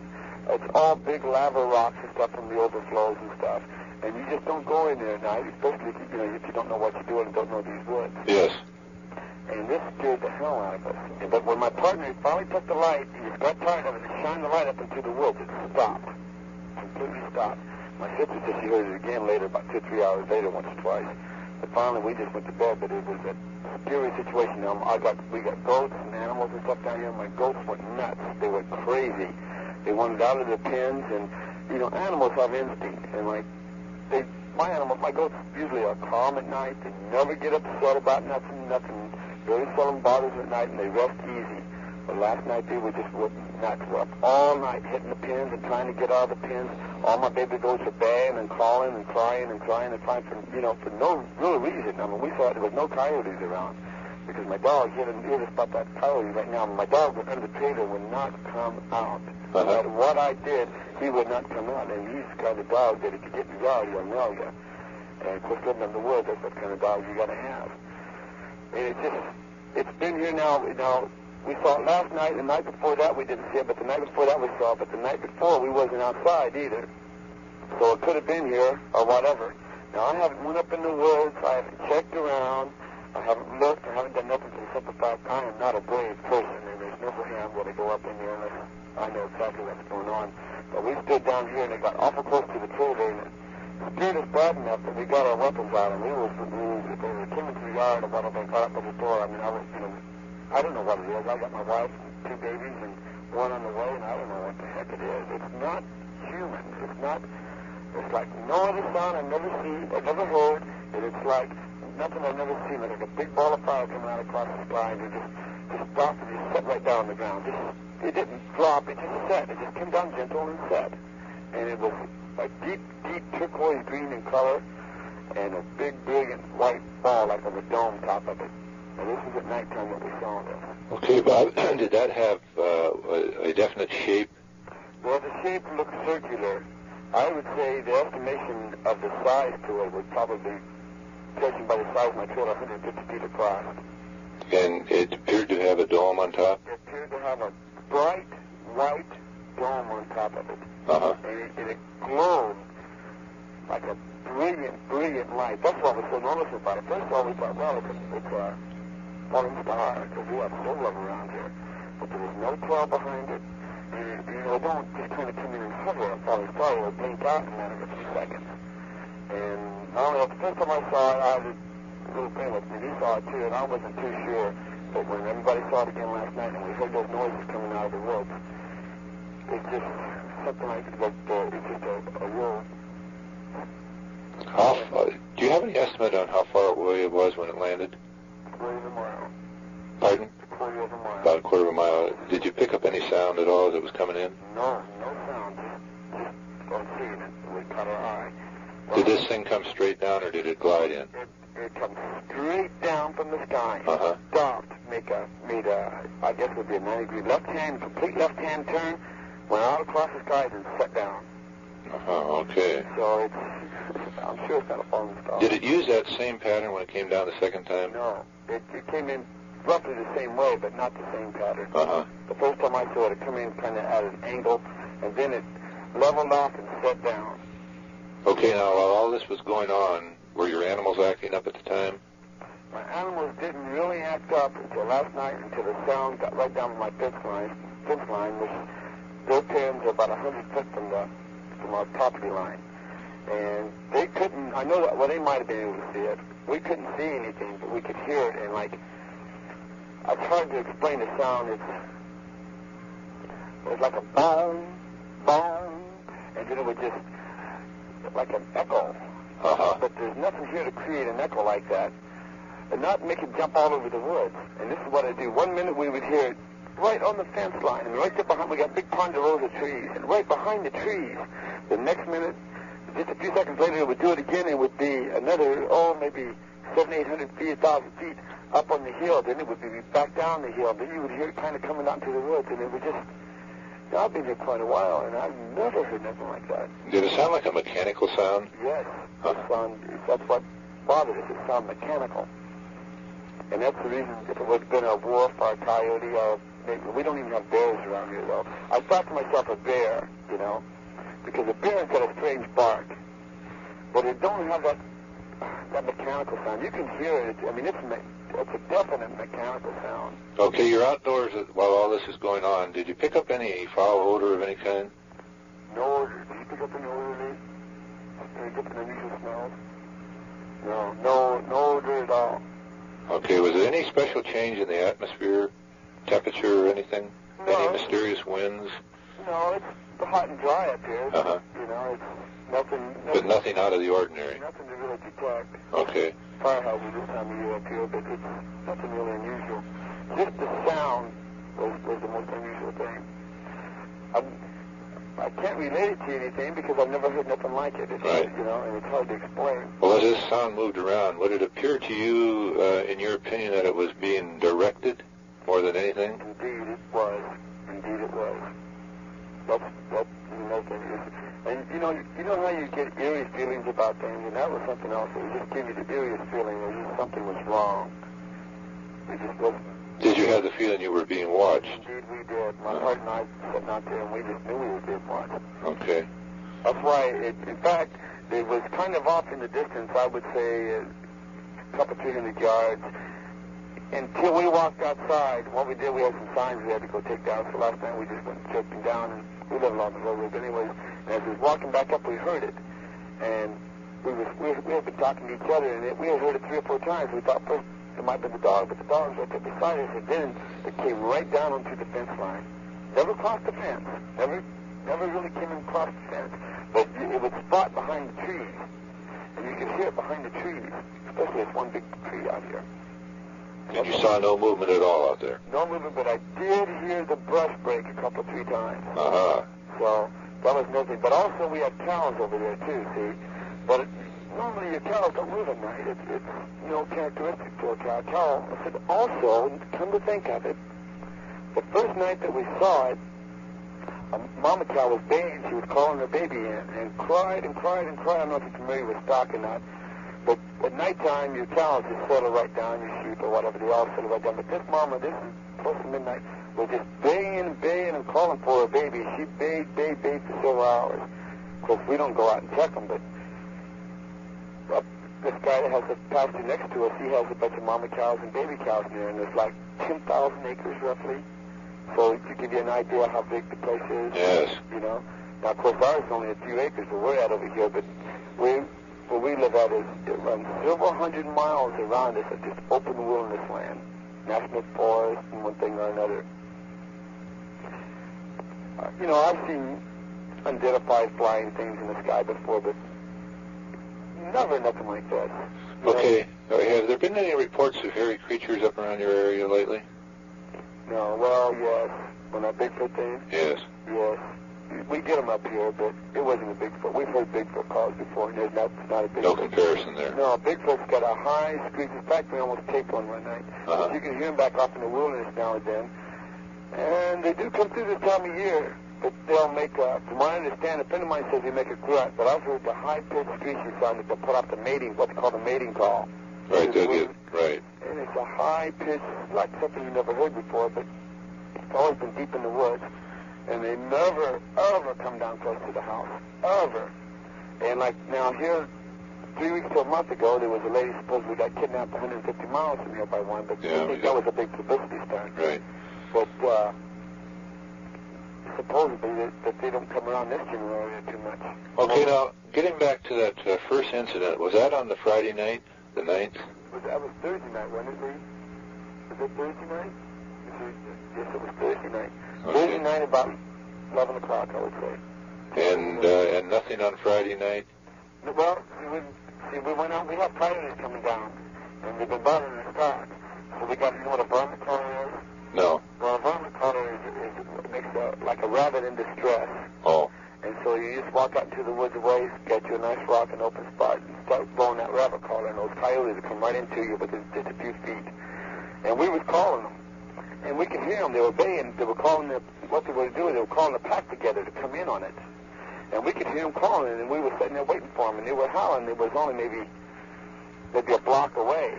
And they were coming in. Then we seen this light, and the coyotes stopped making noise and didn't make another sound. And just went dead, not a sound. We sat just about 2.5, 3 hours. And not one came in. I can walk out there right now. Well, I don't know about now, but usually I blow my rabbit thing. And if they're close by, they'll come right into it to get that rabbit, see? Okay, now, when that object came down and you saw it settle down, did it settle down on top of a hill? Well, I live kind of on a hill. I live on the side of a hill. And it looked like it set down in the valley over by, there's a big reservoir over there. It looked like it set down by the reservoir. Okay, now did it maintain its glowing condition while it was there at all times? When it set down on the ground, it went down below the tree line and went out, and I didn't see it no more. And you didn't see it take off? No, I didn't. No, we looked at for hours and watched it, and it never did take off. Now, and then the second incident was last night? Also, the kid that was with me that night swore he saw something, but he was pretty young, so we just kind of shined it out. But it could have been possible. Now, we was out in the world. He swore he saw something standing there by a tree watching us, kind of a white thing. But we bypassed it because we didn't, he was pretty young, about 12 years old. Yes. So we didn't pay much attention to it. Now, I don't know. Now, the second incident then occurred last night? Yes, sir. Okay. And you didn't see that object take off either? No, sir. It came down in about the same area? Yes, sir. Okay. Roughly in the same general area. Different pattern, though. Okay, is there anything in the way of big power plants up your way? Generating stations, hydroelectric dams? No hydroelectric dams, no big power stations. There's one in Alturas, but that's 15 miles from here. Any military bases? Also, my neighbor across the street seen this thing last night, too, because I called him and he said, yes, I saw that. I saw that come across the sky. Uh-huh. So it's somebody else who saw it, too. Because I had called him because it looked like it had landed over by his house. And he said, no, that they saw it and it went right on down through the sky. See, there's a big valley drops up over here. The trees are big, see, even if they... Once something gets behind the trees, we're just put it there, and it's kind of hard to see. Have you ever thought of going over there and taking a look at that area? Or is there any way of getting in? Well, there's plenty of ways getting in, but I'm not going over at that time. I mean, a lot of things I am, but brave I'm not. I got a family here, and... I don't blame you. Yeah, and I'm not brave by a long shot. And like if it comes up on the property and tries to get in the trade or whatever, I mean, I'm going to protect myself with the best means I can. The strange thing of it is, I got a funny feeling it's going to be back tonight. I really do. I don't know why. I just got a funny feeling. I don't know why it's out there, but I just got a funny feeling it's going to be back tonight. And also, there is another thing now. I don't know if this is... I'm trying to get a hold of the Air Force custom because... I don't know if people are supposed to know this or not, but we know that the Street Security Command, we watch them fly over our heads all the time. And they do it in big patterns, and like they change, you see them coming over and gassing up and stuff and going on. And we know what, we know what they are. But everybody knows, the Street Security Command, they change the gas, and they're always in the air, around the clock. So, I don't know if that has anything to do with them or not. That's one reason I kind of, started thinking, what the heck, something smells about it, And that Street Security Command's up in the air around here, around the clock. Every 15, 20 minutes you walk out to see one coming over. Around the clock. Right. So, and right in this general area, we're I think at 6,000, 7,000, 8,000 feet up here, and we get a good view of them. We watch them come up and gas up there in the air, and you'll see them do their little thing. One take off one way, another take off another way, and it's amazing some of the things they do. Okay, well, this thing is still fresh in your memory. Would you get a sketch of it, the object, on a piece of paper? I sure will. I'll do. And we'll get a letter off to you. And if anything happens in the future, there's a possibility it will, we'd appreciate it if you'd keep some kind of a log on it. Mm-hmm. And we'll see if we can't find out what the heck is causing all this. But what about these things? What's raised the noise is why are they coming so close to the house? I mean, what I think is, my theory is they landed over there and they came right down to the house here. I don't know if they just want to look it over or what. And everybody around here knows me, knows better than to play games with them because they know that we won't play games. We'll shoot them out there. I mean, we're up in the mountains. Right. And everybody knows everybody, and they just don't do these kind of things. Right. Do you have a tape recorder by any chance? Sure do. I thought about taking that last night, but you know, when I'm a hyperactive person, I was so hyper when the was going on, I didn't even think twice about it. All I could think of was get my gun and protect myself. Yeah, well, if you have a chance, why get that on tape? I will. It'd really be interesting. I sure will. The sound is unusual. If you heard it, you would realize that it's mechanical and it's nothing human or animal. I mean, I've heard different types of mating calls and mating signals from the different animals and stuff. But never like that. Uh-huh. So, but I'll do that. We'll just try to get a sketch up on it and stuff. And like if it comes in any closer or anything, well, maybe I got some good cameras. I'll try to get a picture of it. Anything that bright should photograph real well. Yeah, that's what I thought. I got 35mm cameras, and that should get them in. I don't think a movie camera would do any good. What do you think about that? At nighttime. It could, yes. If you get the right setting on it. Well, I'll load them up and try it. You won't hurt to try it. Great. Well, we sure appreciate your getting to us, and call me back. I was going to call you last night, but you know, it's just kind of, I don't want to let my phone bill up. And people see these things so often nowadays. It's just kind of, from what I understand, you read these crime magazines and stuff, they see them all the time, and you don't know, Right. So you never know. Right. You must get quite a few calls. Well, right now it's quiet. We're getting quite a few calls out of northern Utah. That's about the only thing that's happening in the States right now. We don't know exactly what's happening over there. But, and it's... we're right about Utah. Right. Yeah, you're almost on the straight line, right straight across from where they're getting their activity. Well, there's a big, deep valley down through here that you could fly a plane in and not even be seen. Oh, sure. Yeah. Well, listen, I'll do what I can for you. Thanks a lot. If anything happens, I'll get right back to you. Right. Thanks a lot. Bye-bye. Bye. So yesterday on the way home from Yosemite National Park, Menlo, I think it was a little bit north of a small town that started with an M. I'm not sure what the name of it was. Okay, which highway were you driving on? I'm driving on Highway 49, heading south, I guess. Okay. Would you like to describe it? Yeah, we were in the back of a pickup truck, facing what I would assume is kind of north, and there was 4 other people and I, and 1 child, and somebody said, look, there's a flying saucer, and I looked up, and I thought it was the moon at first, and then as I looked, there's no way it could have been the moon.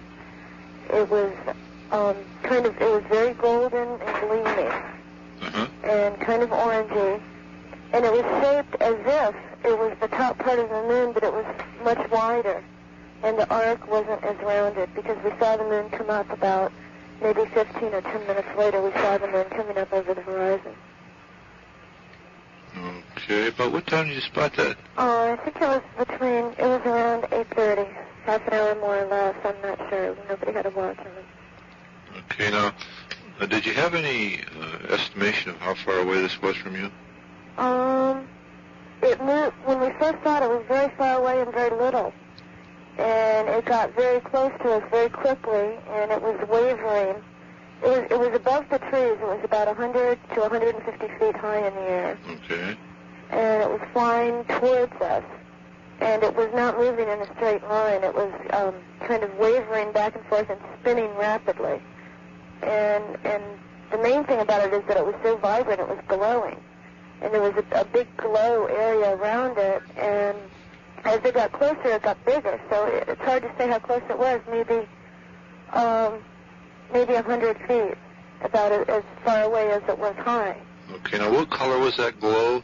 The glow was a golden glow, but the object itself had a glow around it, which was just yellow and kind of orange splotches here and there. It was orangey, but mostly it was yellow. Well, see, in other words, am I correct in assuming that you could see the object through a glow which surrounded it? Well, we could see it itself very plainly, but it still had this... It was glowing so much that, when you looked at it, it was the glow that you really saw. The object itself was glowing. I see. And my brother, I didn't notice it, but he says that it looked like on the bottom, as the sides curved out over, it was flat on the bottom. He said there was like an overhang on each side, which I didn't see, but he said he did see that. Okay. He was desperately trying to find his glasses, and he found them and put them on in time. Uh-huh. And we went around a curve, and we were all screaming and yelling for my father to stop driving. And when he stopped, we had passed the curve, and he found out what we were yelling and screaming about, and he thought we were all losing our minds, and he kept on going. I think if we had gone back, we would have seen it again. Uh-huh. And he, I guess, didn't believe us or thought we were kidding or something. And we weren't kidding. I mean, it was really very real. It was there. We saw it for maybe about 4 minutes. Did you hear any sound?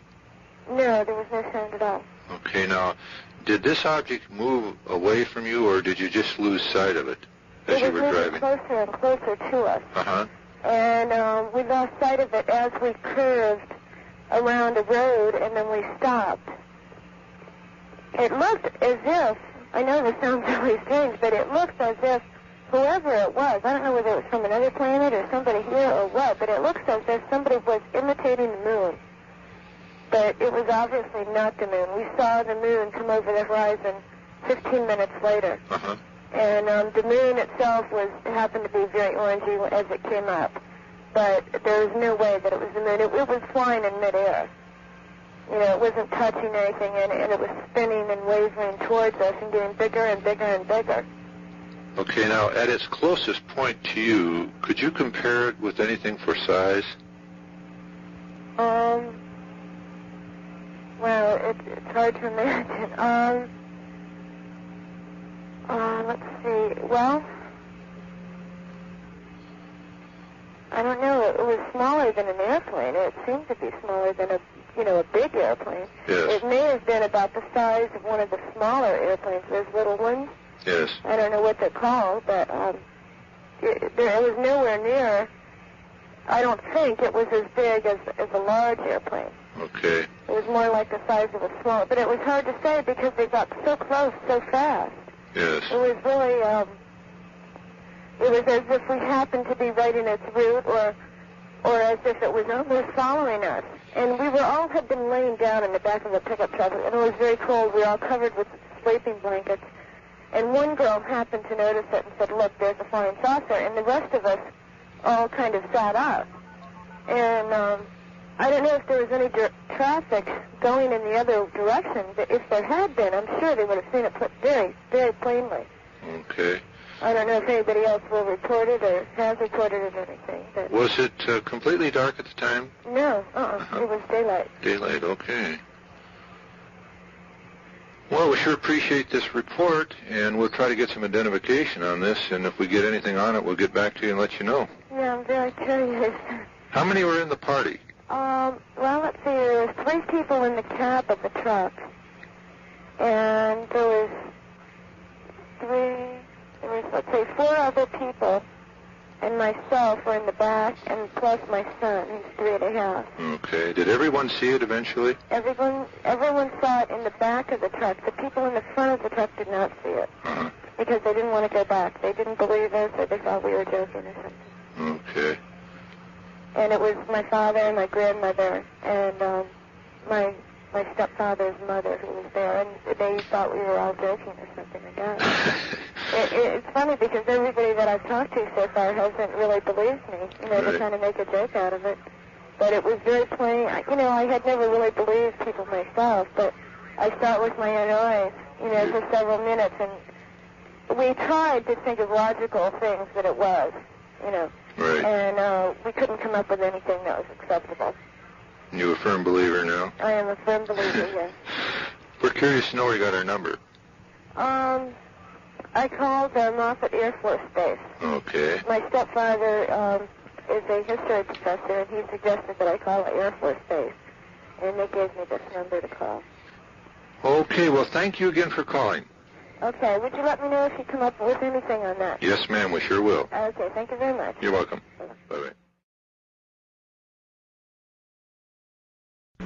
Yes, this is City of Coeur d'Alene, Idaho. Yes. City Police Department. Yes. Just want to report an unidentified object. Came from the south in kind of a teardrop shape and rose over the area. Was out of sight in less than a minute, approximately. What else do you need to know on that? Do you have any witnesses? Yes. There's about 4 other witnesses. Okay, do you have their telephone numbers or addresses also? The Coeur d'Alene City Police. Okay.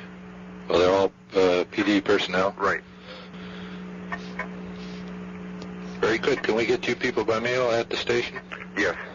Okay, will do. Okay. Thank you very much. Bye. Bye. It's the UFO Reporting Center again. Yes.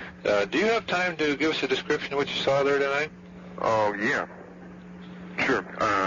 Okay, what I saw is it was coming out of the south.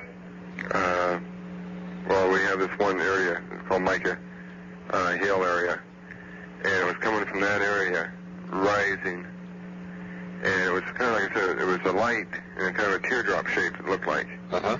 and it was rising going to the north. And then when, like, I was sitting still when I first saw it. My other officer, my partner with me, I told him to take a look. He saw it, and we figured, well, it might be a helicopter, and we couldn't hear any sound, like the sound of a helicopter. And this, Right. or an airplane at all, we couldn't hear any sound from it. And so we drove down the road, contacted this other unit who was about 1.5 miles, 2 miles, 3 miles from us, going northwest on this one street. He saw it. I told him approximately where the area it was in. He saw it, and we were kind of kidding about it. But then we moved down the road a little ways, and we looked up again, and it looked like it had lights. Looked like it had a light in front, and some lights going around the side, or something on that order. I didn't want to say anything about it. Uh-huh. I figured, I know cops see these things, but this is ridiculous. But the other officer also saw it. I don't know how long he saw it. I haven't been able to talk to him since we were kidding about it. And I really don't know how fast the thing moved, but it was moving faster than a normal airplane. I used to work on jets and that, and I used to work for Boeing, so I know how fast a normal airplane will go. Right. And it was moving quite a bit faster. And I kept thinking, well, maybe it's one of these helium-filled balloons with what they used to do up around King County or Snohomish County up there and put lights on it. Right.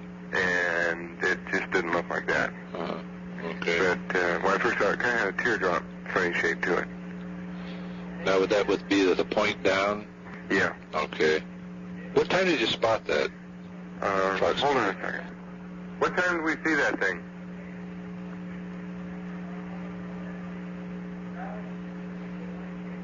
Approximately 22:10.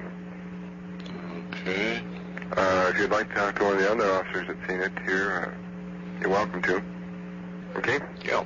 Good evening. Good evening. This is UFO Reporting Center in Seattle. What can I help you with? Oh, we'd like to get your description as you saw the object tonight. Okay. I just happened to glance outside when the other officer motioned to me, and I got a view from it more from the side. Uh-huh. I saw it just as it had a large light on the front, and it was kind of, an oval shape, and it had a large light on the front, like a cone, right. Light on a cone, and then it had a row of smaller, much less dimmer lights around the perimeter.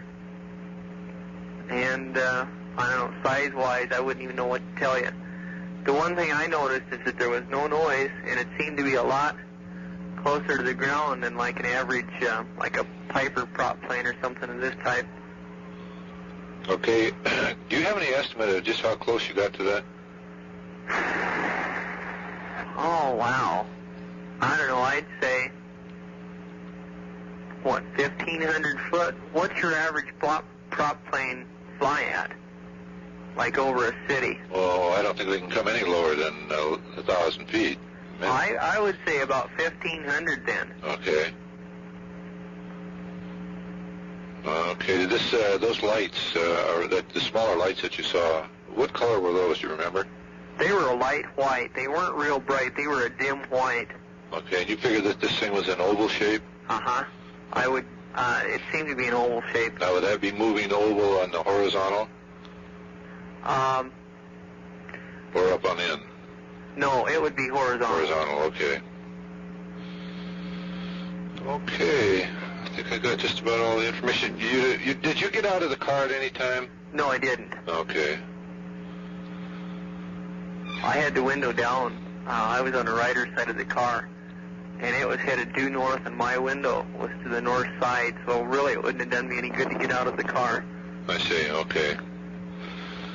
Well, thank you very much for your time, and we sure appreciate your getting the report to us. You bet. Thanks again. You bet. Right. Take care now. Bye.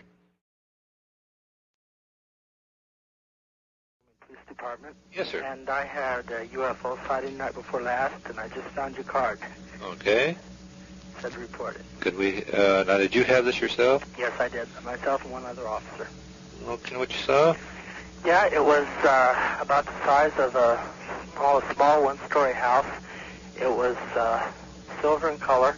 It was metal. It looked metal. It was shaped in a perfect triangle, and it had two bright-colored white lights. It didn't have any blinking lights or any colored lights, but two extremely bright white lights, and one was at the tip of the triangle, and the other was in the center between the two tips at the other end. Uh-huh. Okay, about what time did you see this? About 10:30. Okay. You know the exact date? It would have been the evening of the 31st May. About how far away was the object? Oh, when we first saw it, it was 3 to 4 blocks. I'd say it was real close. It was, we have an airport that's up on a hill above the town, and we were on our way up to patrol the airport, and we looked up, and it was about the height of a low-flying plane, and it was right above the airport. And we went up to the airport, and it was going away from us at the time, heading to the northwest, and we watched it for between 15 and 30 minutes. Okay, now regarding the object itself, did you notice any openings or protrusions of any kind? No. But you would say that it was definitely metallic? Yeah, definitely metallic. Did this thing perform any maneuvers or special motions of any kind? It didn't seem to. It just seemed to go away, but it wasn't... Well, it was moving at a fast rate of speed, I guess, for it to be that big and disappear, but it wasn't moving at a supersonic speed or anything. Because we did watch it for quite a while. We documented it on our radio logs at our dispatch center here. I'm with the police department camera. And we also called out a highway patrolman to go out and investigate it. We've had a lot of cattle mutilations right in this part of the country, and so we investigate all strange lights. Okay, you didn't find anything in relation to cattle mutilations with this, did you? Thus far, there hasn't been anything. Okay. And you're an officer with the police there? Right, I'm a police officer with the Kemmer Police Department, and there was another officer with me when we spotted it. This object at all times just moved away from you? Right. Okay. It seemed to be stationary over the airport, and for a long time we thought it was stationary out in the distance. Come in. For a long time it seemed to be stationary in the distance. However, we finally determined that it was just, looked closer to the horizon because it was going away from us. I see. Okay. UFO Reporting Center? UFO? Yes. Okay, man. You ain't gonna believe me. I know you ain't gonna believe me, but I just got picked up, and I got marks on me where they just scraped me and everything like that, and they set me in a parking lot in John Day, Oregon. And what happens, I left a bar, and I'd like somebody to get the hell down here. I have a military record, and I have no such record of any scars on me where they scraped me. So please get the hell down here. and I have no such scars except for a tattoo on my right arm, and I have all kinds of scars now, man, on my back and my left forearm, and I do not know how the hell I got one on my left arm and my back, and it scared the shit out of me, and you can't blame me if it does, man. And I'm at the police station. Okay. And hey, man, no, I know you don't believe me, man, but what happened? What happens? These two guys picked me up in the middle of nowhere. Who is this? Hello. Hello? Yes. Who is this? My name is Bob Gribble. Bob Gribble? Right. You know Senator John Tower? No, I don't. Well, he's a personal friend of my parents. And they can vouch that I ain't fucked up in the head or nothing like that. And okay, would you like to tell me what happened? Man, who is this? Are you FBI or CIA or what, man? No, we are a private scientific organization. Well, you get your damn ass down here and talk to me. I am not a fucking needle user, and I got all kinds of needle marks on my arm, and I got scrapings on my back, and it has not excited me. I just don't like it, and I got set in the middle of a damn bar parking lot where I was not at, and I do not like it, and I don't know what happened. And I'd like to see us shrink and be put under hypnosis and find out what the hell damn happened. Okay. Hold on a second. Dave, come here. Hey, I tell you what, man. I'll be truthful with you. I've smoked a little pot and I've drank a few beers, but this guy will vouch that I ain't a junkie. Hello? Yes. Hi. Sounds like you had quite an experience down there. Yeah. So I don't know. Okay, well, you tell him I believe him. Okay. What street did he live on? South Canyon Boulevard. South Canyon Boulevard.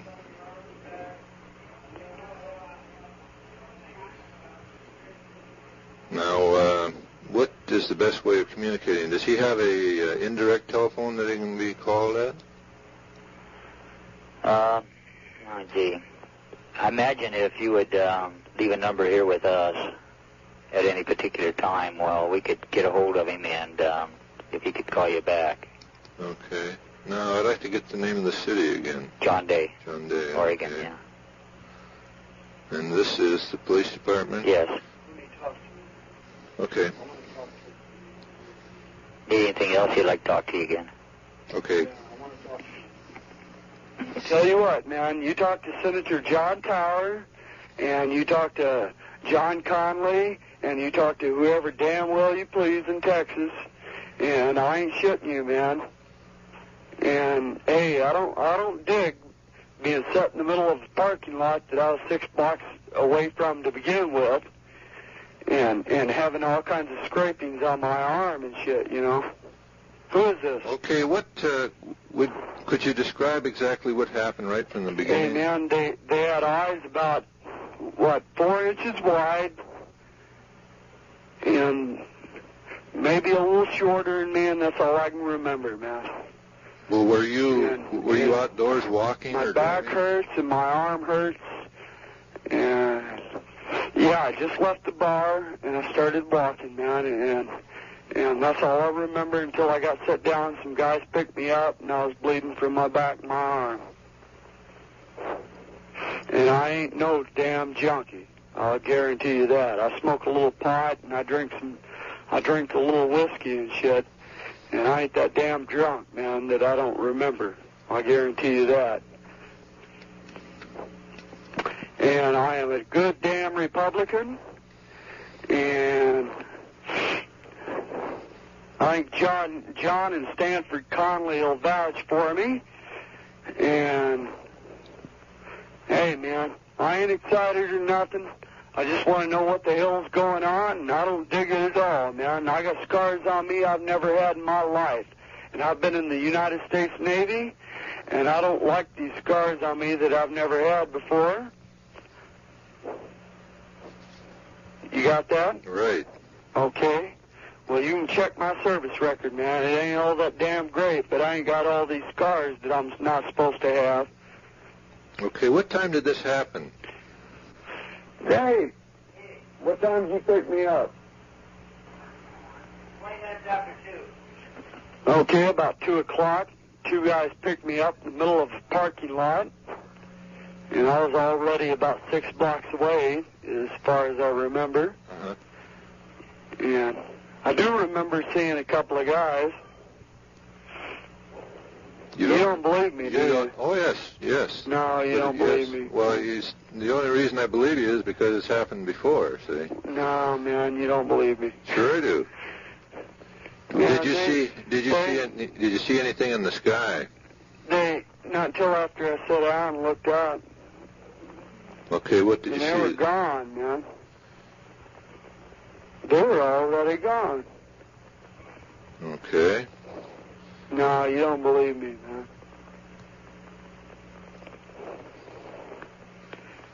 Where are you? Who are you? We're up in Seattle. Seattle, Washington. Right. Yeah, I know what they look like, man. Hey, I'd be willing to take a lie detector test or hypnosis or whatever the trip you want to do. But I know I've seen them, man, and that's good enough for me. And I don't be... And this cop here can vouch that I've been stuck in the arm recently, and I ain't no damn junkie, man. I guarantee you that. Because I don't believe in that, man. I was a hospital corpsman in the Navy, and I do not believe in being stuck in the arm, man. Okay. How long do you think that you were with these people? I don't know. Okay. What time is it? It's about 3 o'clock by my watch, and I left the bar at about 1 o'clock, so I was up there about an hour. Okay. And they don't believe me either, man. They think I'm a nut. Hey, I know you don't believe me either, man, but you know, nobody ain't gonna believe me. I know they ain't gonna believe me, man. But the needle marks on my arm and the scrapings on my back prove something to me, man. Okay, now, are you going to be around town that we can get a hold of you down there? Yeah. How many junkies you know that stick themselves in the back, huh? Huh? I've never heard of that before. Yeah. Well, I tell you, man. Like I said, I was a hospital corpsman, and I'd stick myself in the arm or the leg, but in the back, I never heard of such a thing. Yeah. You don't remember being picked up? No, I don't really, but I remember being, when I got set down, and I remember my arm hurting, and the 2 guys that picked me up thought I was a nut, yeah. Until I told them what happened. Did they put you down in a parking lot? Yeah, a parking lot at a bar. Well, it wasn't that far from a bar, but it was down in that vicinity. But I was 6 blocks away from there when it happened, see? Yeah. Well, if you know John Conley, you know, hey, my people are good people, and I ain't no nut or nothing, so. Okay, could I get the name of the officer on duty again? Okay, hold on. Dave?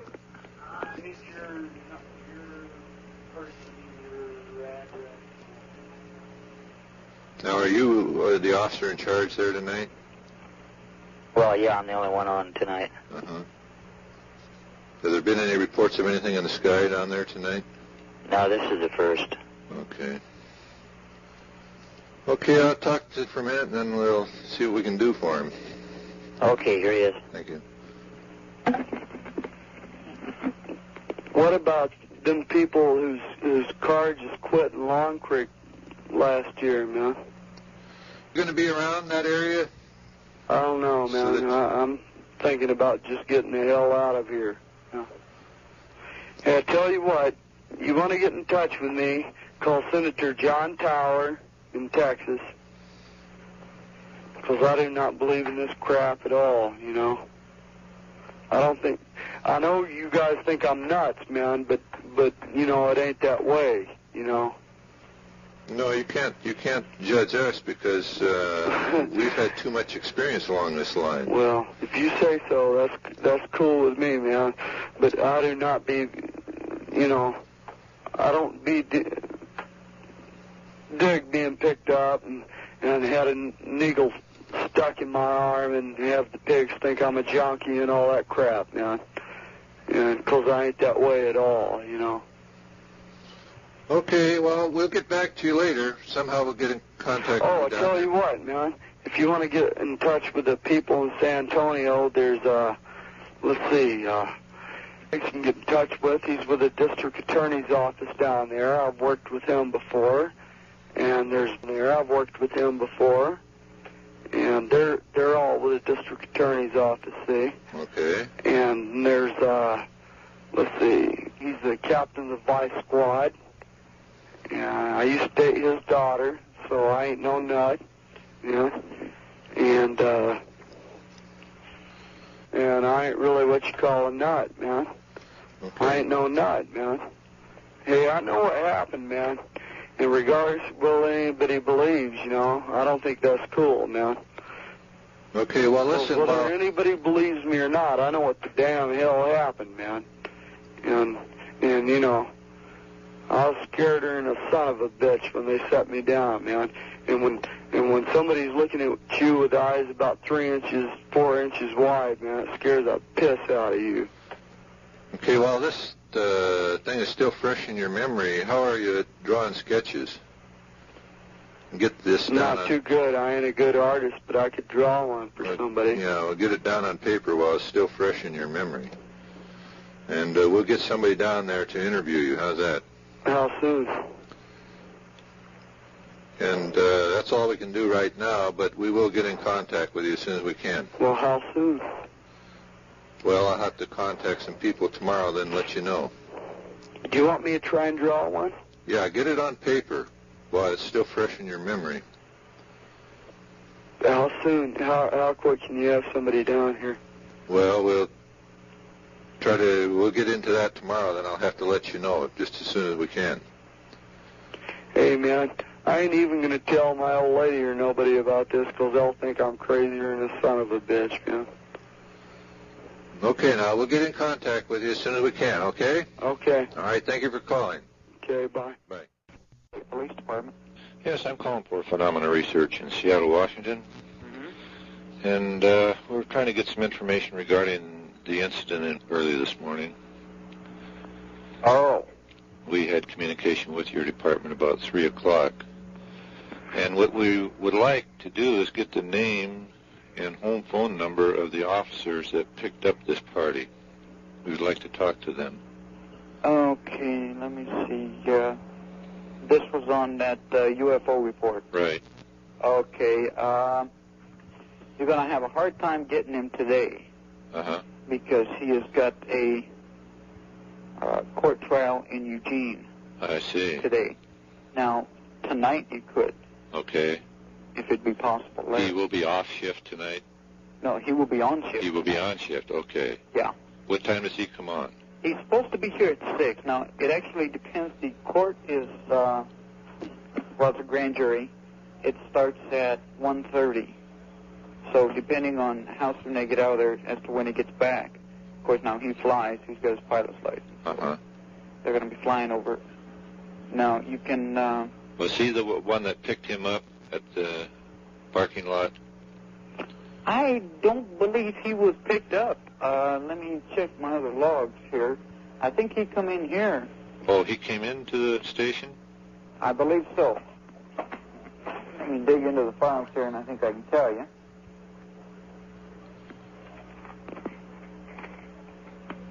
Nope, I am wrong. So did pick him up someplace. Okay.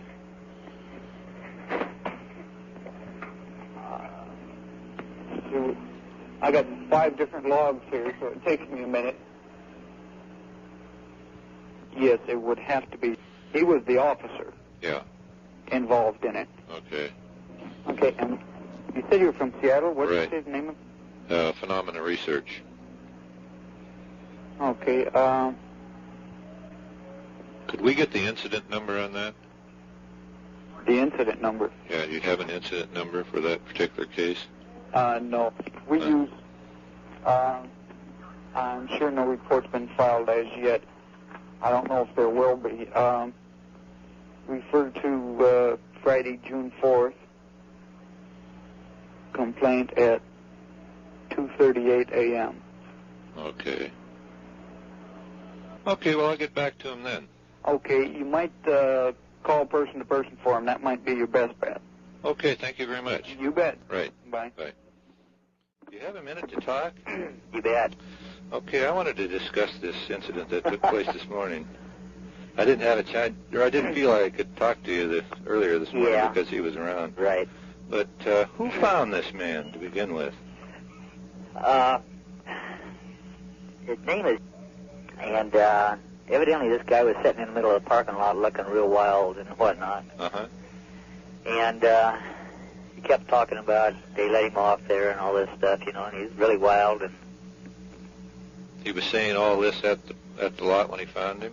Yeah. Uh-huh. And so they called me, and I went down there, and then I got involved in it. And he kept talking about needle, you know, like hypo marks on him and stuff, you know. Yes. And scars. And these scars and stuff to me looked like they were fairly old, you know. I see. And as far as the needle marks, I, for the life of me, couldn't see any. Do you think that he was hallucinating the whole time? Yeah, I really do. I can't prove it, you know. Yeah. But earlier he was, when I saw him, he was sober. And then I do know that he'd been boozing all night, you know. Uh-huh. But, you know, stuff like that happens, flashbacks and whatnot. Right. So, I mean, I don't know. And I didn't take it upon myself to judge him, you know, whether what happened or anything else. I just, you know, because I sort of believe in these things. Right. You know? Uh-huh. You're a pilot? Yeah. Uh-huh. And so anyway, you know, I just thought, well, what the hell? Maybe you people, you know, could know how to handle him or something, you know, because, right. And then after a while he did calm down, and I ended up taking him home about 4:30. Was he actually intoxicated when you found him? I really couldn't tell. I mean, you know, he had a heavy odor of booze on his breath and whatnot, but God, he's so wild, you know. He's wild-eyed. Of course, when we had him in jail before, he put on an act of going off his nut, you know. Oh. Just to try to cut his sentence short or something, I guess. I don't know. Did he say anything about going down to see a doctor today? No. I see. He did not. Was he bloody at all? No. Not that I could see. I couldn't see anything that he was kept referring to except for the scars. Yeah. Did he have his shirt on or whatever he was wearing when you found him? Well, he had a flannel shirt, but it was unbuttoned and untucked out of his jeans. Uh-huh. And I don't know. I've seen a number of flashbacks and stuff like that, you know. And this is what it really looked like, except that he was able to recognize people. Uh-huh. You know, I mean, he wasn't really out of it. Right. It was more like that he was just trying to put on an act of some kind for some weird reason or other, you know. I don't know. Do you know if he has ever discussed the subject of UFOs before openly? Not to my knowledge, but I'm trying to find out from some of these people that was down in the bar with him last night if the subject come up. That would be very interesting. But, you know, I mean, like I got to bed about 4:45 this morning, and then I got up at, about 7:30. We flew to Eugene today for a court hearing, and we got back about 6 tonight, you know. And I really haven't had time to run anything down on it yet. I don't even have a report typed up, and I do want to do that and send it to you people. Well, we sure appreciate that very much. But I really don't believe in this particular incident here, because he made statements like he got a finger wave and he kept specimens of his sperm, and And they looked into his ear, and they took a big long swab and did something to the inside of his throat, and his throat was sore. And, you know, I mean, on and on and on. Now, about him being a medic in the Navy, this is true. And he did work in a convalescent hospital, I understand, for a while. Well, this is where he could get that background information. Really? Then, right? Okay. Well, if he shows up again down at the station, why would you ask him to get in contact with us? Yeah. And in the meantime, we'll write him a letter or something, try to get a hold of him. But I'd like to get him back on the phone and talk to him again. And we took up a lot of time on your phone last night, and when you people get billed for that call, why, let us know. Well, we used the toll-free number. Oh, I see. Well, what was it, 1-800-206 something or other? Okay. I can look it up if you, or do you know the number I'm referring to? Yes, I do. Okay. Okay. But we got a little notice thing, you know, that any sightings or anything like this having to do with this type of thing, you know, to call this number. And this is what we did. Okay, well, it looks like... Although, you know, just for the heck of it, I'd like to relate something that happened. It's been almost 2 years now. There was some people that were camping. We have a, what they call, and make a swoop down towards the ground and then lift it off, and then it vanished, you know. Yes. And a couple of kids from Portland came in and reported that. And of course, you know, I didn't see nothing, and it seemed like it would pretty well light up the sky because it's not all that far, you know, like 13 miles. Uh-huh. Okay. So I don't know, you know, like I say, I believe in these things, you know, but I've never really witnessed anything. Well, when you come up with a wild story like the one we got this morning, one has to be pretty cautious.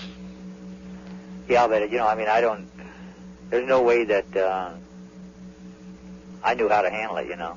Yes.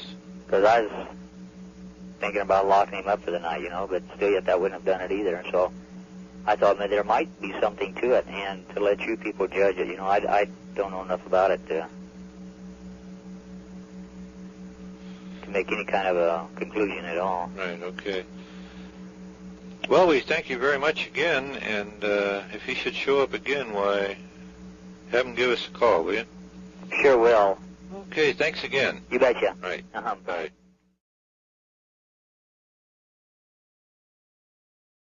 A guy gave me one of these books of yours to read, Beyond Reality. Uh-huh. And I was reading an article in there on Bigfoot, and I spotted this thing down here. Have you people ever done any research or looking for any of these big feet characters where they are down in the Southern California area? Well, we've collected a lot of information from there, yes. Oh, okay, because I didn't hear too much or know too much about the big feet characters until I moved up here to Montana. Uh-huh. But I don't know how fresh information has to be to you or what you're looking for. But me and my two boys, this is going back about 5 or 6 years ago now, in a rough area of the Tehachapi Mountains. There's a big canyon and a draw that goes back in there. We used to go hunting in there quite a bit. And this one early winter, we were back in there hunting, and we ran across some of these barefoot prints in the snow. And we didn't think too much about it other than they're just bare feet prints in the snow. Yes. But it's a big, rough, rugged area of Southern California, just in the Mojave area. And it's a lot of dry desert, but then it goes back in a draw, and it goes back into some pretty thick, wild mountains. But we had spent probably 9, 10 years roaming around that mountain area. But I just didn't know whether any sightings were down there, whether you'd be interested in this location or anything. Oh, very definitely. Pardon me? Yes, we're collecting data from anywhere in the North American continent. Yeah, we didn't think about it. I mentioned to a couple of people that the funniest thing happened on this hunting trip. We saw these big, giant barefoot prints in the snow. And, of course, everybody laughed, and I just sort of dropped it. But being up here, it isn't a laughing matter, I guess. Right. Do you have any idea of just how long they were? Well, I'd say the footprints were probably, 1.5 times the size of my foot. I'm an 8.5. Uh-huh. And they were wide. had a big stride because it was on the lower part of the desert, and I guess the steps were probably 3 feet apart or a little better than that. Because we followed a couple of the footprints, and it was like something had been running. They were pretty big strides. Uh-huh. But I said I had my 2 boys, we had been hunting, and over the top of the hill when I had spotted the first one. We're kind of scared ourselves into wondering what somebody would be doing running around there barefoot. We got out of there. Right. I said I mentioned it a couple of times about this weird big bare feet prints out there in this drawn as the Hatchby Mountain. And anyway, we just didn't do too much about it, but this friend of mine up here has been talking about the Sasquatch and Bigfeet people, and he gave me a couple of books to read, and I was just reading this, and thought, well, what the heck, maybe it might be something you might be interested in. Sure, definitely. What, do you have any idea what year that was? Well, let's see. What year was it? It's about 71, 72. Okay. I was going to write, and I thought, well, before I write anything and go into a long explanation that might end up in the trash, I saw the phone number and figured, well, I'd take a chance to call, and if you're only working on recent stuff, I just forget about it. But I could probably give you a general description on a map, or I don't know if you got people that have maps that want to see more specific location. I know exactly where it would be. Uh-huh. In fact, this guy was talking to me, and he said, well, maybe we ought to take cameras and go on an expedition down there. But since that time, I saw this last Bigfoot movie, and I don't think I want to go back in there.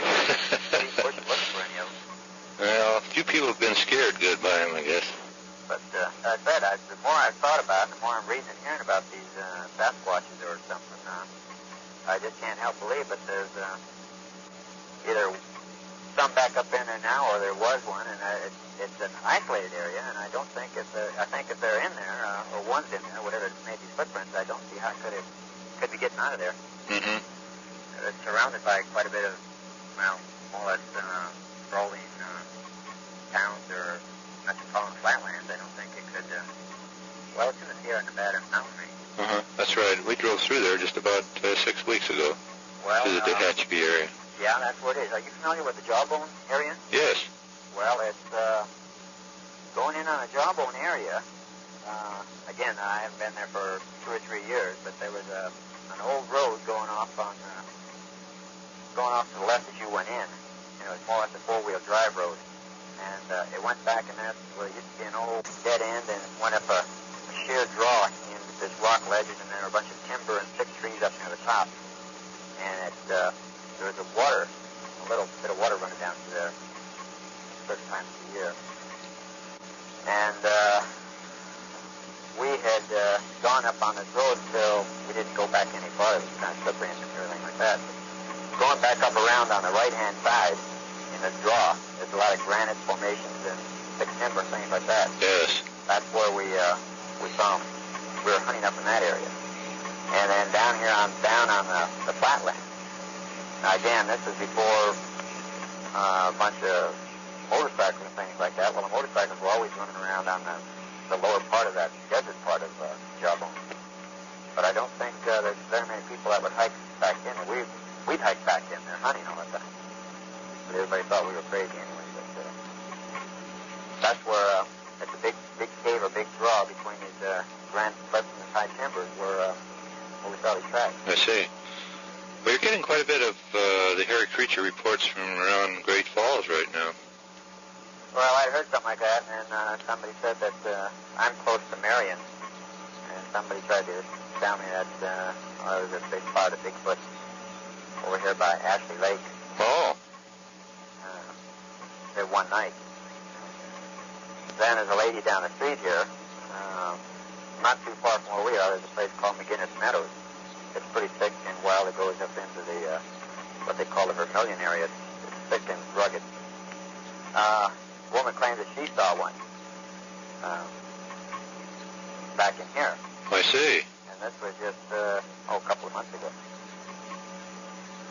Well, my boy also said that they thought it was an upright bear, but it was too big, and she just sort of laughed about it and said it's a Bigfoot. But then apparently she got in her car and went driving down there and got pretty close to it. She said it was a big, upright, hairy creature.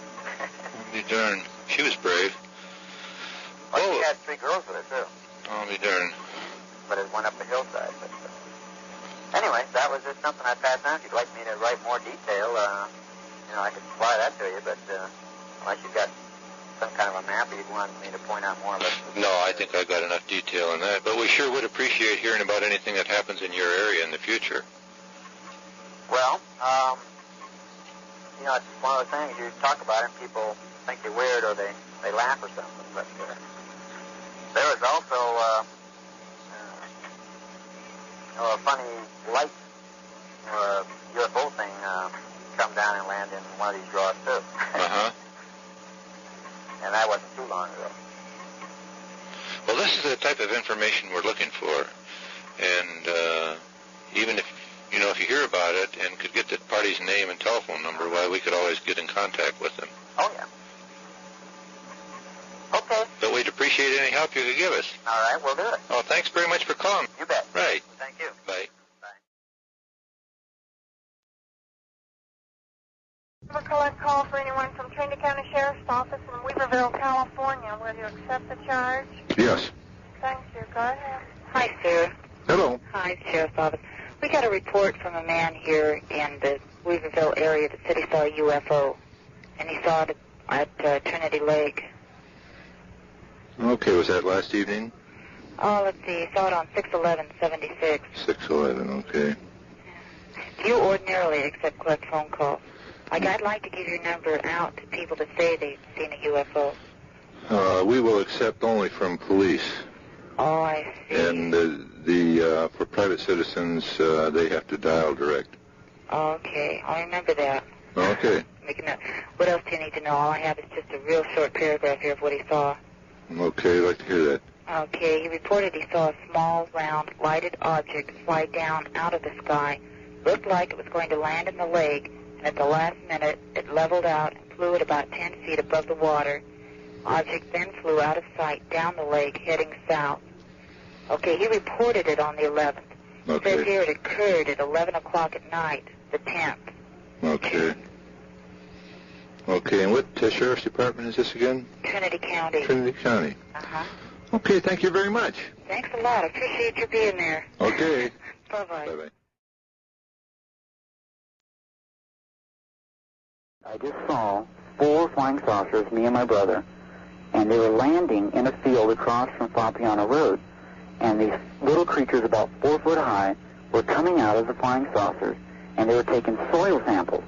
And then when me and my brother went out there in the car, they got in the flying saucer and took off. And there was a farmer there, and the farmer was plowing a field. And they were switching places with the farmer. And then when we went out there, we thought we were freaking out.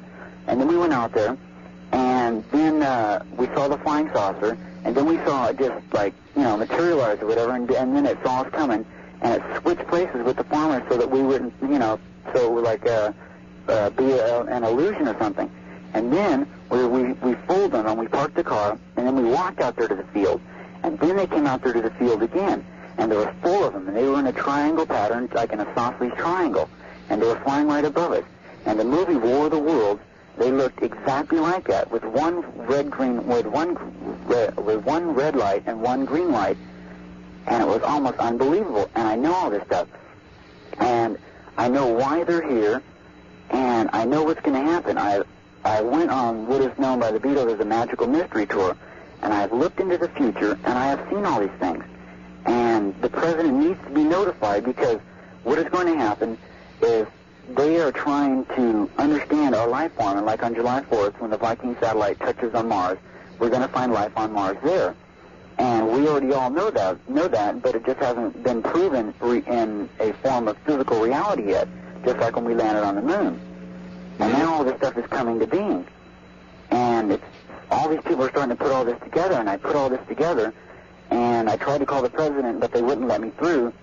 And I told the Secret Service, and they told me that I would have to find out a way to get through to the president to tell him all this stuff, and to tell the other NASA scientists.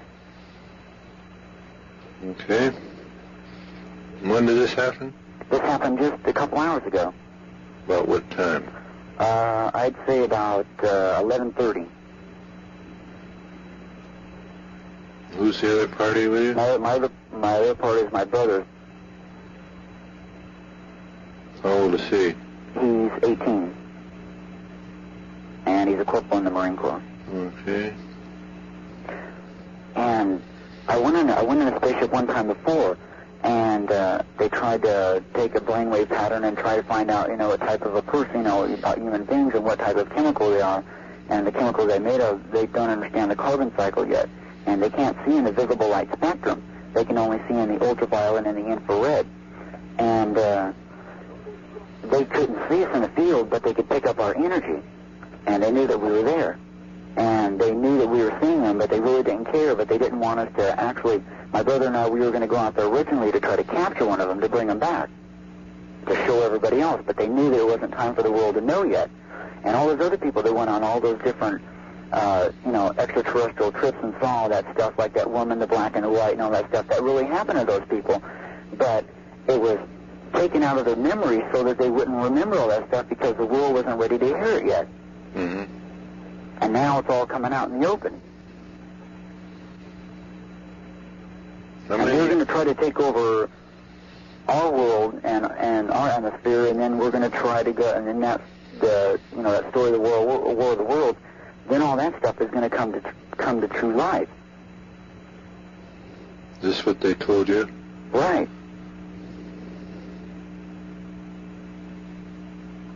And our atmosphere is going to kill them because they can't sustain life in our atmosphere very long. Because their atmosphere on Mars is different. Their atmosphere on Mars is like a poisonous gas. Ammonia and methane and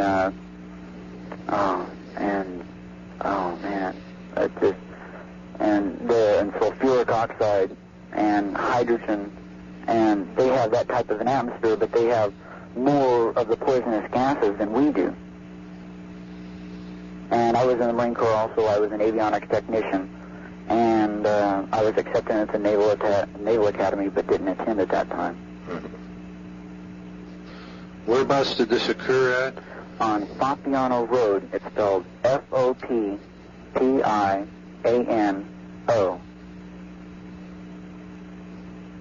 And it was in the field across from Fapiano Road. And I'm sure tomorrow that they're going to find burn spots there. Did you tell anyone about this? Well, I told a couple people that, they aren't ready to hear all this stuff, and they aren't, they haven't accepted it, so, I'm going to quit telling people now because they aren't ready to hear all this stuff yet, and it's, kind of freaking them out a little bit, and I know that. Okay. Where did you get our number? From the police department. Mm-hmm. Okay. Did you tell them? Yeah, right. What'd they say? They just gave me this number. First they gave me another number, and I called it, I think it was 800-672-7220. And I called that, and they couldn't get through. And then they gave me this other number, and they told me this is a number that they usually don't give to the public. Okay. And your brother was the only one with you? Right. And so we were originally to go out there to a party at a friend's house, Fapiano, and they had moved the party. And my brother saw this, and I saw it, and we really didn't believe it. We were just going, my God, this is true, what a trip. And then we raced out there, and then they switched places, and then we left because we thought, wow, we were just freaking out. It was just the lights. And then we went down the road, and we thought about it, and then we remembered the other times when we were in Sonora and all this stuff happened to us, or happened to me, rather. And they drummed it out of my mind.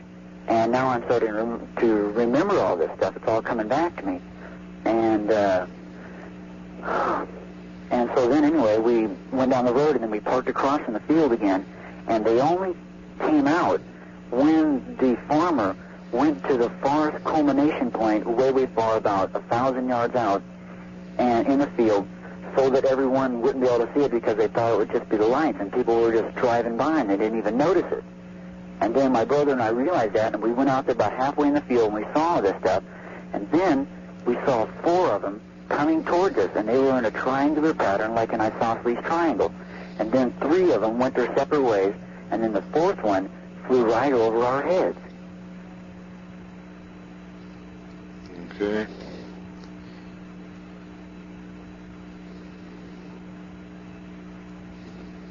What were your weather conditions there at the time? Really cool. It was about, I guess about 76 degrees. Mm-hmm. What did their ships look like? The movie War of the Worlds? Yes. Right, they looked exactly like that. Exactly like that. And that's when it all flashed on me, the War of the Worlds, and how that movie was so true. And that was H.G. Wells' dream, just like Jules Verne's dream. And he knew all that stuff, and he was only 13 minutes off of the actual time that it took from the spaceships that we have now to go to the moon, and the trajectory angle. He knew all that stuff, and it was like a dream. But he knew it was a reality, and he knew that someday we would put all this information together. Okay. How old are you? 20. You've had experiences before? Right. But they drummed it out of my mind because I wasn't ready to accept all that stuff yet. And now it's all coming back to me, like my dreams or whatever. It's just all my dreams are coming back. And before, when I dreamt, I forgot my dreams just like other people do. And now all my dreams are, they're all coming back to me, all the different things in my brain and everything. It's all being unfolded and all being released to me at once. It's like a computer. Had you had a lot of interest in the subject before? Oh, yeah, right. I read thousands of books on the subject, and Uri Geller, and I can levitate things with my mind, and so can Uri Geller, and I know how it works, and everybody didn't believe him, but now I know how it works. And it is because of what is known as an aura around your body, and the drugs acid and crystal. Acid breaks down that aura, but releases all that information to you. And that's why people freak out, because they can't handle that information. And this new drug that came out, crystal, accentuates your mind and your growth and your dreams, and it brings all this stuff out in the open, and people don't know how to handle it, so they freak out. But it makes your aura grow bigger, and it lets all it come in more of a smooth fashion than acid does. Acid breaks down a chemical reaction in your system and destroys cells in your metabolism.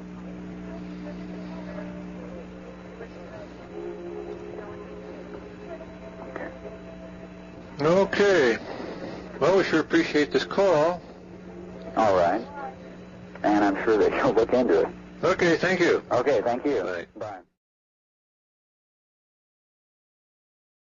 Last night at about 3 o'clock in the morning, someone observed a ball of light in their backyard, and she went out, stepped out the back door, and there was such a ruckus and noise that she went back in the house. She says all the dogs in the neighborhood were barking. Thank you very much. Thank you. Bye-bye. Goodbye. Hello. I'm calling for the UFO Reporting Center in Washington. Yeah. We've been notified by the Sheriff's Department that you had a UFO sighting there last night or early this morning. I wonder if we could get a description of what happened. Well, I'm kind of embarrassed. I was telling some friends about it this morning, and they told me I should call you, but I didn't see a spaceship. I just saw a big ball of light. It was just sitting out in the backyard here. It was just weird. All the dogs were barking. It was 3 o'clock this morning. I woke up, and it was about, we're back in the woods here.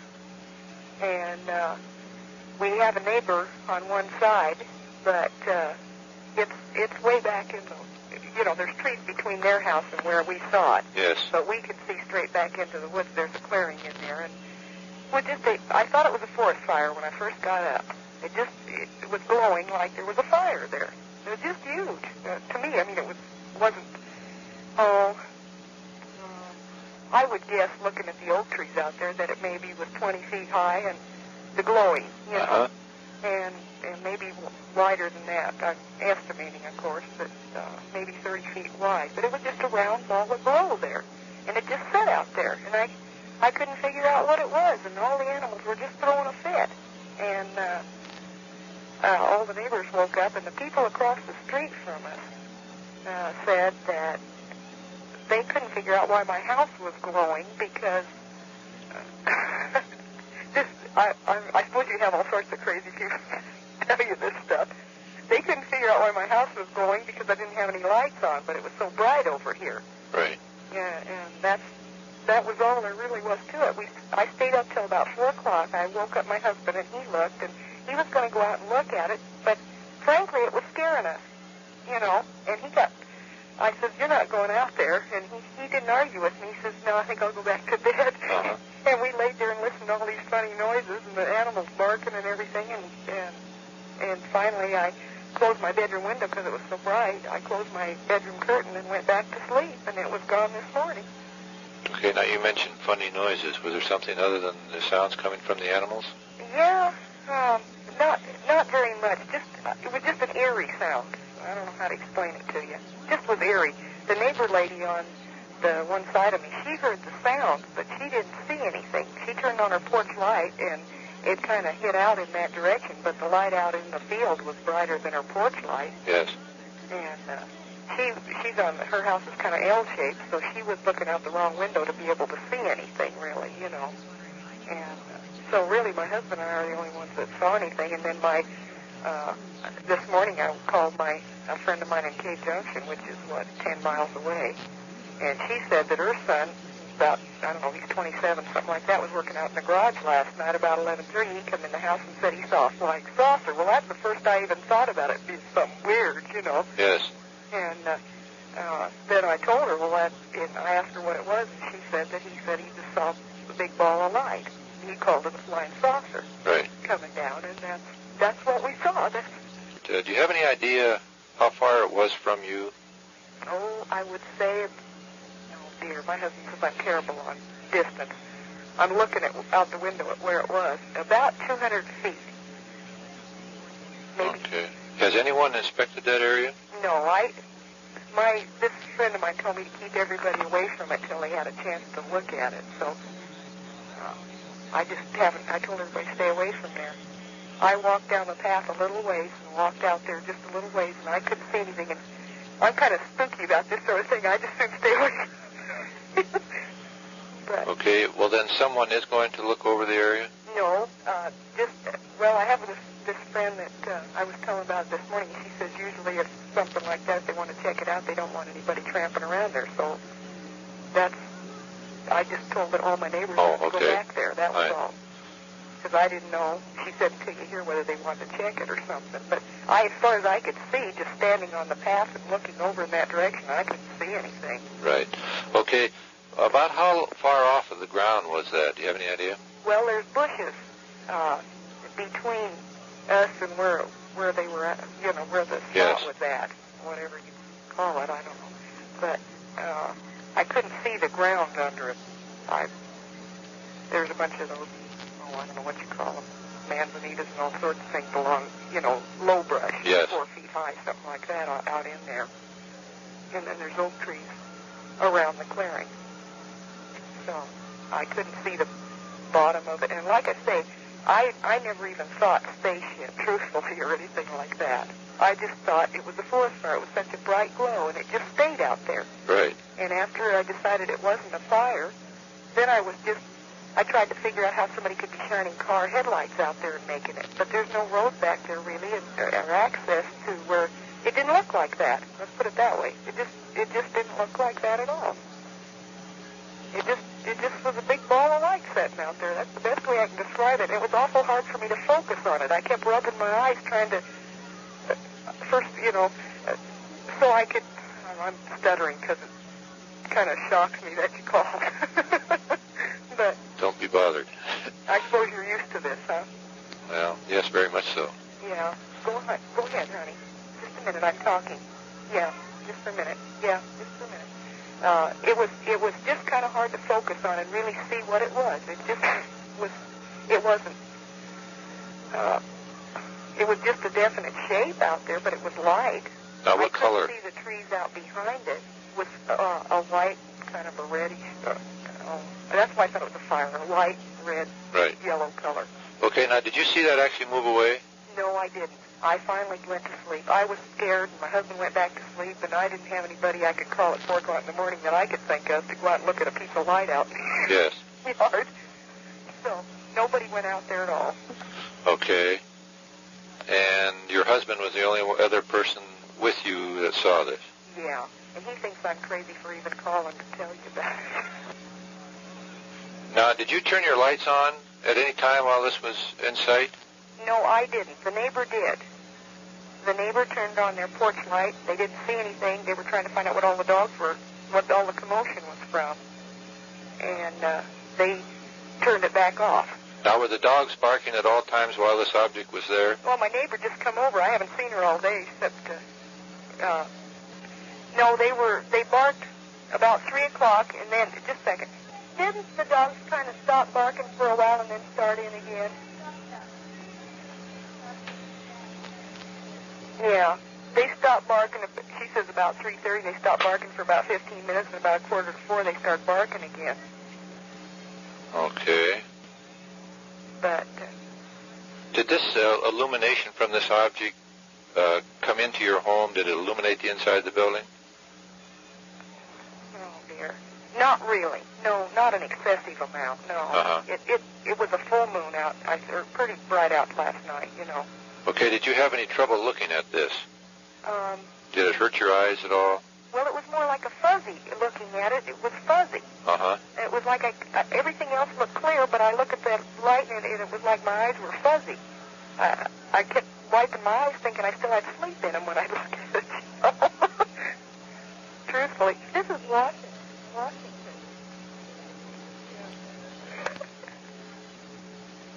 But that's all I can really, if you got any other questions. Okay. She didn't, you want to talk to her? She's here. Did she see the object? She didn't actually see the light out there. Did you hear any noises besides the dog?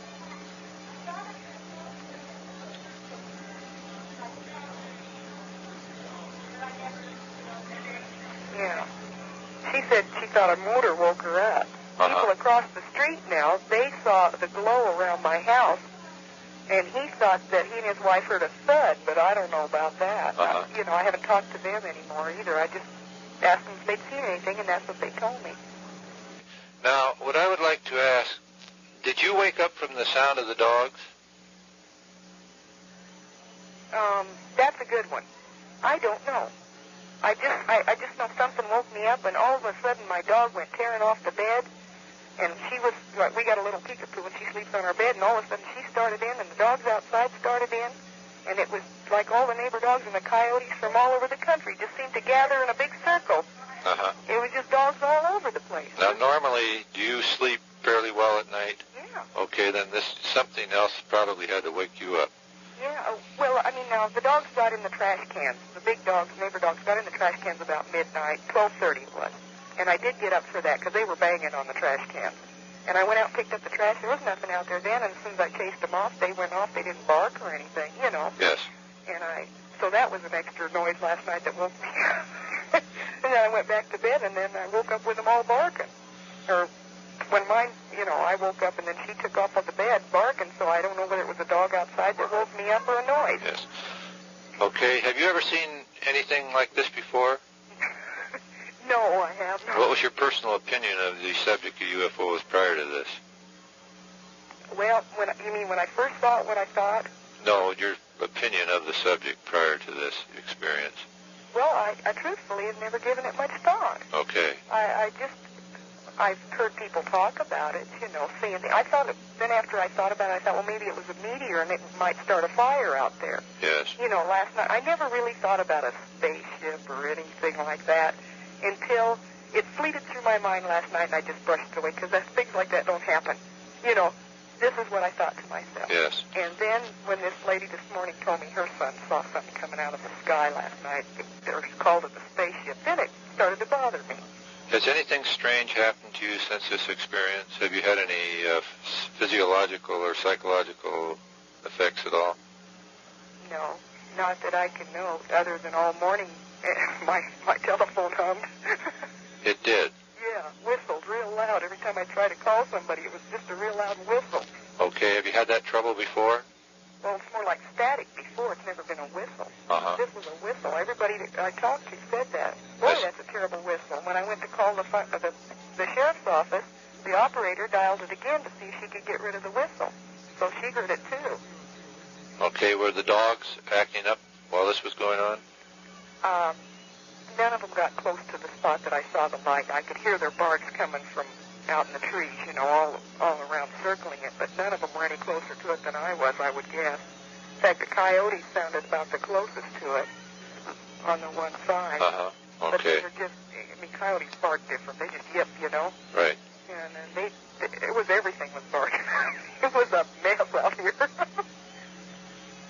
You didn't notice anything else other than this light? Any other phenomena, flashes of light, or anything strange going on around your house other than that?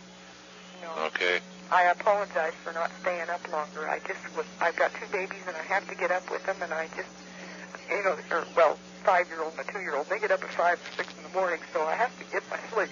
Oh, that's very understandable. And the things I just never even, if I'd have thought about it being something weird like that, other than it just being a weird light, or thinking it would be more important, I don't know. But okay. Pay attention. We'd like to give you our number, just in case something else comes up in relation to this. Oh, okay.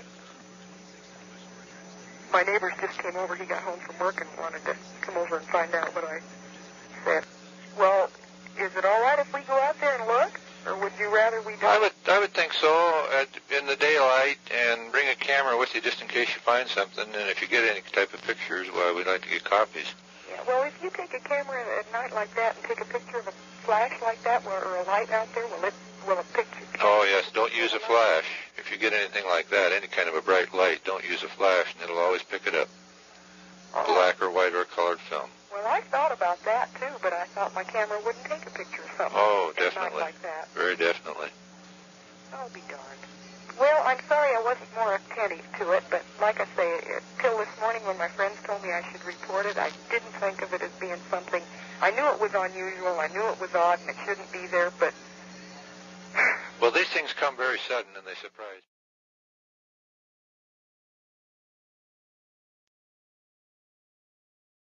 Post? Yes. Yes, I've got one for you. Fine.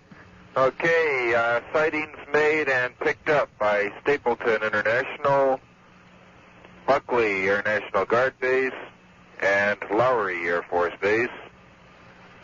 Beautiful. 2 objects, one changing colors, red and green, just to the east of Lowry. Okay. I'm not sure exactly what the others are going to place that at. Okay. But these have been picked up on radar at Stapleton, okay. And they can't identify them. Do you have any witnesses on this? Witnesses? Right. Anybody on the shift of security police here at Lowry. Okay, fine. And about what time was that, sir? Okay, they're still up there. They're going out, but they're still up there. Okay. They were up on radar at... Are you established with Zulu time? Yes. Okay, at approximately 12:30 Zulu. Okay, fine. Thank you very much. Okay. Goodbye. Bye. All right. What do you have to report? Well, we've had 3 women just advised of a sighting of a UFO south of us here. Okay, and that's Davenport? Right. We're west of Spokane, about 35 miles. And what was it they saw? I mean, Well, it's sort of a triangular shaped, like 2 triangles, one on top of the other, with a set of landing type lights and 3 red lights on it. No sound. Mm-hmm. Hovered about 100 yards away from them. Okay, I guess that's all then. And thank you very much. Okay. Uh-huh. Goodbye now. Goodbye. I'm calling for the UFO Reporting Center in Seattle, Washington. Yes. And we've been advised that you were in a party that's spotted an unidentified flying object the night of the 25th. That's correct. I wonder if we could get a description of exactly what you saw. Well, at first I thought it was just a great big plane. But it stopped and hovered right over our car. We were on our way to town. I saw a triangular-shaped vehicle. Uh-huh. It looked like it was a double-decker, if that's possible. And the middle part had 2 great, huge lights, like, I don't know, just great big round lights. Were those white lights? Yes. Okay. And then underneath, it looked like there were a lot of multicolored lights. I saw mostly red. My daughter said she saw green. I didn't. Okay. But I saw mostly red and white. And I was driving, so I didn't get to observe as much as my passengers. Okay. But that's essentially what I saw. Now, you say that the object hovered over the car? It stopped, yeah. I said, we had commented on it because I've observed these bright lights for about a month or so now and never been close to it. And we've been watching it from quite a distance away, and I said, oh, it's just a plane. And then it started to move like it was coming down for a landing, and it stopped. It hovered over the car enough for us to look at it close. And then we got nervous and took off. You stopped the car? We were at almost a standstill, yes. Okay, what road were you driving on? We're on the Wilbur Highway. Okay. Now, did you see the object as it approached you? Well, we were both moving, and so it didn't really, it was just like a meeting, like it was, like we intersected. It wasn't like it approached us, but just that we happened to be there the same time it did. Oh, I see. Okay. Did the object actually move across the roadway? Oh, yes. Okay. Oh, yes. Okay. Do you have any idea of just how close that object came to you? I'm guessing, and I'm not a real good judge of distance, but I would say the length of a football field or 2 lengths of a football field. I'd say 200 yards maximum. Okay. And there was no sound.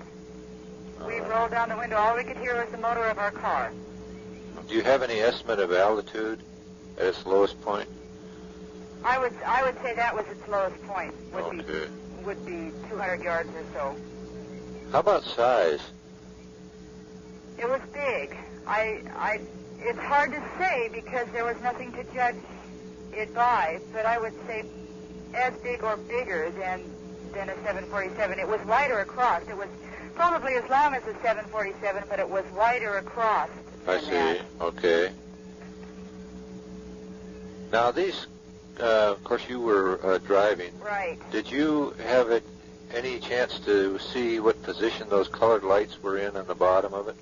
They just seemed to be all over the bottom. Just scattered? Yeah. There was no real pattern, and as I say, I didn't get to look at it as much as the 2 gals that were with me because I was driving. Okay. About how long did you watch that? Well, I'd say a good when it hovered over us, or just how long total time we watched Total it? time. 15 or 20 minutes. Oh, wow. Because we watched it, we spotted it. I live in the country, and we were on our way to town, and we spotted it 6 miles from my home, so we watched it for 11 miles. Okay. Now, did the object move away from you, or did you move away from it? Well, it's just like the meeting thing. It was kind of both of us moving at once. We were on it intersected us going east and west, and we were going north and south. Okay. And did you watch it until it moved out of sight? Until our view was blocked. I see, okay. We watched it clear into Odessa, and then we parked in front of a building that obstructed our view. All right. And I have checked with a couple more people around town, and there have been a couple of other people that saw the object in the sky but just thought it was a funny-looking plane or something. And the times coincide and everything. Now, you say you've been watching these for how long? I've seen the lights off and on for a month or so, but, never didn't really put anything to it because they fly a lot of planes out of Moses Lake that fly with their landing lights on, and so I just assumed that that's what it was. I see. Okay. And it could very well have been. It could have been a plane with landing lights on that I saw. But this definitely, the object we saw the 25th, wasn't anything I've ever seen before anyway. Okay. Have you had any experiences or strange things happen to you since that sighting? No. Okay. Except that people look at me kind of funny. No dreams about it? I'd say my daughter was probably more apprehensive than I. No, I haven't had any dreams about it. Okay. You were driving at night. Did you have any problems with the car or the lights at the time that it was close by? Gee, no.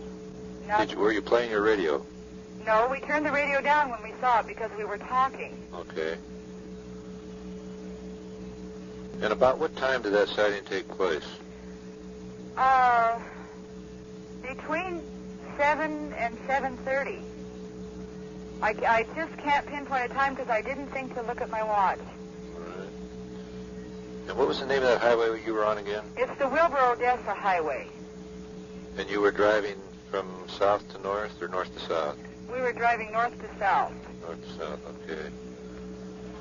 If we send you a form, could we get a drawing of the object that you saw? Oh, as best I can, yeah. Okay, fine. It's, one other thing I should tell you probably is that in thinking back on it, there was like small windows in the back, like an observation thing. That's the only thing on the back of the vehicle. Uh-huh. Were those lighted windows? No, they were dark. They were dark. They were like shapes. But I asked if she saw that too, and she said, yeah. That she thought that they looked like unlit windows or something. Now, what color did this object have? Was there any color involved? I couldn't see any color. As I say, I didn't get to watch it that much because I was driving. Okay, but you could see the outline of this thing. Oh, yeah. And the object, was it just dark? Yeah. Mostly we just could see the lights. You know, there were so many of them. Uh-huh. But we got I got a definite impression of being a triangular shape. Okay. Did you have the feeling that you were being watched when this thing stopped over the car? It was spooky. Uh-huh. Did it frighten any of you? My daughter more than me. I wanted to stop and get out and look at it close, you know. But she's only 14. I didn't see any sense in really putting the fear into her, so right. we continued on our merry way. And we watched for it on the way home, which was 2 hours later, but we didn't see anything. Okay. Well, we sure appreciate your talking to us, and if we need additional information, could we get back to you? You bet. Okay, Can I ask you a question? Yes. Has there been other reports of sightings in this area? Well, we haven't had too many recently, no. But then that doesn't mean things aren't being seen. Yeah, oh yeah, I realize that. Because we have a problem of getting the people to report what they see. Yeah, well, in checking with my friends in town, there were several that saw those crazy lights too and just thought, well, it's a plane. Right. Thanks a lot. Thank you for calling. Bye-bye. Bye-bye. I'm calling for the UFO Reporting Center in Seattle. Oh, uh-huh. And we understand you had a UFO experience on the 25th of this month. Yeah. I wonder if we could get a full description of just exactly what happened to you, what you saw. Okay, I was driving into town. I live about 21 miles out of town. Uh-huh. And I was driving into town with my neighbor and her daughter. And clear back at her house, which would have been about 16 miles from town, we noticed this real bright light off in the sky and didn't think much of it at first. And then as we got closer to town, we were about 5 miles from town, the light started moving. And it was real bright, and then it would just get very dim so that you could almost not see it at all. And then it got brighter again, and it kept doing this. And it was circling in this area. And we watched it for a while because we didn't know what it was. And then it started getting real low, and too low for an airplane.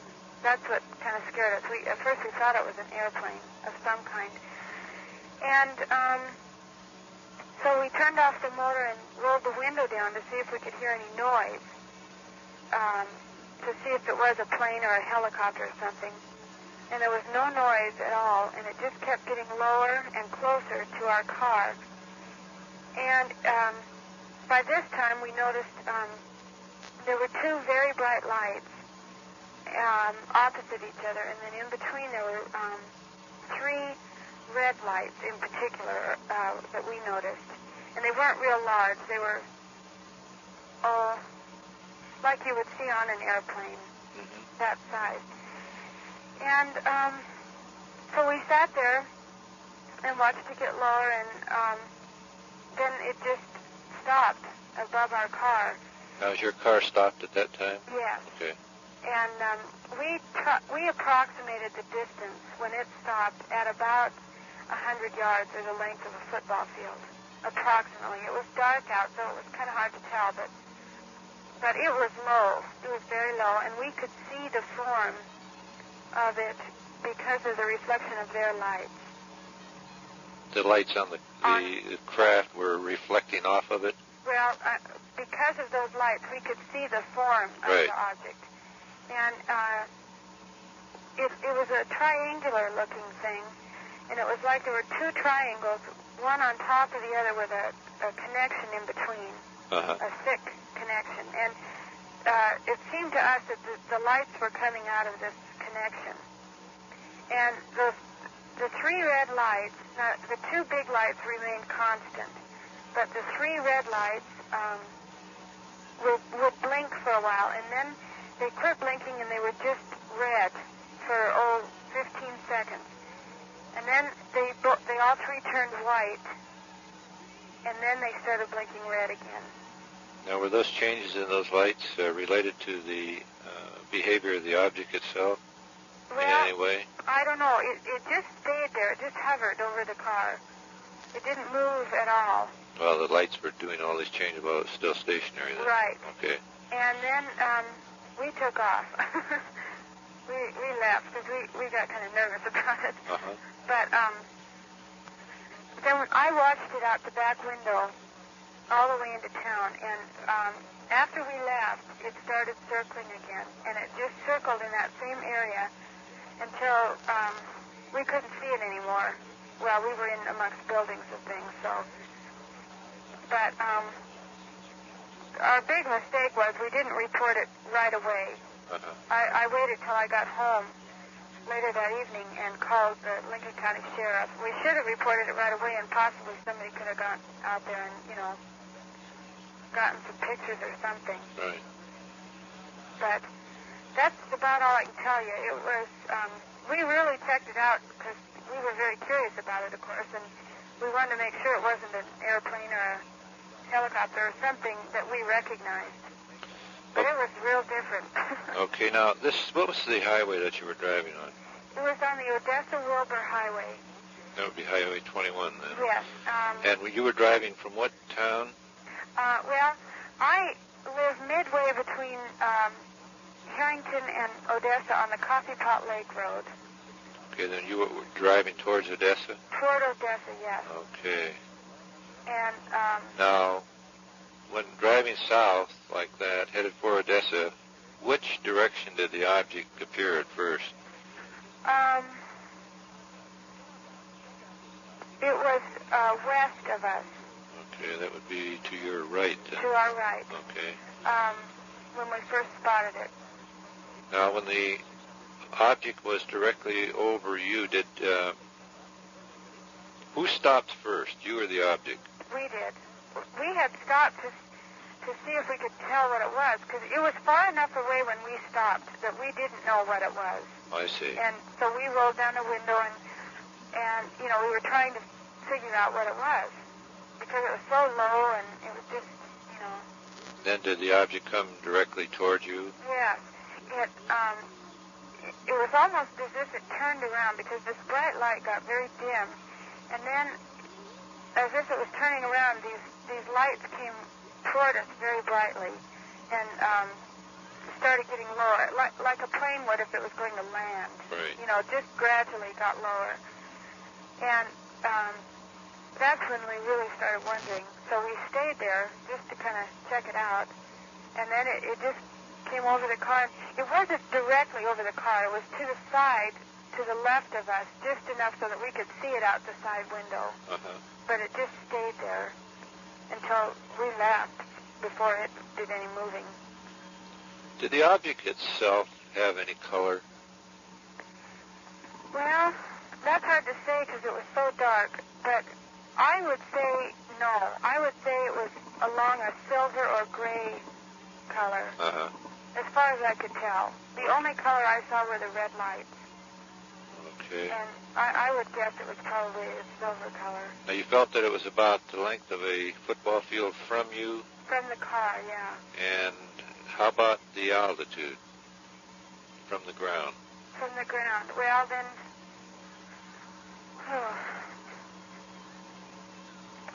Gee, I don't know, not much more than that, because we were level. We were on a flat. Uh-huh. We weren't up on a hill or anything. It was right on a flat wheat field. So just the length of the car, the height of the car, which might be about 5.5 or 6 feet. I'm not sure. That close to the ground? Yeah. Okay. The car is, yeah. Wow. So the football length and then whatever the height of our car would be. Okay. Away from the ground. Did those lights illuminate the ground at all?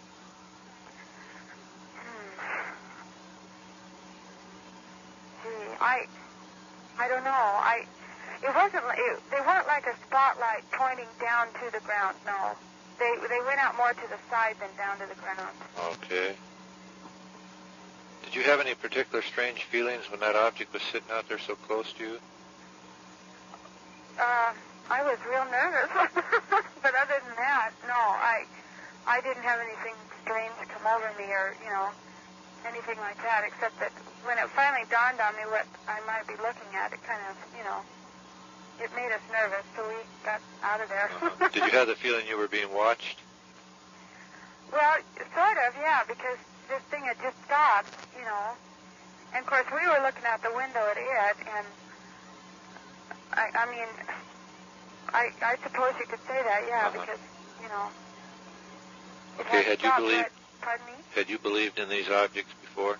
Yeah, I have always believed in them, but it's so different when you finally are looking at one. Right. I've never disbelieved that there is a possibility of that, but Did you hear any noise? None at all. We turned off the motor and listened purposely for noise, but there was just none. Not even a whir like a beater or something, Right. Not even a mild noise. Okay, do you have any estimate on the size of that thing? It was large. I was trying to think of that the other day, what I thought the size. I would say probably as big as a 747. Okay. Now, while you were sitting there watching, or any time while observing that object, did you see any additional traffic on the highway? Yes. There was a car, after we took off, a couple minutes after we did, there was a car behind us. And we watched it all the way into town to make sure that it was still there, Right. following us. How long do you feel you watched that object? You mean while we were stopped? Right. Probably not much longer than a minute. Okay. And no cars while you were watching it? No, Is that a fairly busy highway? Well, I would say so for being clear out in nowhere, yeah. Would you find the lack of traffic unusual during that period? Well, no. By busy, I don't mean that it's, real bustling all the time, but there are cars going on it, Okay. But no, I wouldn't say that lack of traffic would be unusual for that road right then. There were quite a few people in Odessa that saw that same night. This neighbor that drove in with me had talked to some people in town that have farms in that area that had spotted it. But nobody got pictures or anything, Okay. But they all, were wondering what it was, too. And I have noticed that same real bright light. The night before, Wednesday night, I was coming back from Spokane, and I noticed it. Would that be about the same area? Yeah, it was in the same direction, yeah. Are there any special surface features in that area that you know of? Natural or man-made? You mean like any dams up there, hydroelectric plants? No. Super substations? No, let's see, there aren't any big things like that there. The only thing they're doing there right now is drilling a well. But it's just farmland. What type of well? Water well? Yeah. Okay. Okay, I think that, is there anything else you want to add to that? Well, I don't think so. We tried to, really think this out after we saw it and make sure that what we saw we agreed on and things like that. So, we just talked it over to make sure we knew what we were saying. So, but we're all pretty sure of what we saw, and we did sit there and watch it for, like I say, probably a little over a minute. Okay. So. Okay, we appreciate your talking to us. Okay, thank you for calling. Okay. Bye. Bye-bye. We understand you're having a little problem with some beeping sound out your way. That's true. I wonder if you'd give us a description of just what's happening. Well, it's just a continually beeping out in the woods out there. And me and a friend walked out, Sunday night, myself and my wife and my oldest boy and his wife and a couple other young people and two sheriffs walked out there, and we pinpointed this thing to a tree. And then it stopped. And then the next time we heard it was probably 200 or 300 yards away from us again. I see. That was last Sunday. Uh-huh. And then last night, a friend of mine and myself, we went out there, and you might say the same thing happened to us again, basically. Okay, this beeping, is it a continuous thing? It's, yes, it's just a rhythmic, continuous beeping, yes. Okay. Any animals in the area, such as pets? Pets? Yeah, were there any pets or dogs with you at the time this was going on? No dogs or anything out there with us, no. I see, okay. There's a lot of dogs in the neighborhood, though. Can this be heard over quite an area? Yeah, I could say that, when we heard it, we was probably, a good 2 blocks from it. 2 city blocks, Yes. Okay. Well, I'll tell you what we would like to do. If that shows up again tonight, could you give us a call? Uh-huh. We have representatives out in the Auburn area, and we'd like to get somebody down there and get this thing on tape, see if we can't find out what it is. That's what I was wishing I'd had, a portable tape recorder so I could have taped this thing last night. Uh-huh. Does this appear to be something that would be metallic or transmitted type signal? To me, it sounds more of a mechanical type beep than anything I can, pinpoint it to. Yes.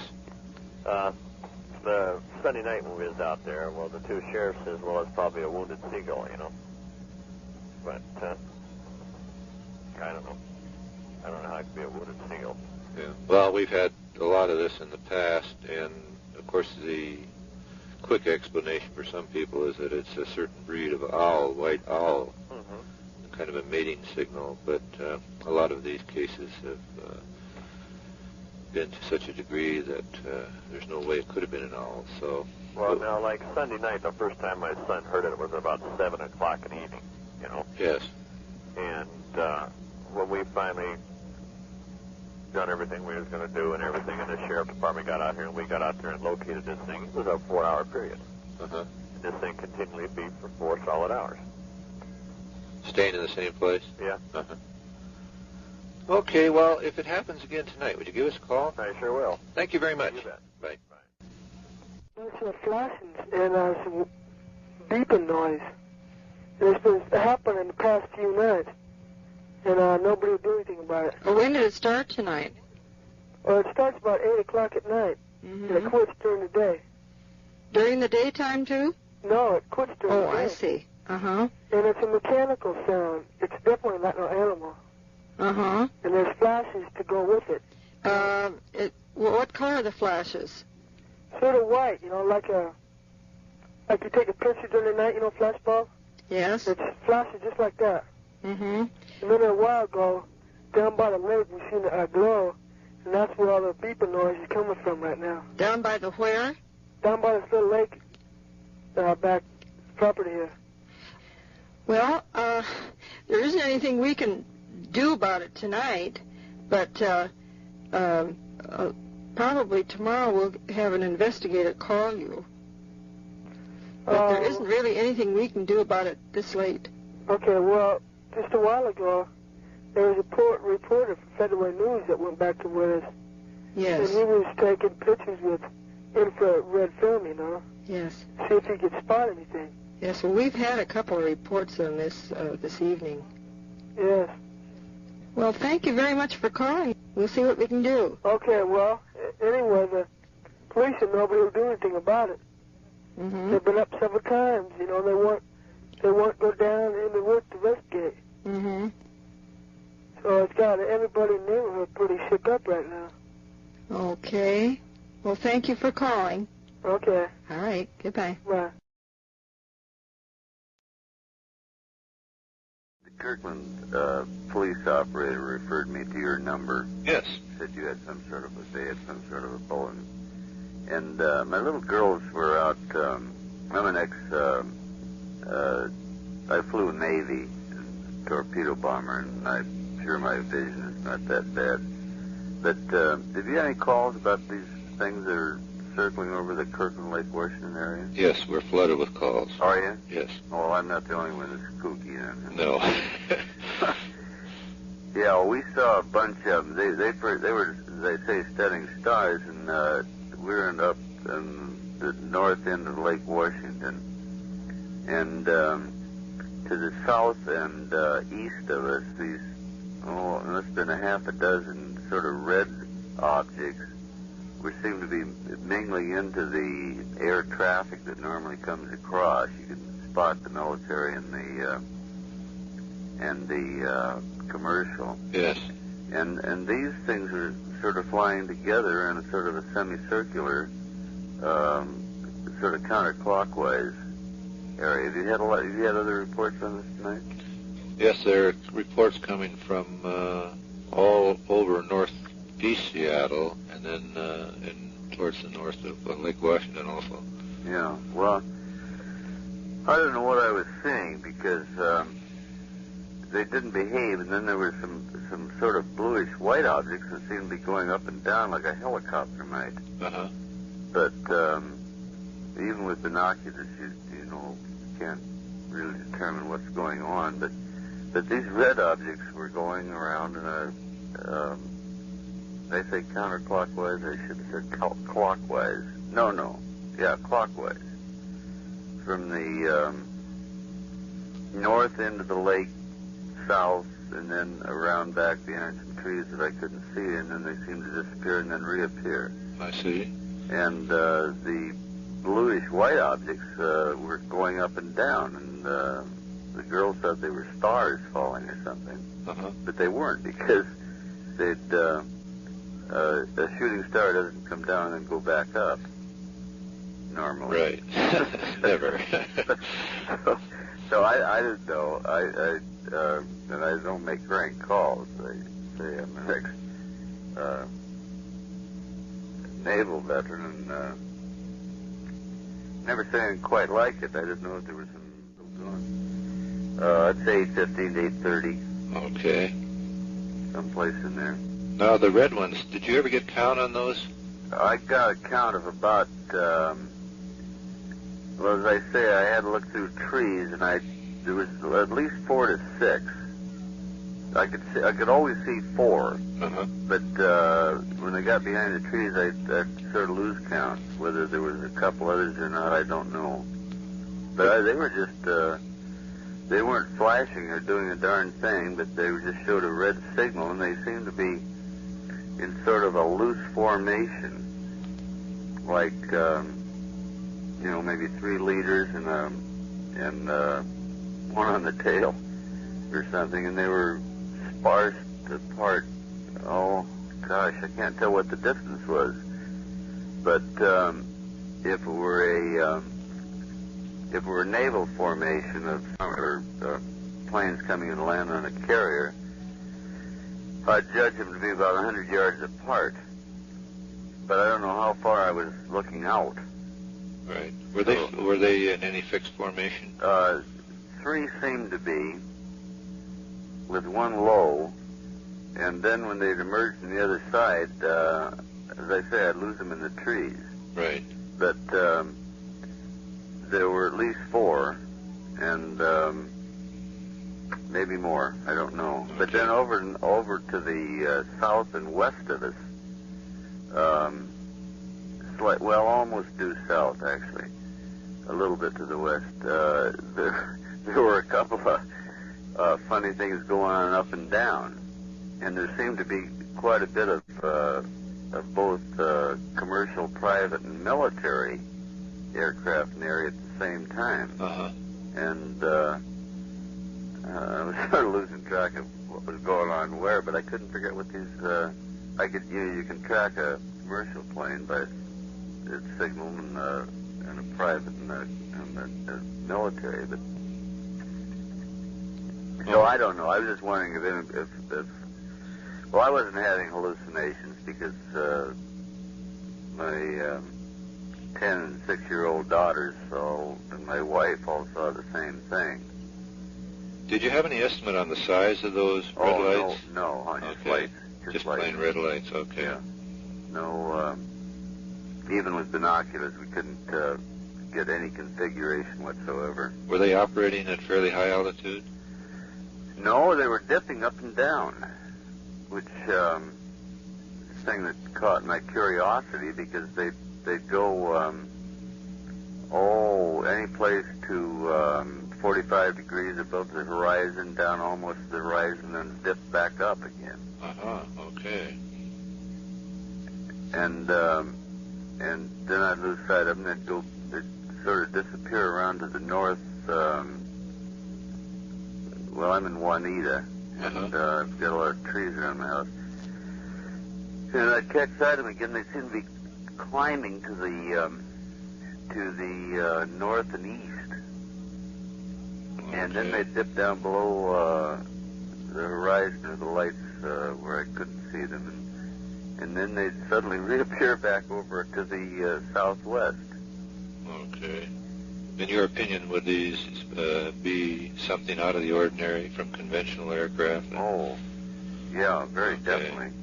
Very definitely something out of the ordinary. I wouldn't have made this stupid call. I feel like a fool talking about. I know you people probably take this seriously. Very much so.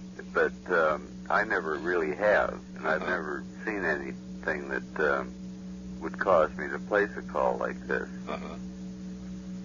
Well, we've been flooded with calls tonight from throughout this area and even some stuff from out of state. Oh, is that right? Right. I had a couple beers, but I haven't had that many.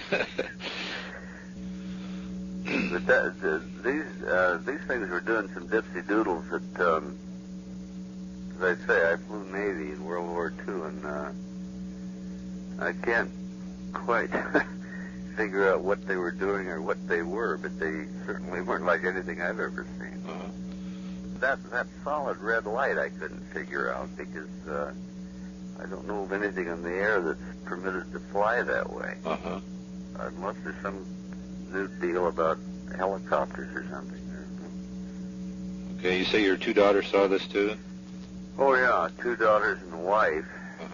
They first picked it up with binoculars when they were studying their stars for their astronomy course or something. And they watched them quite a while before they called me and asked me to come out and tell them what they were looking at. And boy, I couldn't make heads or tails of it. It was not a normal, well, any military or commercial pattern that I know of. But of course, I'm not that smart, so I really don't know. Okay. Well, appreciate this call, and if we get any answers as to what's being seen around here tonight, we'll get back to you and let you know. Yeah. If you have any further interest, if I make further sightings, do you call them? Oh, definitely. You'd like to have me call you back? Oh, definitely. Very definitely. Okay. This 24-hour answering here. Yeah, okay. Well, I've never seen anything abnormal in the sky before, but this certainly wasn't normal. I didn't get the solid red thing going around, and or the series of those things, and I didn't get that up and down. With sort of, it looked like a almost like a sparkler yes, the thing you have at 4th of July, and it sparkled quite brightly. But it was going up and down and sideways, and I couldn't figure out what in the world that was.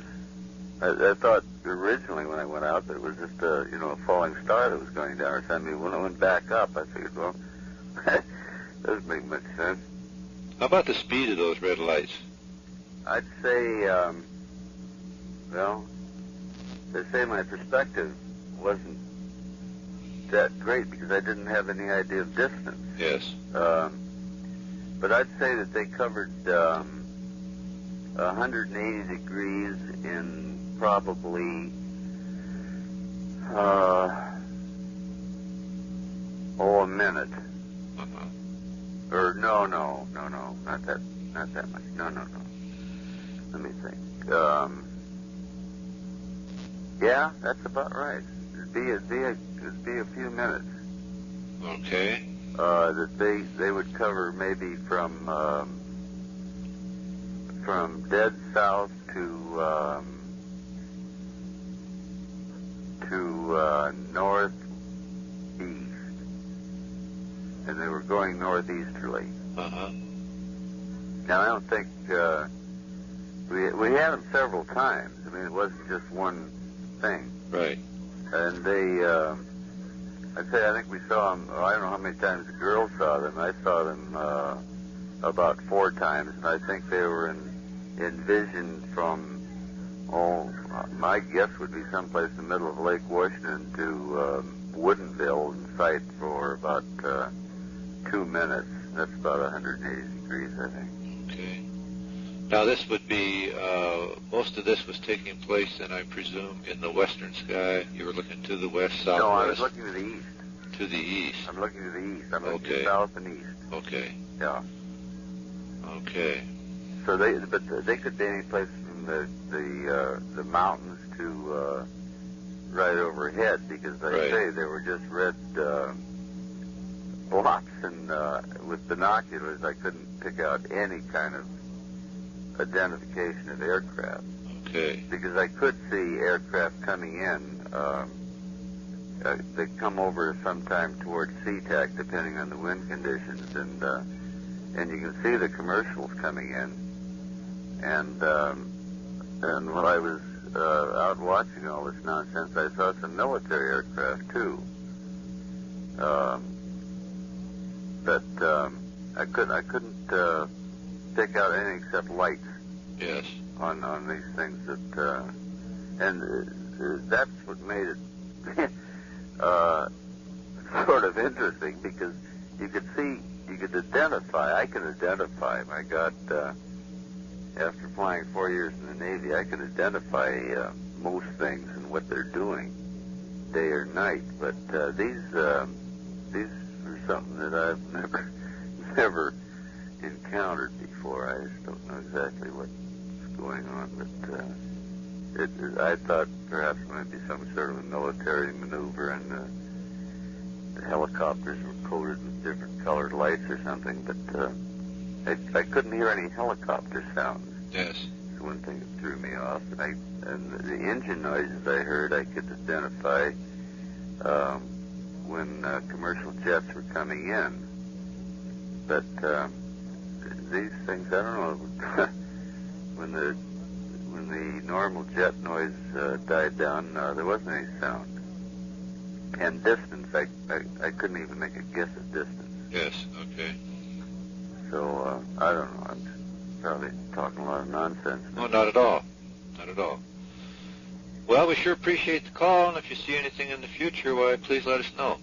Okay, I'll have my girls go out and sit and look for some more. Okay. If they see any, I'll give you a call back. What's your name? Bob Gribble, Gribble. Bob Gribble. Yeah, is that a full-time job, Bob? No. Yeah, it's just, what do you folks do? Just record this stuff and... No, we investigate all the cases and get all the data and get it into our data bank and look for patterns, concentrations of activity, and so forth. I'll be darned. Well, that's very interesting. If I hear anything or see anything more, I won't feel like such a damn fool when I call you back. Okay. Okay, Bob. Thank you very much for your time. Thank you. Surely, goodbye. Bye. I am Secretary of the Southern Idaho Astronomical Association, and we have a formidable group here. Dozen telescopes or better. Yes. Ranging from 4 to 8 inches. And I heard about your particular group and so on and so forth, and if possible, we'd like to help or assist in any way that we can. Now, if you have any sightings that perhaps we could, investigate or check out or whatever, we'd be happy to do so. We have, a network, and, we can phone everybody up and get some telescopes trained on it and so on and so forth. If that would help you in any way, or seems like it would assist you or whatever. Now, we've, last summer, I don't know whether you know about it or not, but we had a rash of UFO sightings. Yes. And we checked them out, and they were what we thought they were. The planets were in close proximity and so on and so forth. But we, at that time, decided it would be advantageous to set up, some type of network where we could get some observations done on these reports, because we, most people in the area know us, and the news media and so on and so forth. And so they would phone us and say, what do you know about it? So we decided, seems that we're supposed to know things about that, maybe we better set something up. Right. And as a matter of fact, our director is quite interested in such phenomena. And so he decided that would be a good thing to do and whatever. So I figured I would phone you and see what we could do or whatever. Okay, well, we'll get in contact with him. Okay, any sightings or something, you got something headed our way or something in our area, she can get to us. There are several telescopes which are out, at all times. Just a matter of walking out and covering it and looking. Others would take a while to get set up. Now, our membership ranges from Shoshone, Idaho, to Rupert, beyond Rupert, actually. And like I said, we have several dozen members dispersed about the area. As you can well imagine, it's not a popular pastime and hobby, but people, weird people like ourselves, tend to congregate together or whatever. Right. But we have a monthly meeting, the first Saturday of each month. If anyone that you know of would be interested in attending some of our meetings or whatever, that would be fine. See what we're doing and so on and so forth. Okay. Well, we'll be getting in contact then. Okay. Thank you very much. Okay. Right. Bye. Would you like to describe what you saw? Yes. First of all, start out right in with the top of the trees. Uh-huh. And it was quite a distance off, but it was just this great big brilliant yellow light. Just a brilliant yellow-orange light. Not just a bright yellow, but like a yellow-orange. Yes. And it just kept getting brighter and brighter, and when it got brighter, it looked like it got a lot bigger, and it really hurt your eyes. And I kept thinking, gee, maybe it's the transformer on top of a pole or something caught on fire. But then it wasn't that, because it just got real funny, Yes. And then it moved up, and it looked to me at one time like it moved over. And then it would get real tiny, real small, and then all of a sudden it would just turn this funny shade of red and stay that way a few minutes, and then just turn this real brilliant yellow-orange. And then just get great big, and then it started moving in toward town, and it went up a little bit higher and a little bit higher, then it went almost out like a star, and just sat there. As it moved up higher, it sat there a little bit, and then it just got like a star. You'd think it was like a real brilliant evening star, and then all of a sudden, it moved up a little bit higher, and just came this great big brilliant light again, and then it started moving in toward town. And then it came right over the back, and we were on our patio, and it came right back over the top of the roof. It was up in the sky, yes. And it got so far and it stopped. And then it waited a few minutes, and it was still this great big brilliant color, and then there was no noise. And then it started heading out east again, and it started moving really fast then. Not so fast that it was gone, Right. but moving fast. Sort of southeast. Okay, now, while you were observing the object, could you see anything other than just the light? When we couldn't until it got over and going past us, and then it was still this great big brilliant light, and I kept looking for a shape, Yes. of something. and you couldn't detect anybody because it's dark. And you couldn't detect the body of it, but there were some other lights on it. Okay, what color were those? The other light was so brilliant you couldn't make out, like a red or green or a blue or anything. It looked to me like it was the same, about three other little lights on it, the same color. There was no red or green on it. Okay. But that light itself, in all the time that you were watching it, the light itself never took on any particular shape? It was distorted off and on when it was over the tree, and as it moved up, it was funny, but it wasn't, I couldn't tell whether it was because it was so bright. You know how when you look at a light that's real bright at a distance, you can see, you know what I mean? Right. It's a funny thing. You can't even explain it. Okay. But it didn't take an oval shape, right. or any definite shape. It was just a glowing. Okay, and was this object covering more or less at treetop level? It was at treetop level for me. Like when we're looking at our backyard. Yes. And we're looking out, sort of not really northwest. It's west, period, just west. Uh-huh. And when you look out west, it was down low, like treetop level, because I was looking at it from a distance, see. Right. And then as it moved up, then it got up away from the trees. Right. And then started moving in toward town. Okay, do you have any estimate of how far away it was from you? Let's see. Like, we live in Oakdale, and if I was estimating, it would be maybe clear over, maybe 16 or 17, I don't know how to figure feet, Uh-huh. but like 16 or 17 miles is what it would seem like to me from where we were, if that far. It moved into town awful fast, so it may not have been that far out. It might have only been maybe 5 or 6 miles from me. Right, okay. But length in sky is funny, like a jet can be in Modesto and we can see it in Oakdale. But, so I don't really think it would be 16 or 17 miles because it moved in here awful fast. I mean, it was just right out of where the tree and moved in. So maybe I am wrong there on that. Well, I was being corrected by the other person that saw it with me. And she says it seemed to her like it was just out by the river, Okay. And did you hear any sound at all during this whole... There was nothing. There was not even a sound. I thought, well, maybe it was an airplane. We were trying to think of all these things, but there was nothing. And there was no shape as an airplane. There was no body behind it, like a tail. Yes. There was nothing. It looked to me like when it got over us, it looked to me like it would have to be round because there was nothing behind it. Okay, did it go directly over you? Not where I could look right up at the belly of it. Uh-huh.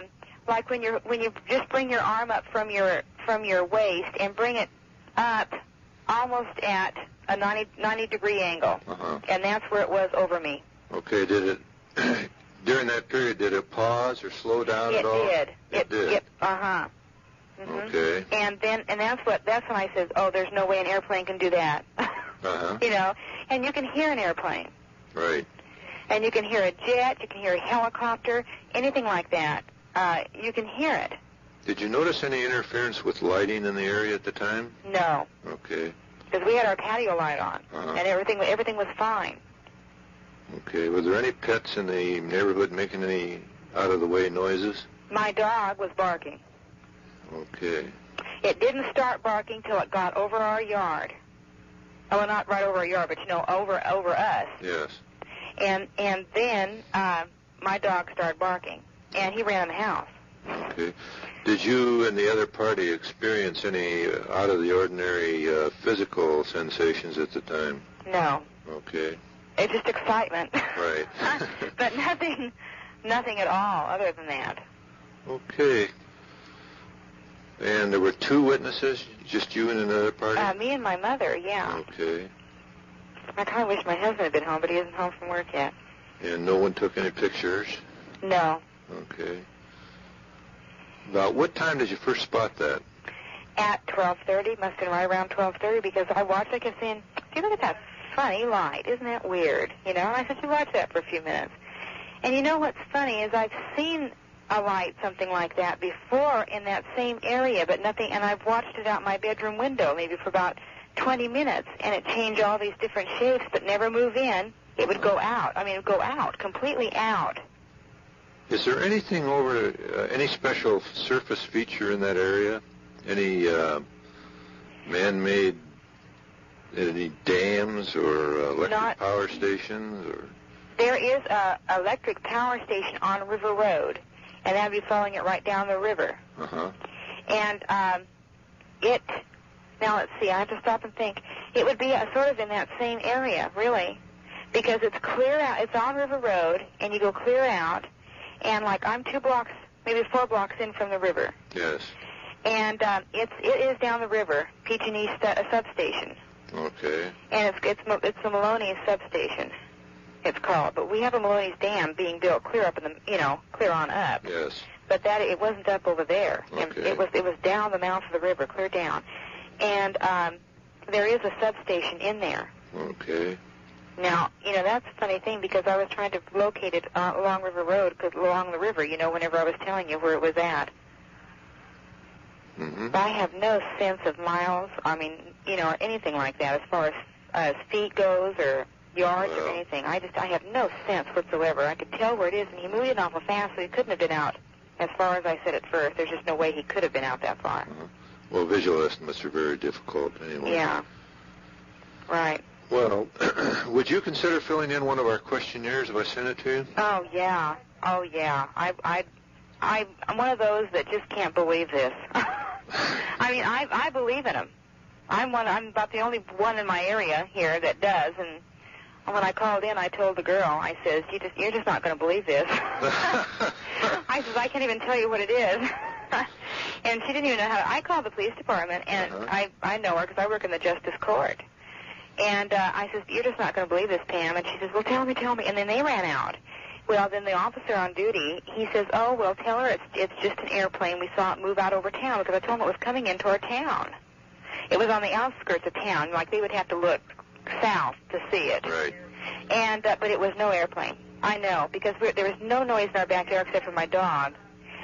And they don't have that brilliant light. Even their headlight is white. On an airplane, their headlight is white. Right. And there'd be no reason why he'd have to hover, and there'd be no way he could hover in an airplane, except a helicopter, and a helicopter. A helicopter has a sound. You're going to hear it. Right. I don't care how high you hear a purr. And there was none. Listen, we thought it all out completely. We really did, because I'm one of those. I went out one night and sat at the cemetery, believe it or not, for 2.5 hours because they had sightings in the area. Uh-huh. And this was last year. And I says, I'm going to see one of them, so help me God. That's when they had the sightings in Sonora, Twain Harte. Right. And I says, I know. I'm going to go watch. And I sat out and watched because I believe in them, and nobody else, they think I'm crazy. No way. And I says, I haven't seen one of them, and damn it, I'm going to see one of them if I have to travel to Santa Cruz on the next report. Oh, but my dad used to see him every once in a while when he worked at Hetchy Waterline. And friends of mine own a ranch out of Knight's Ferry, and he's seen him before, too. Uh-huh. And he says he's even just given up even saying anything to people about it because he says they think you're crazy. They don't believe you. I said, I don't care if they think I'm crazy or not. Well, we get lots of calls, so they're being seen all over. Yeah. Have you had any more in this area? Not this evening, no. Well, I wonder, because usually the sheriff's office gets calls after calls after calls. And one night I went all the way out on Milne's Road. About this time one night I was listening to my police radio. And they got a reciting out on Milne's Road, which is between Turlock and here, Turlock, California, and Oakdale. And I went out there, and the sheriff's car was out there. The sheriff's car did see something, but it had gone by the time I got there. Uh-huh. So, I think that there is definitely something. Well, we've come to the conclusion that we're dealing with vehicles not manufactured on this planet. Mm-hmm. It would almost have to be. They're so outmoded completely from us. Right. Well, that's the results of a 20-year study, so it didn't come very easy. Right.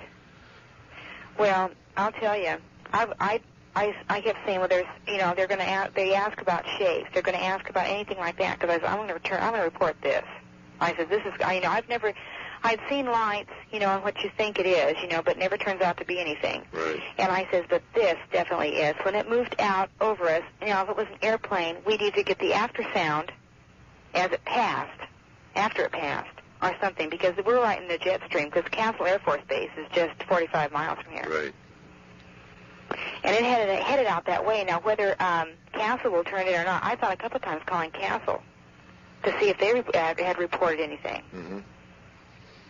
Well, you'd be surprised how many hundreds of people will see something and not say anything. And not say anything. Right. Isn't that unreal? Right. Well, we had one, this has been years and years and years ago. I was a child, a real young girl at the time, and we had this friend that was hitchhiking from Modesto over here in the country, and he swears up and down that one of them swooped down at him. Oh, this happens all the time. And followed him and scared him so bad, I think he probably ran to Oakdale. Uh-huh. and that's 16 miles. I mean, he was petrified. He was a nervous wreck for days. Now, you don't just get that way over nothing. That's right. Well, we sure appreciate your calling. And if we get any additional information on this, we'll get back to you and let you know. Oh, I'd really appreciate it. I really would, even if you call collect. No, that's good. I'll never go to bed all night. I think I'm going to go out in the country. Uh-huh. I want to see one of them. I want to see one. You know what I mean? I don't want to see it going over. I'd like to see it come back by. Sort of settle down. Yeah, I'd kind of like to just see. I'd like people to know that this is, not a figment of my imagination. Uh-huh. That there's just no way it is. I mean, I'll argue with somebody right under the table. It is not. I know it. Oh, I'm quite sure that I have seen other things before, and it turned out, and I mean, just swear up and down, stand right there and say, oh, I know that is. Now, don't argue with me, I know it is. And as it moves in, or something like this, it turns out to be, an airplane or something like that. But as it's moving, you can tell that it wasn't hovering. It was when it moves at you, sometimes you can't tell if they're moving when they're moving toward you, And, but there's nothing like this light. There is just nothing like this light. It got so big and brilliant. Just, so bright. I told my mother, I said, listen, there is no way that there's anything like that on anything we have. When it was close to the ground, did it light up the area at all? Well, see, now I wasn't where I could see the ground. Uh-huh. But it had to.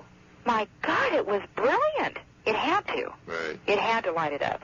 Now, I couldn't tell whether it even had touched, but I had been looking out back, and I didn't see it. And then I walked back over and stepped up, and I was just looking all around up on my patio step coming in my house, and I was just looking all around to see if the wind was blowing at the trees, around the street lights and stuff like this. And I looked over, and all of a sudden there it was. And I'd just been looking there. And now I'm looking at a star, and it doesn't even anywhere compare. One of those great, even if you look at a street light from a distance, there's no way anybody could have gotten it mixed up. No way. You might have thought it was an airplane on fire. I mean, it was just brilliant. Right. Just too brilliant to explain. I wish at the time you could just snap your fingers and have somebody here, Right. I've never felt this way before in my life. I'm keyed up. I'll never go to bed. Thanks again for the call. Yeah, thanks for listening to me. And, let me know. Will do. Any way or the other if you find out anything. We certainly will. Okay. Thank you. Bye-bye. Bye-bye. This is Marina, California, right outside of Fort Ord. Yes. My wife and I were coming back from San Francisco. We was on Highway 1 going south toward Fort Ord. We were stationed there. And my wife noticed, as I did also, when we slowed the car down, this kind of looked like a hovering or some type of a platform right above us. Uh-huh. It had kind of a triangular shape to it, if not more or less like a boomerang, is what my wife described it as. And we turned around and went back to check out the immediate sighting of it. And we noted it was going off, in the opposite direction. So we followed it for about 4 or 5 miles onto the Fort Ord Reservation. It wasn't exactly over Fort Ord, but we could see it. We knew the area well enough to follow it in that direction. And we noticed too that the lighting set up on it was just normal lights on your airplanes, all different kind of colors, but these were kind of just red, and then there was one white, which gave way to kind of an undercarriage. Uh-huh. And well, we just thought we called into the air traffic approach here in Monterey Airport, and they had nothing listed on their sighting. I see. But we followed it up for about a half an hour and watched it go up into the sky. Here it was clear with overcast, and even when it went into the overcast, it still projected light. But I thought we'd call it in. Okay, now when it was moving away from you, which direction was it going? Well, from us, it would be heading in a southerly direction towards Southern California in this respect. Southeastern direction. Okay, and which direction were you driving, north or south? We were driving north to south. North to south, okay. Highway Coast Road, Highway 1. Uh-huh.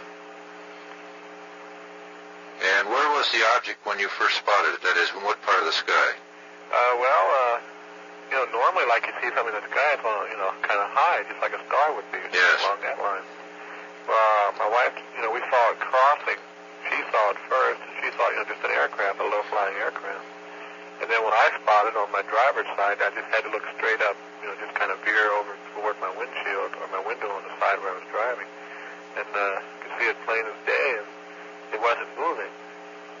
You know how you're driving or you're moving away from an object and it's stationary. Right. It either gets smaller with the distance you're going away or whatever. Yes. And, it just stayed right there, and then she watched it, and I slowed down so we could come across the island where the highway was and go back up toward it.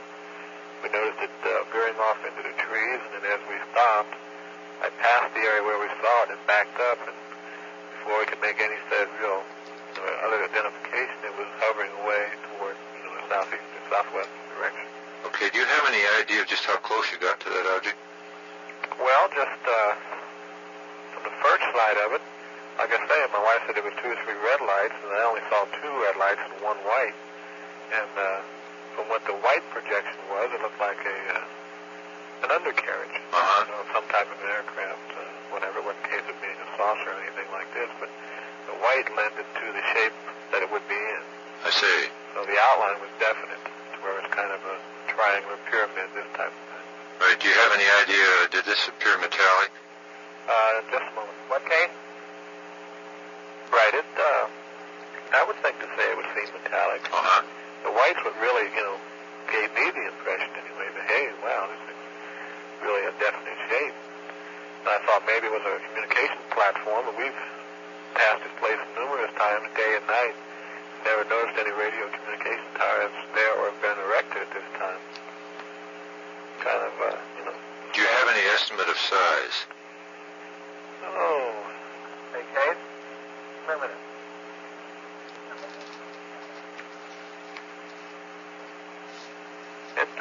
Well, I said, like it was big enough to be an airplane, from the distance that we were from it.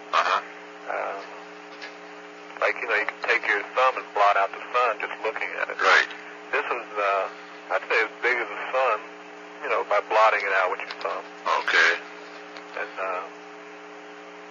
when it took off, it moved at a very rapid pace to where the blinking lights it moved so swiftly that the size or any shape that you saw was definitely, you couldn't tell. Just turned into a blur of some kind? Right.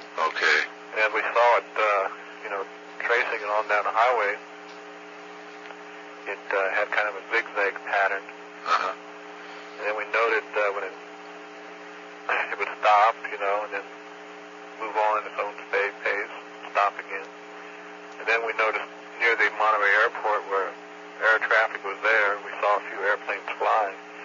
And as the thing went up into the overcast, the zigzagging and the aircraft that was leaving the Monterey Airport, whether it had anything to do with it or not, and approaching the same immediate area or near the, just looking in the sky, you'd see, drawing toward each other. Yes. Then it disappeared. Did you notice any problems with your vehicle when that object was in sight? Not that I noted. We had discussed this ourselves. We said, wow, here we are tracing this thing. That's all we need, something to take over the powers of the car or whatever type of thing. And we actually, I guess, got a little hyper for the fact that, you know, the similarities. We saw some lights that were what we were looking at. We thought, wow, we said, hey, this thing's coming back. Like maybe it had a sensory device or something that since we saw it, you know, this type of thing. Yes. And well, we followed that down. Ended up to be radio towers in the immediate area. But, you know, we just kept thinking, you know, we've seen a few of the other write-ups and things they've had on UFOs. Right. We've seen one of the two latter films that were just released on it, one of the motion pictures and things. It's kind of very interesting. She's the one that cited it on the spot. Did this upset you quite a bit? Enough to say that this incident in San Jose here about 2 months back, you know, where the people said that they wanted to meet a number of people who wanted to go, you know, this type of thing. Yes.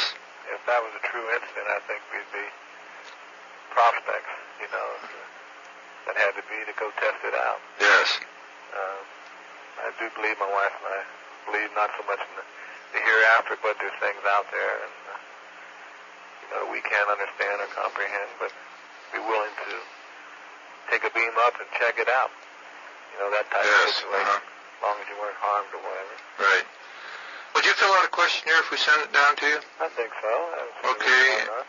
And in the meantime, would you make some notes of this so you don't forget? Right, we put it on paper and we sketched out what we saw. Oh, fine. Excellent. And we got the weather that we saw and the time and the day, projections as far as what directions and things of this nature. Okay, and that was seen this evening, right? Right, it was seen at, I'd say about 8:45 this evening. Okay. We sure appreciate your calling, and we'll get that questionnaire in the mail. Okay, real fine. Thank and you if we get any more information on this particular incident, we'll get back to you and let you know. Okay, real fine. Thank you. Bye-bye. Bye. We were already in bed, and we heard a very strange noise, and it sounds funny, but it almost sounds like what you hear on television, that sort of a whirring, high-pitched whirring noise. Yes. Now, we live out a ways in Salem. We're kind of out in the country a little bit, and we have wheat fields all around us. We just have one close neighbor. And it sounded like it was not coming from, you know, the sky so much as more on, you know, our level, ground level. Yes. Now, that was just hearing that. Now, the next night, which was the date on that, do you remember? Oh, gee, let me think now. Frank, can you remember what night that was? I know it was last week. Okay, he said he'd think while I told you about the next night, because this was the very next night. Okay. I have a new baby, and I get up often in the middle of the night, and I was in his room. And this must have been, I'd say about 4 or so in the morning, and I was nursing him, and I looked out the window, and I saw a very bright light, knowing it was much too low for a star, much too big for a star, and I knew it wasn't an airplane or a helicopter. And I looked at it for a little while, and then I looked down and tended to the baby, and within a minute or two, I looked back, and it was gone. And so that was that on. That's really it on that. If I had been more attentive to it at the time, I probably would have noticed more things about it. Yes. And then Sunday, we were with Cindy. We drove to Portland, and I just happened to have a conversation with her about did she believe in UFOs, and she said no. And then I told her what had happened, and then just last night she cited those ones or what she thought was. Okay, now that light that you saw, the bright light, which part of the sky was that located in? You mean which direction? Yes. Okay, well, I was looking towards the west. To the west, okay. Yes. And do you have any idea in relation to altitude or degrees off of the horizon? See, it's really hard for me to tell you that. I'm not real good at that, figuring, so many feet, but it was, all I can say is it was low in the sky. Very low, okay. Yes. Would you say it was close to the horizon?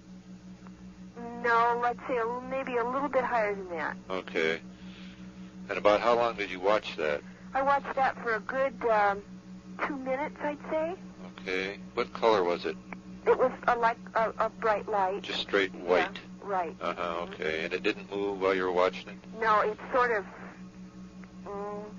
glistened or sparkled. Yeah. Okay. But it was, you know, it was very big. Uh-huh. Let's see, let me ask Frank. Could you think what night that was?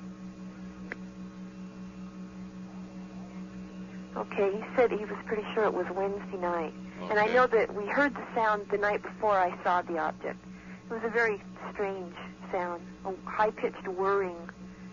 And about how long did that sound last? Oh, that was a couple of minutes. Okay. Did that wake you up? Were you sleeping at the time? No, it didn't wake us up. About what time did that occur? Well, we had just gotten into bed, so it was reasonably late at night, like towards midnight. Midnight, okay. We usually watch part of Johnny Carson, so I'm sure it must have been around that time. Do you have any pets in your home? Yes, we have 2 Irish setters, but usually at night they sleep in. They sleep in the basement during the winter. Well, that sound didn't bother them then? No. No barking or anything? No. Okay. Okay, and your husband didn't see the light? No, he didn't. Okay. He was sleeping. I'm the one that gets up in the middle of the night. Oh. Okay, well, we sure appreciate your taking the time. Oh, that's no problem at all. There's, I suppose, no explanation for it, really, huh? Well, not really. We don't know of any bright stars or anything in the western sky that hour of the morning. Yes. Well, okay, I'm glad if I could help. Okay, thank you very much. You're welcome. Bye-bye. What you saw, will you?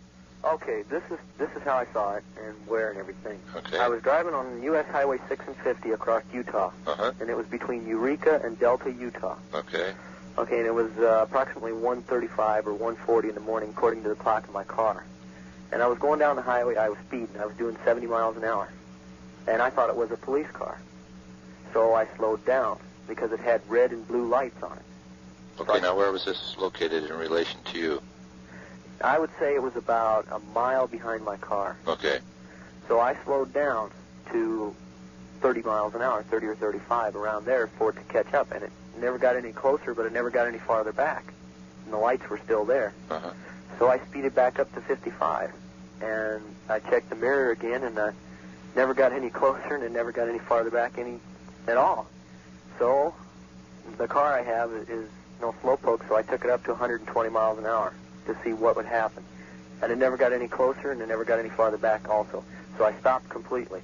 And I don't know what it was. It just came over, and it was going. I do some private flying on my own, and I estimated speed at close to 5,000 or 6,000 miles an hour. It was faster than any jet. Not even an SR-71 can do that. Mm-hmm. That's the fastest jet in the world.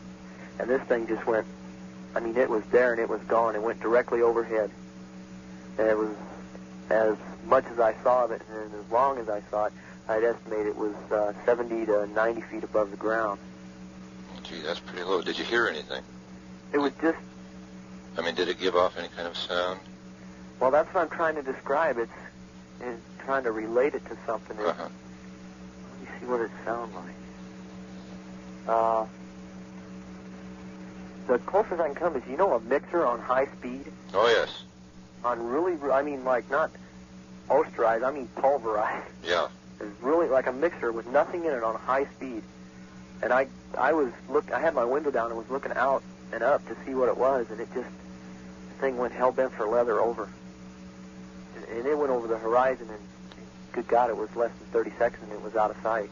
Okay, well, you were westbound at the time? Yes, I was heading west towards, the next town would be Ely, Nevada. Okay, now, it had no shape?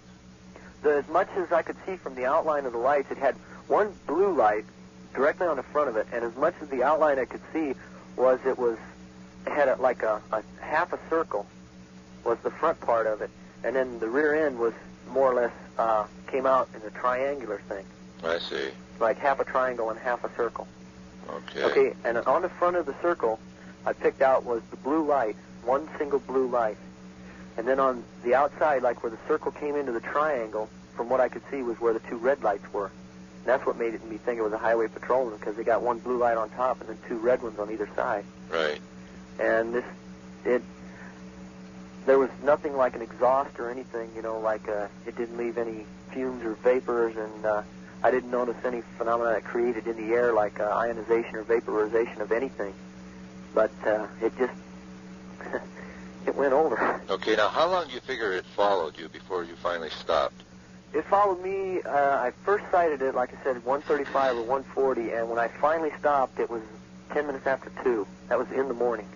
Well, that was quite a while then. Yeah, it didn't get any closer or any farther back, and that's what was making me think that it isn't a police car. And Highway 6 and 50, when you leave, I believe it's when you leave Eureka, Utah, there is nothing for 61 miles until you hit Delta. Absolutely nothing.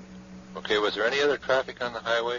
None at all. This highway is just plain dead and deserted. Okay, did any traffic show up after the object had disappeared on the rest of your trip? Well, I did see one car when I was about 4 miles out of Delta, but that could have been somebody that lived out in the rural area. Otherwise, there was nothing. No, there was nothing. Okay. And this is the second time that I've seen something driving that highway. The first time I kind of wrote it off as airplanes, but not this one. Okay, now when that object came over, did it come directly overhead, right down the highway? It didn't. It was kind of to the, well, let's see, facing my direction heading west. It was kind of off to the right of the highway. Like it was traveling this little ridge. It was, maybe 50 or 100 yards off to the right of the highway. I see.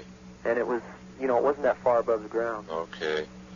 Did you have any problems with your car at any time while this was still going on?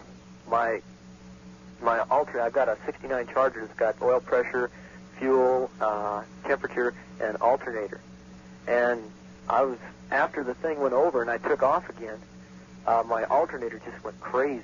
I mean, it just went absolutely berserk. It was just flashing to full discharge and then full charge, and then it holds steady, and then it's full discharge, full charge, and my lights kept flashing on and off.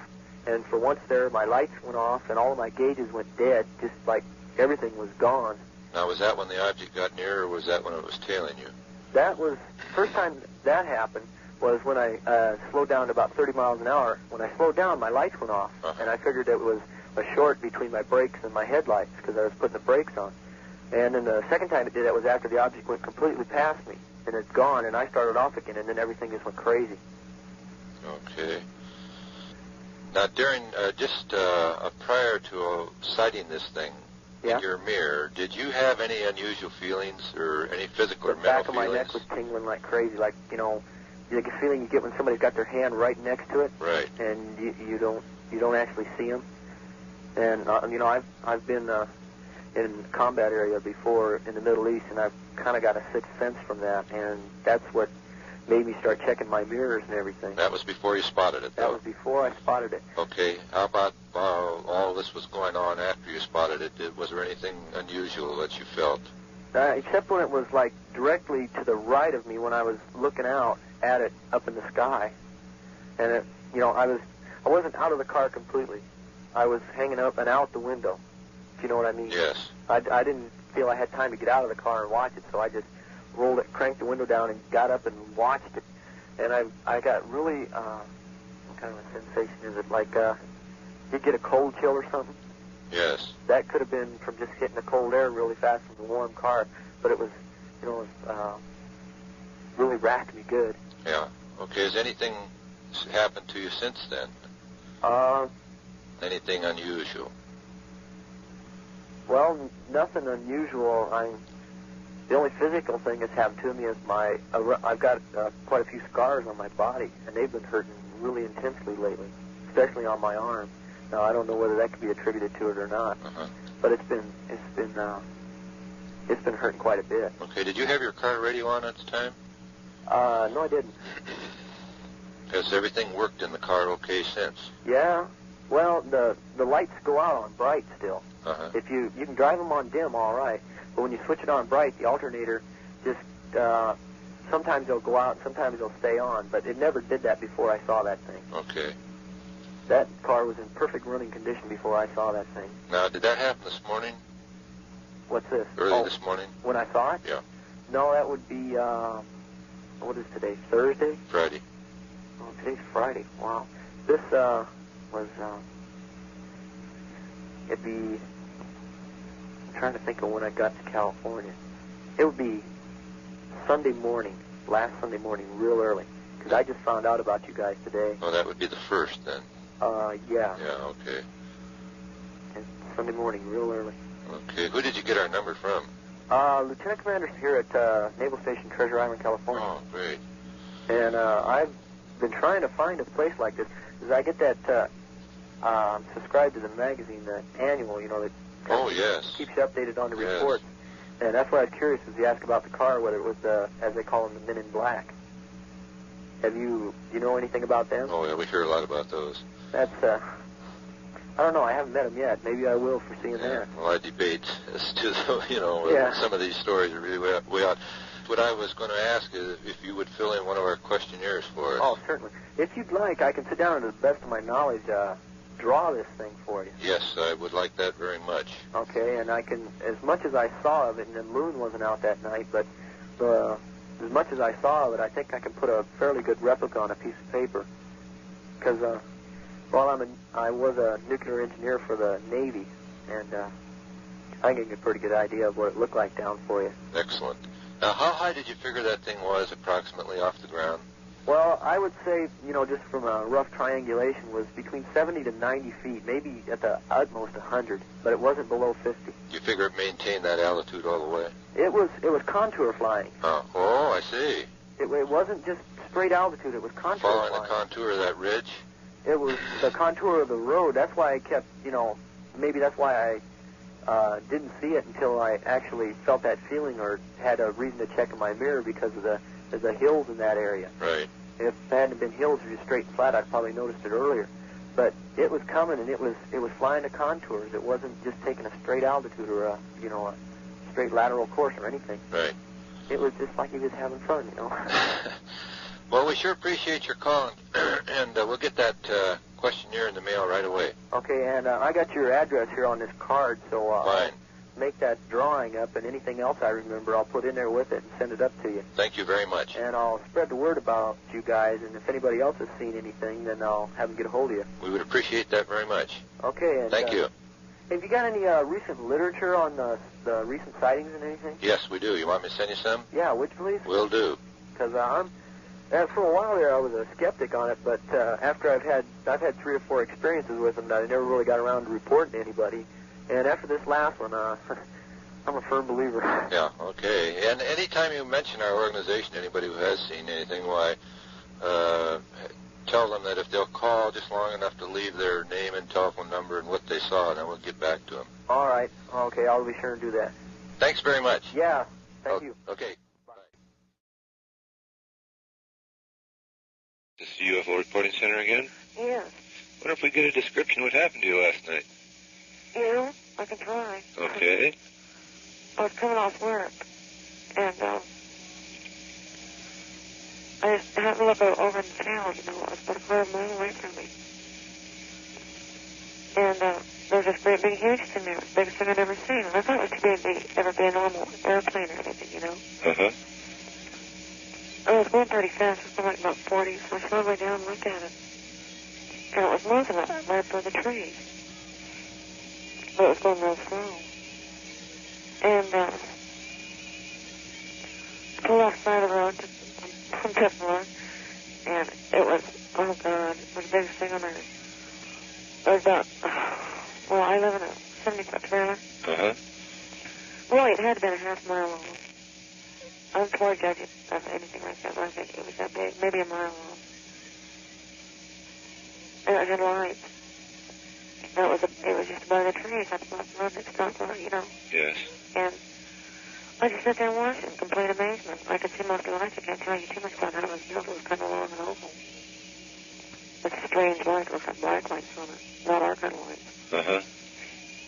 And I stayed there for about 10 minutes, and one side opened up, the front facing me, the side facing me opened up, and it shined a great big light out. And 3 little ships took off, or whatever they were. 3 little things took off with lights on them. And I really did still think maybe that you guys, or that the people here was doing something, but I knew that nobody built something that big. So I stayed there and watched it, and then the other side opened up after those 3 took off, and they'd kind of all centered together and went together, Yes. Not exactly doing everything the same, but in the same direction. And I'm skipping over all of it, but I got to it. It's a long story. The other 3 on the other side, 3 more came out, so there were 6 altogether. It came out of this huge, gigantic thing. And it closed up and left its lights on and just stayed there. And then I got thinking, I scared myself a little bit. So I knew that it couldn't be anything normal. So I decided to come home, and from where that thing was, I had to go straight until about a mile, and I could still see over that field. So when I got ready to take off, I was driving real slow, so I would keep my eyes on it,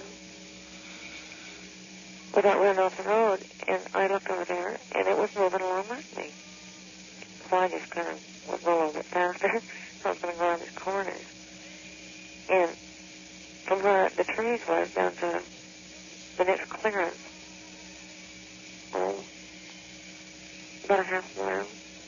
I was driving about 45, and I was trying to not think about it. I was just thinking about coming home and trying to forget that thing, whatever it was.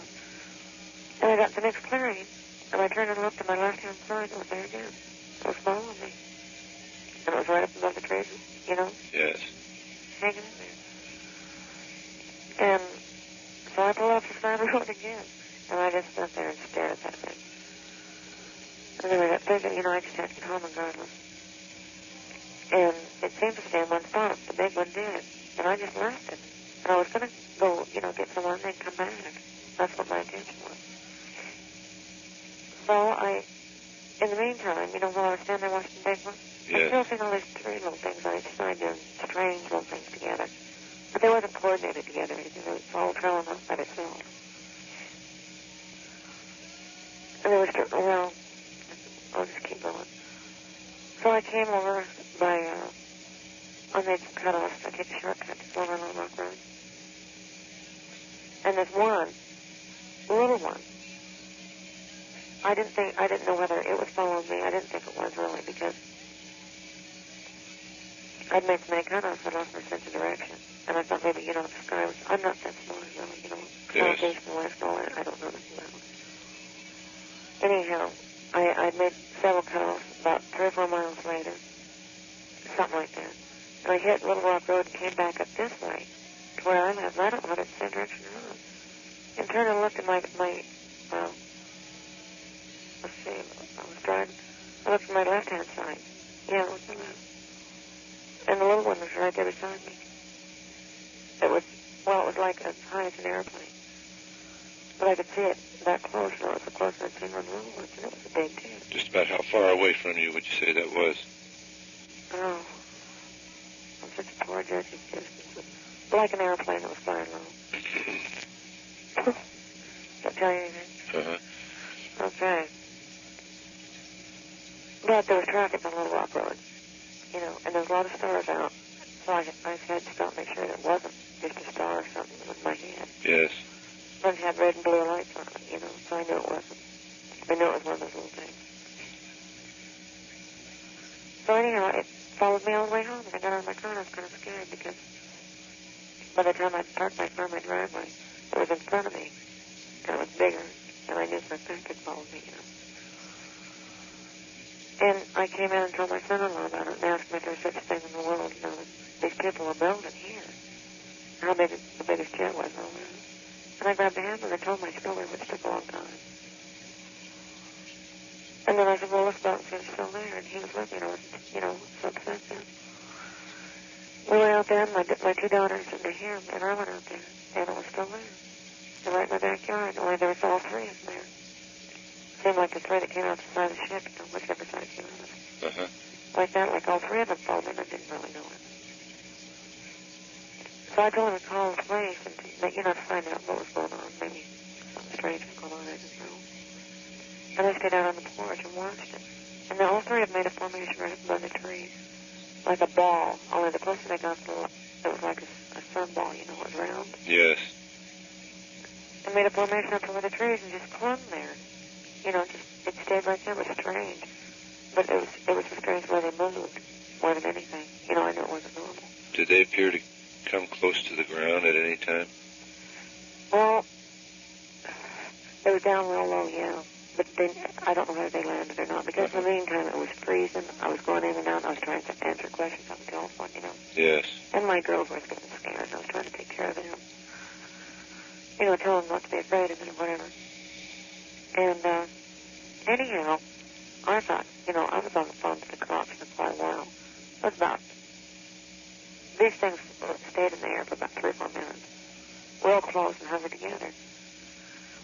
And I took the girls to the house, and I was talking to these guys on the phone for a long time, 15 minutes. And I thought, by then I went out again, and it looked like they was trying to go away on the road facing me. It seemed to me like that's where they were staying. So I told my son-in-law, Charlie, that we'd go over there and take a look, because I wanted to see a big one. And we got over there, and then by the time we'd gotten over to the road, they were up in the sky. But they were still close enough to tell us they were a star, and you see all the lights and knew what they were doing. Yes. And the one stayed in place for about 30 minutes in one spot over there, because that's the spot they stayed. And all the cops were over there, and they'd seen it by then. The one little one, you know. Yes. And I pointed out the other one. It's, you know, the one that, there was 3. And I pointed out one on one side and one on the other side, but they wasn't really listening all that well. I guess they didn't, I don't know. They really wasn't listening to me, these people. All these cops and them. And I told them where the big one was, too, and I tried to tell them that story. They wasn't really listening, so I thought, to hell with them. All those cops up there, and I just got out and looked at it again by myself. Because I wanted to go back on the Elm Highway, the big one. And he called, I don't know, one cop called somebody over by Splurging Creek. That wasn't even where it was at. It was out by a farmhouse on the Elm Highway. Uh-huh. So my son-in-law went over there, and it takes 25 minutes to drive back over there. And when we got over there, that's what I was looking for, was that great big enormous thing. I could not find it on the way out there or nothing. So I was just about giving up hope. And I turned around on the highway. And I did not turn around. It was just before I turned around. And we seen this flashing, large, black light. Oh, Charlie seen it first, my son-in-law, and he says, look at that light going through the trees, you know. And I tried to look up, so I was going like 40 minutes to look up very long. And it looked like an enormous black light flashing off and on, but it looked like it was going through thousands and thousands of trees. And that's what I thought, you know, that we couldn't see anything to get to the trees. And so I was trying to slow down and turn off the road. And we looked up again, there was no trees there. It was an empty field, but it was so dark, you know. Uh-huh. And this thing was going so fast and flashing so, you know, great. It was just like, I don't know, it took about a half a second for it past one side of the earth. And it was gone. It disappeared, you know, just fast. There was no way we could stay up at that place, whatever it was. So we got real interested and think we were going to see more. And we turned around, the car around, sat there for a while. And we seen 2 other really strange lights, and the way they moved, they was real close. They came down. This one did. It was kind of an oblong ball of fire, I suppose. From a distance, that's what the star would look like. And it would come up to you. Not close to me, I'm not saying that. But it would come up close to where you get a good look at it. And it acted like it was doing something. It came down close to the trees, and it looked like it even come down on the ground. But of course I couldn't see past the trees. Yes. And it would go straight back in full speed, which was a lot of speed, more speed than we've done. And it would hang in the air, and then it would come up real close to whatever it was doing, you know. And then it would go in reverse, just so fast it was unreal. And then it would cling, and it would go up, and then it would go down. It would cling in one spot, and it stayed there for about 20 or 30 minutes. And we spent most of our night on the Elm Highway watching these things. And then, of course, it was getting late, we had to come home, you know, but there was a lot of things that my son-in-law was saying, and, you know, there's no way I could ever explain all of it. Okay. Now, the large object that you saw, was there any definite shape to that? Well, only by light, but I could tell you because I couldn't see what it looked like. Uh-huh. You see? Yeah, it looked to me like, you know, because of the lights on it, it looked like it was about the shape of a whale. Because I've seen Jaws, uh-huh, and it was kind of shaped like him. It was big in the front, kind of small in the back. Very oblong, then. Yeah. Okay. Would there be any chance of our interviewing you I don't even know who I'm talking to. Who are you? I'm Bob Gribble of the UFO Reporting Center in Seattle. Yeah, I sure would talk to you. I'd like to have someone that would believe me. You know, listen to me. Well, we find this case very interesting because within the last month on the Pacific Coast, we've been getting numerous reports of huge objects. Oh, you have? Yes. Well, I'm sure glad. Because, you know, I've got people that think that's crazy. Huge objects like what I talked about? Yes, Is very that right? oblong, up to and exceeding 800 feet long. 800 feet? Yeah, that's big thing, isn't it? That's about 2.5 city blocks long. Yeah, that's what this was. Maybe bigger. Because I was closer here. Maybe it seemed bigger to me. I didn't see anything that large. Well, did they see it? Well, tell me what they've seen, would you? Just very big objects. They didn't see the smaller ones that you saw or, you know, being launched from it. But in most cases, very large objects, oblong. In what area? We were getting several reports out of California and also, well, we got one from Houston, Texas, and one from Las Vegas area. And we're really curious because there seems to be some kind of a new pattern which is developed in the field of ufology, and we'd like to get as much information on it as we can.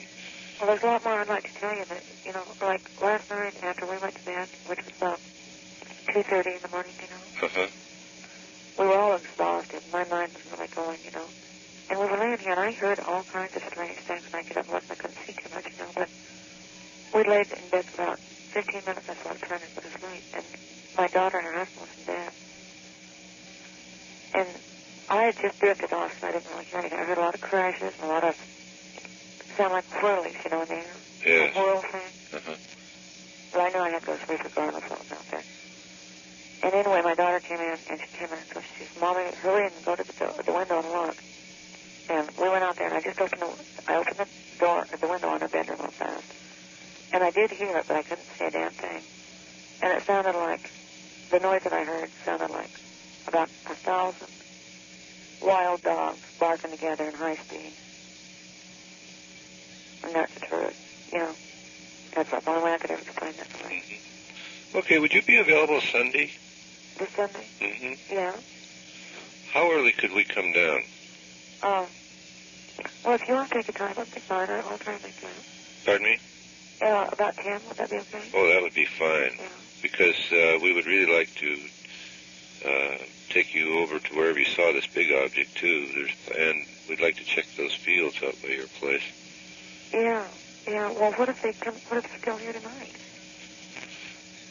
Well, number one, do you have a camera? Yeah, I do.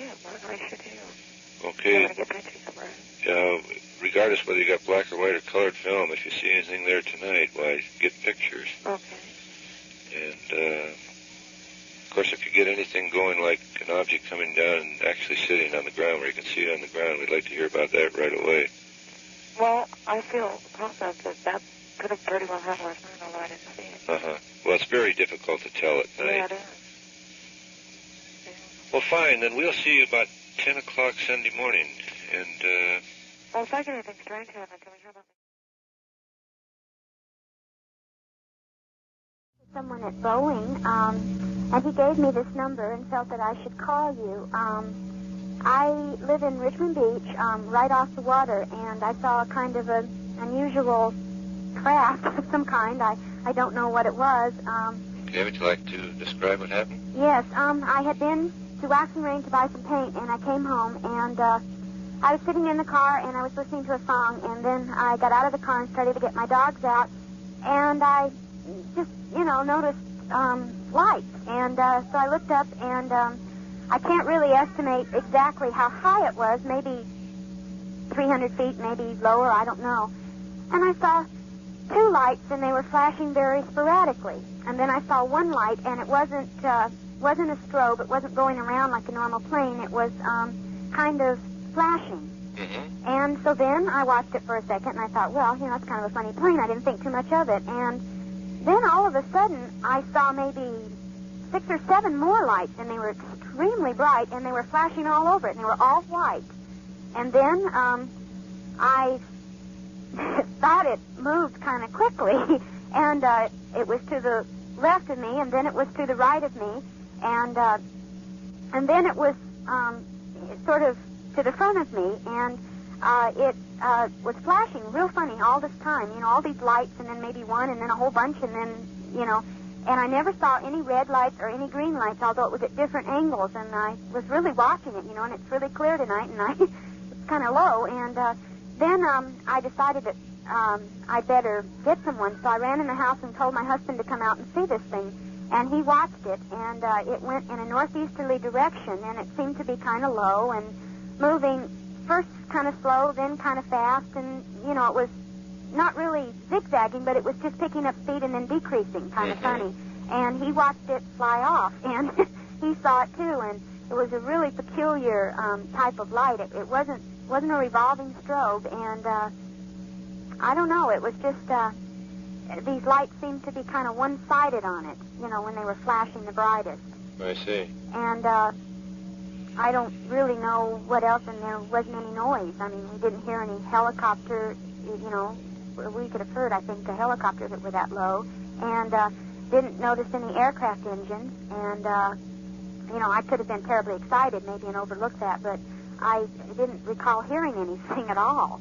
Okay, could you see a fuselage of any kind? Not at all. No shape whatsoever. Just the light. It was like there was nothing there except light. It was really peculiar. You know, it was like you could almost look through whatever was there. It was just dark. I mean, no, nothing. Well, did the lights themselves take any kind of a shape? Well, like I say, they started out with like the 2 lights, and then there was like one, and they were kind of to, the way I was looking at it, kind of to the right of it. And then, okay, it's hard to describe on the phone. Then they sort of got to one side of those 2 lights, you know, a whole bunch of them. And they almost, you know how when you observe a shooting star, they have a little tail? Right. Okay, well, that's sort of what they looked like. They were so bright. They seemed to be almost ejecting themselves from those 2 lights. You know, they were... I see. They were, well, they were just so bright. They were leaving little tails. You know, like a bright star, or maybe a headlight if you look at it real right in your eye or something. You know, it just kind of...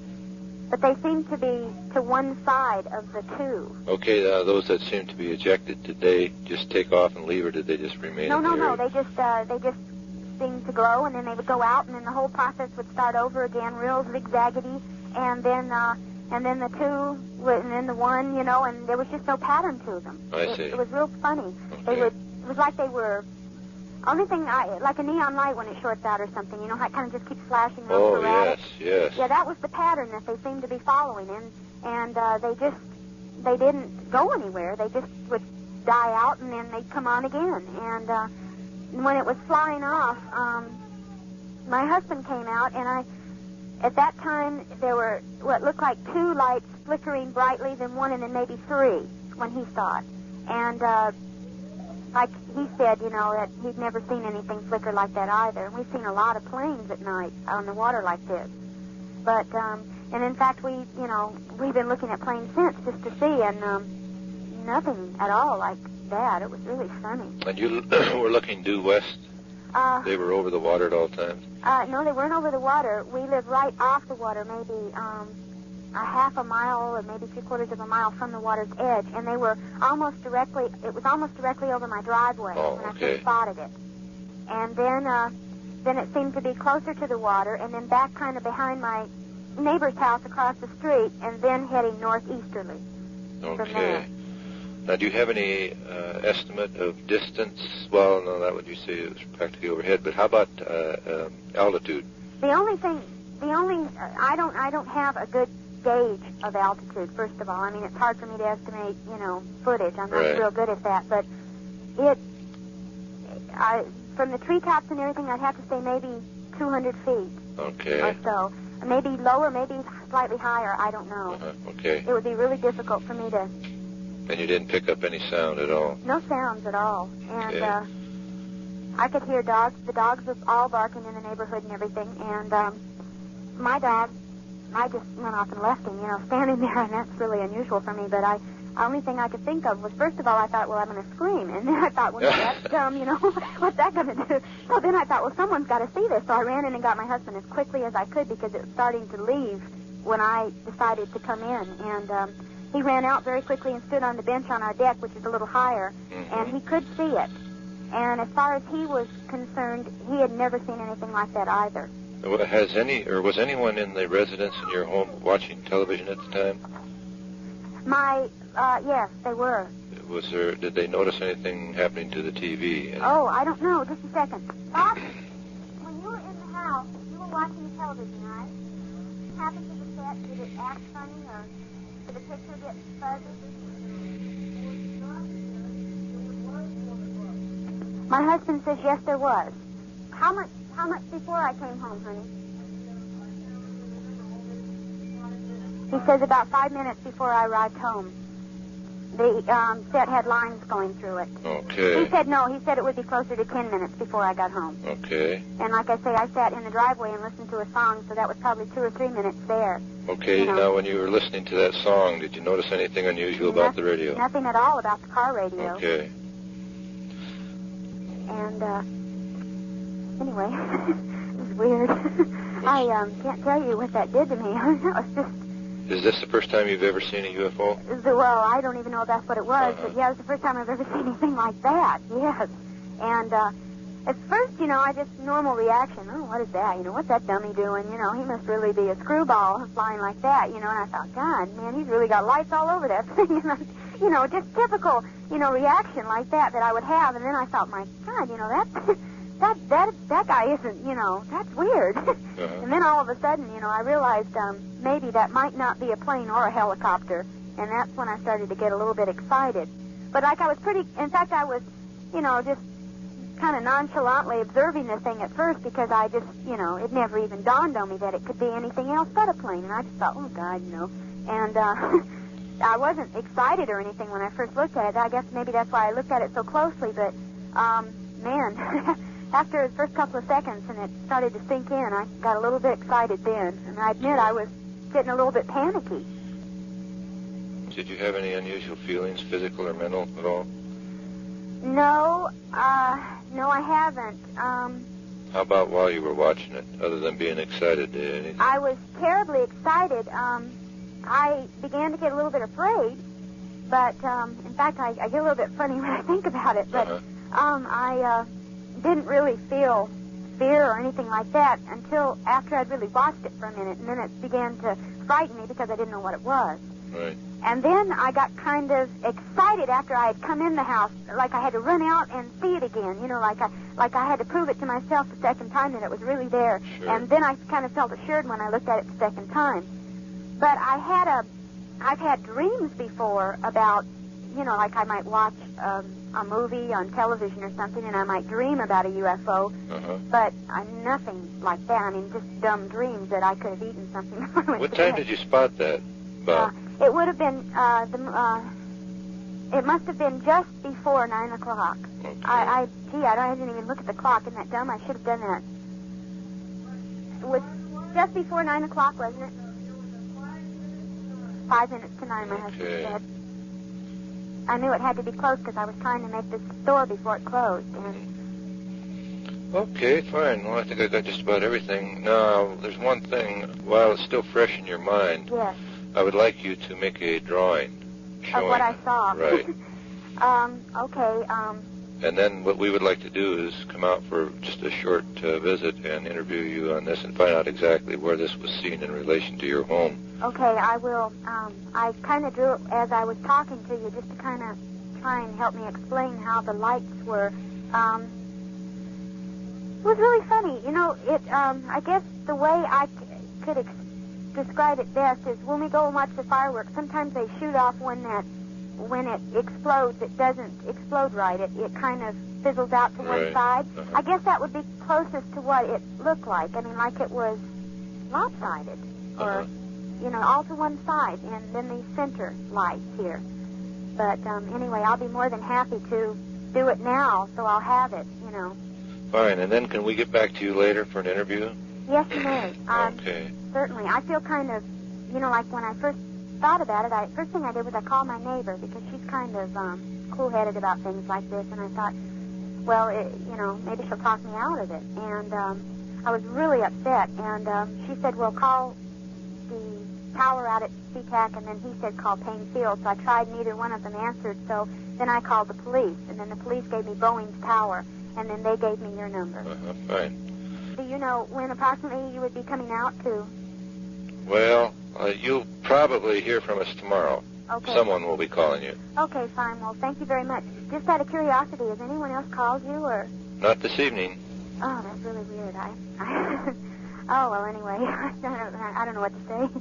But anyway, fine. Thank you very much. Okay, thanks again for calling. Uh-huh. Around 3 o'clock at night, there were about 4 or 5 of them out, and they're like in different corners.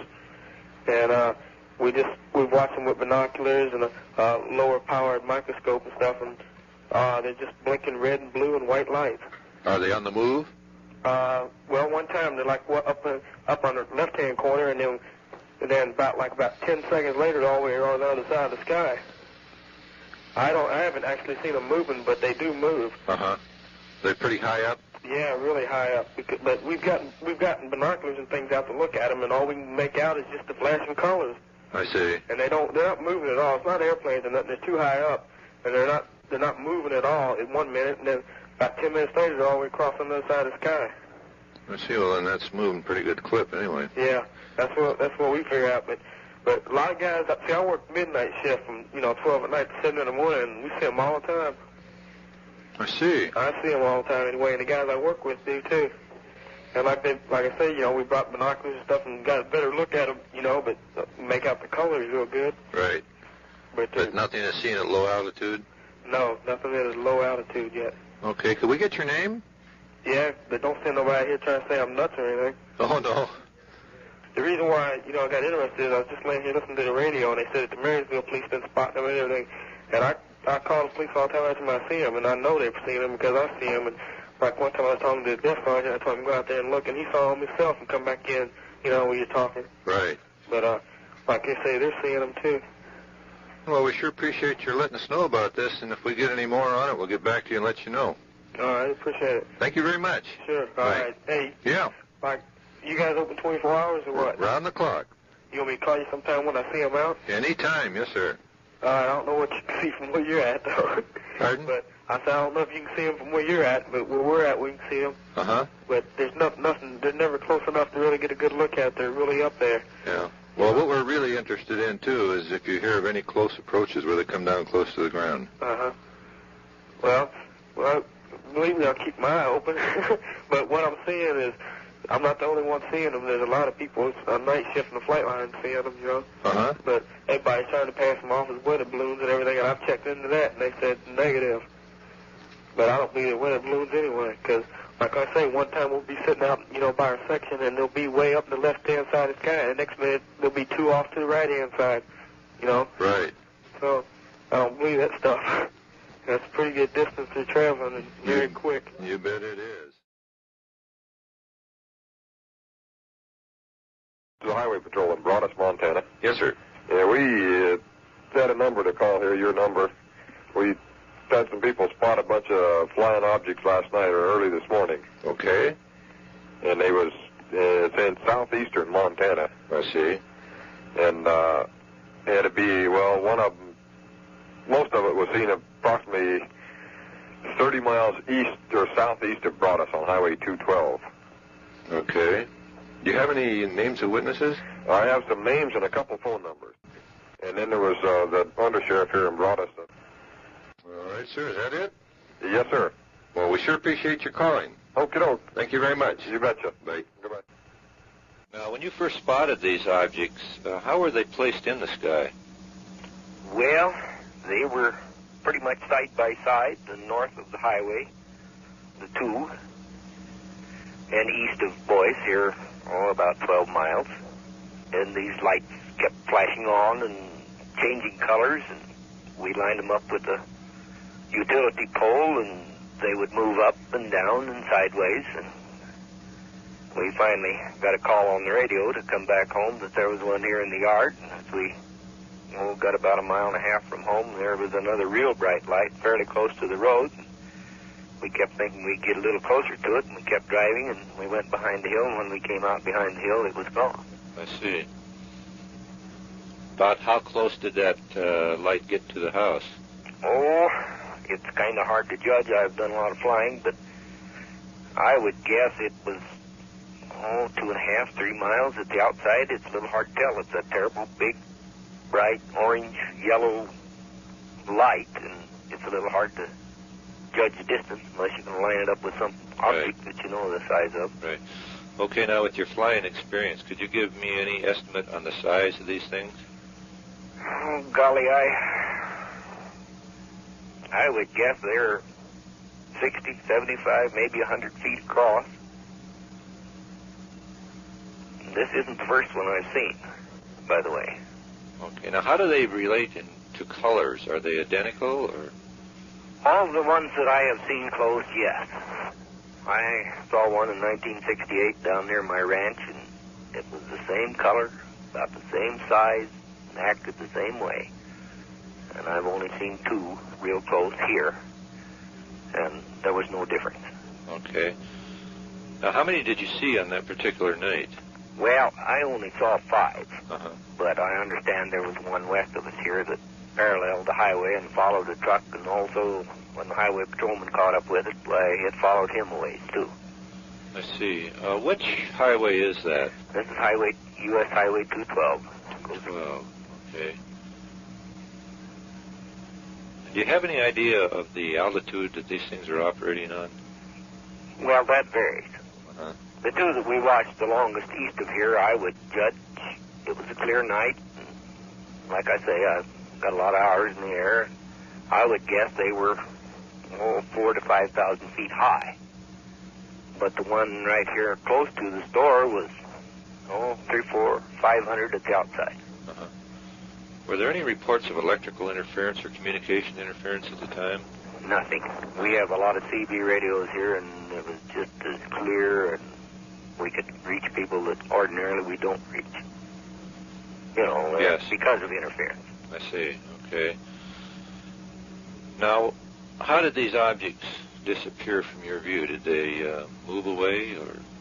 Well, the one, like I say, the one that was closest to the store, of course, disappeared behind the hill when we went behind it.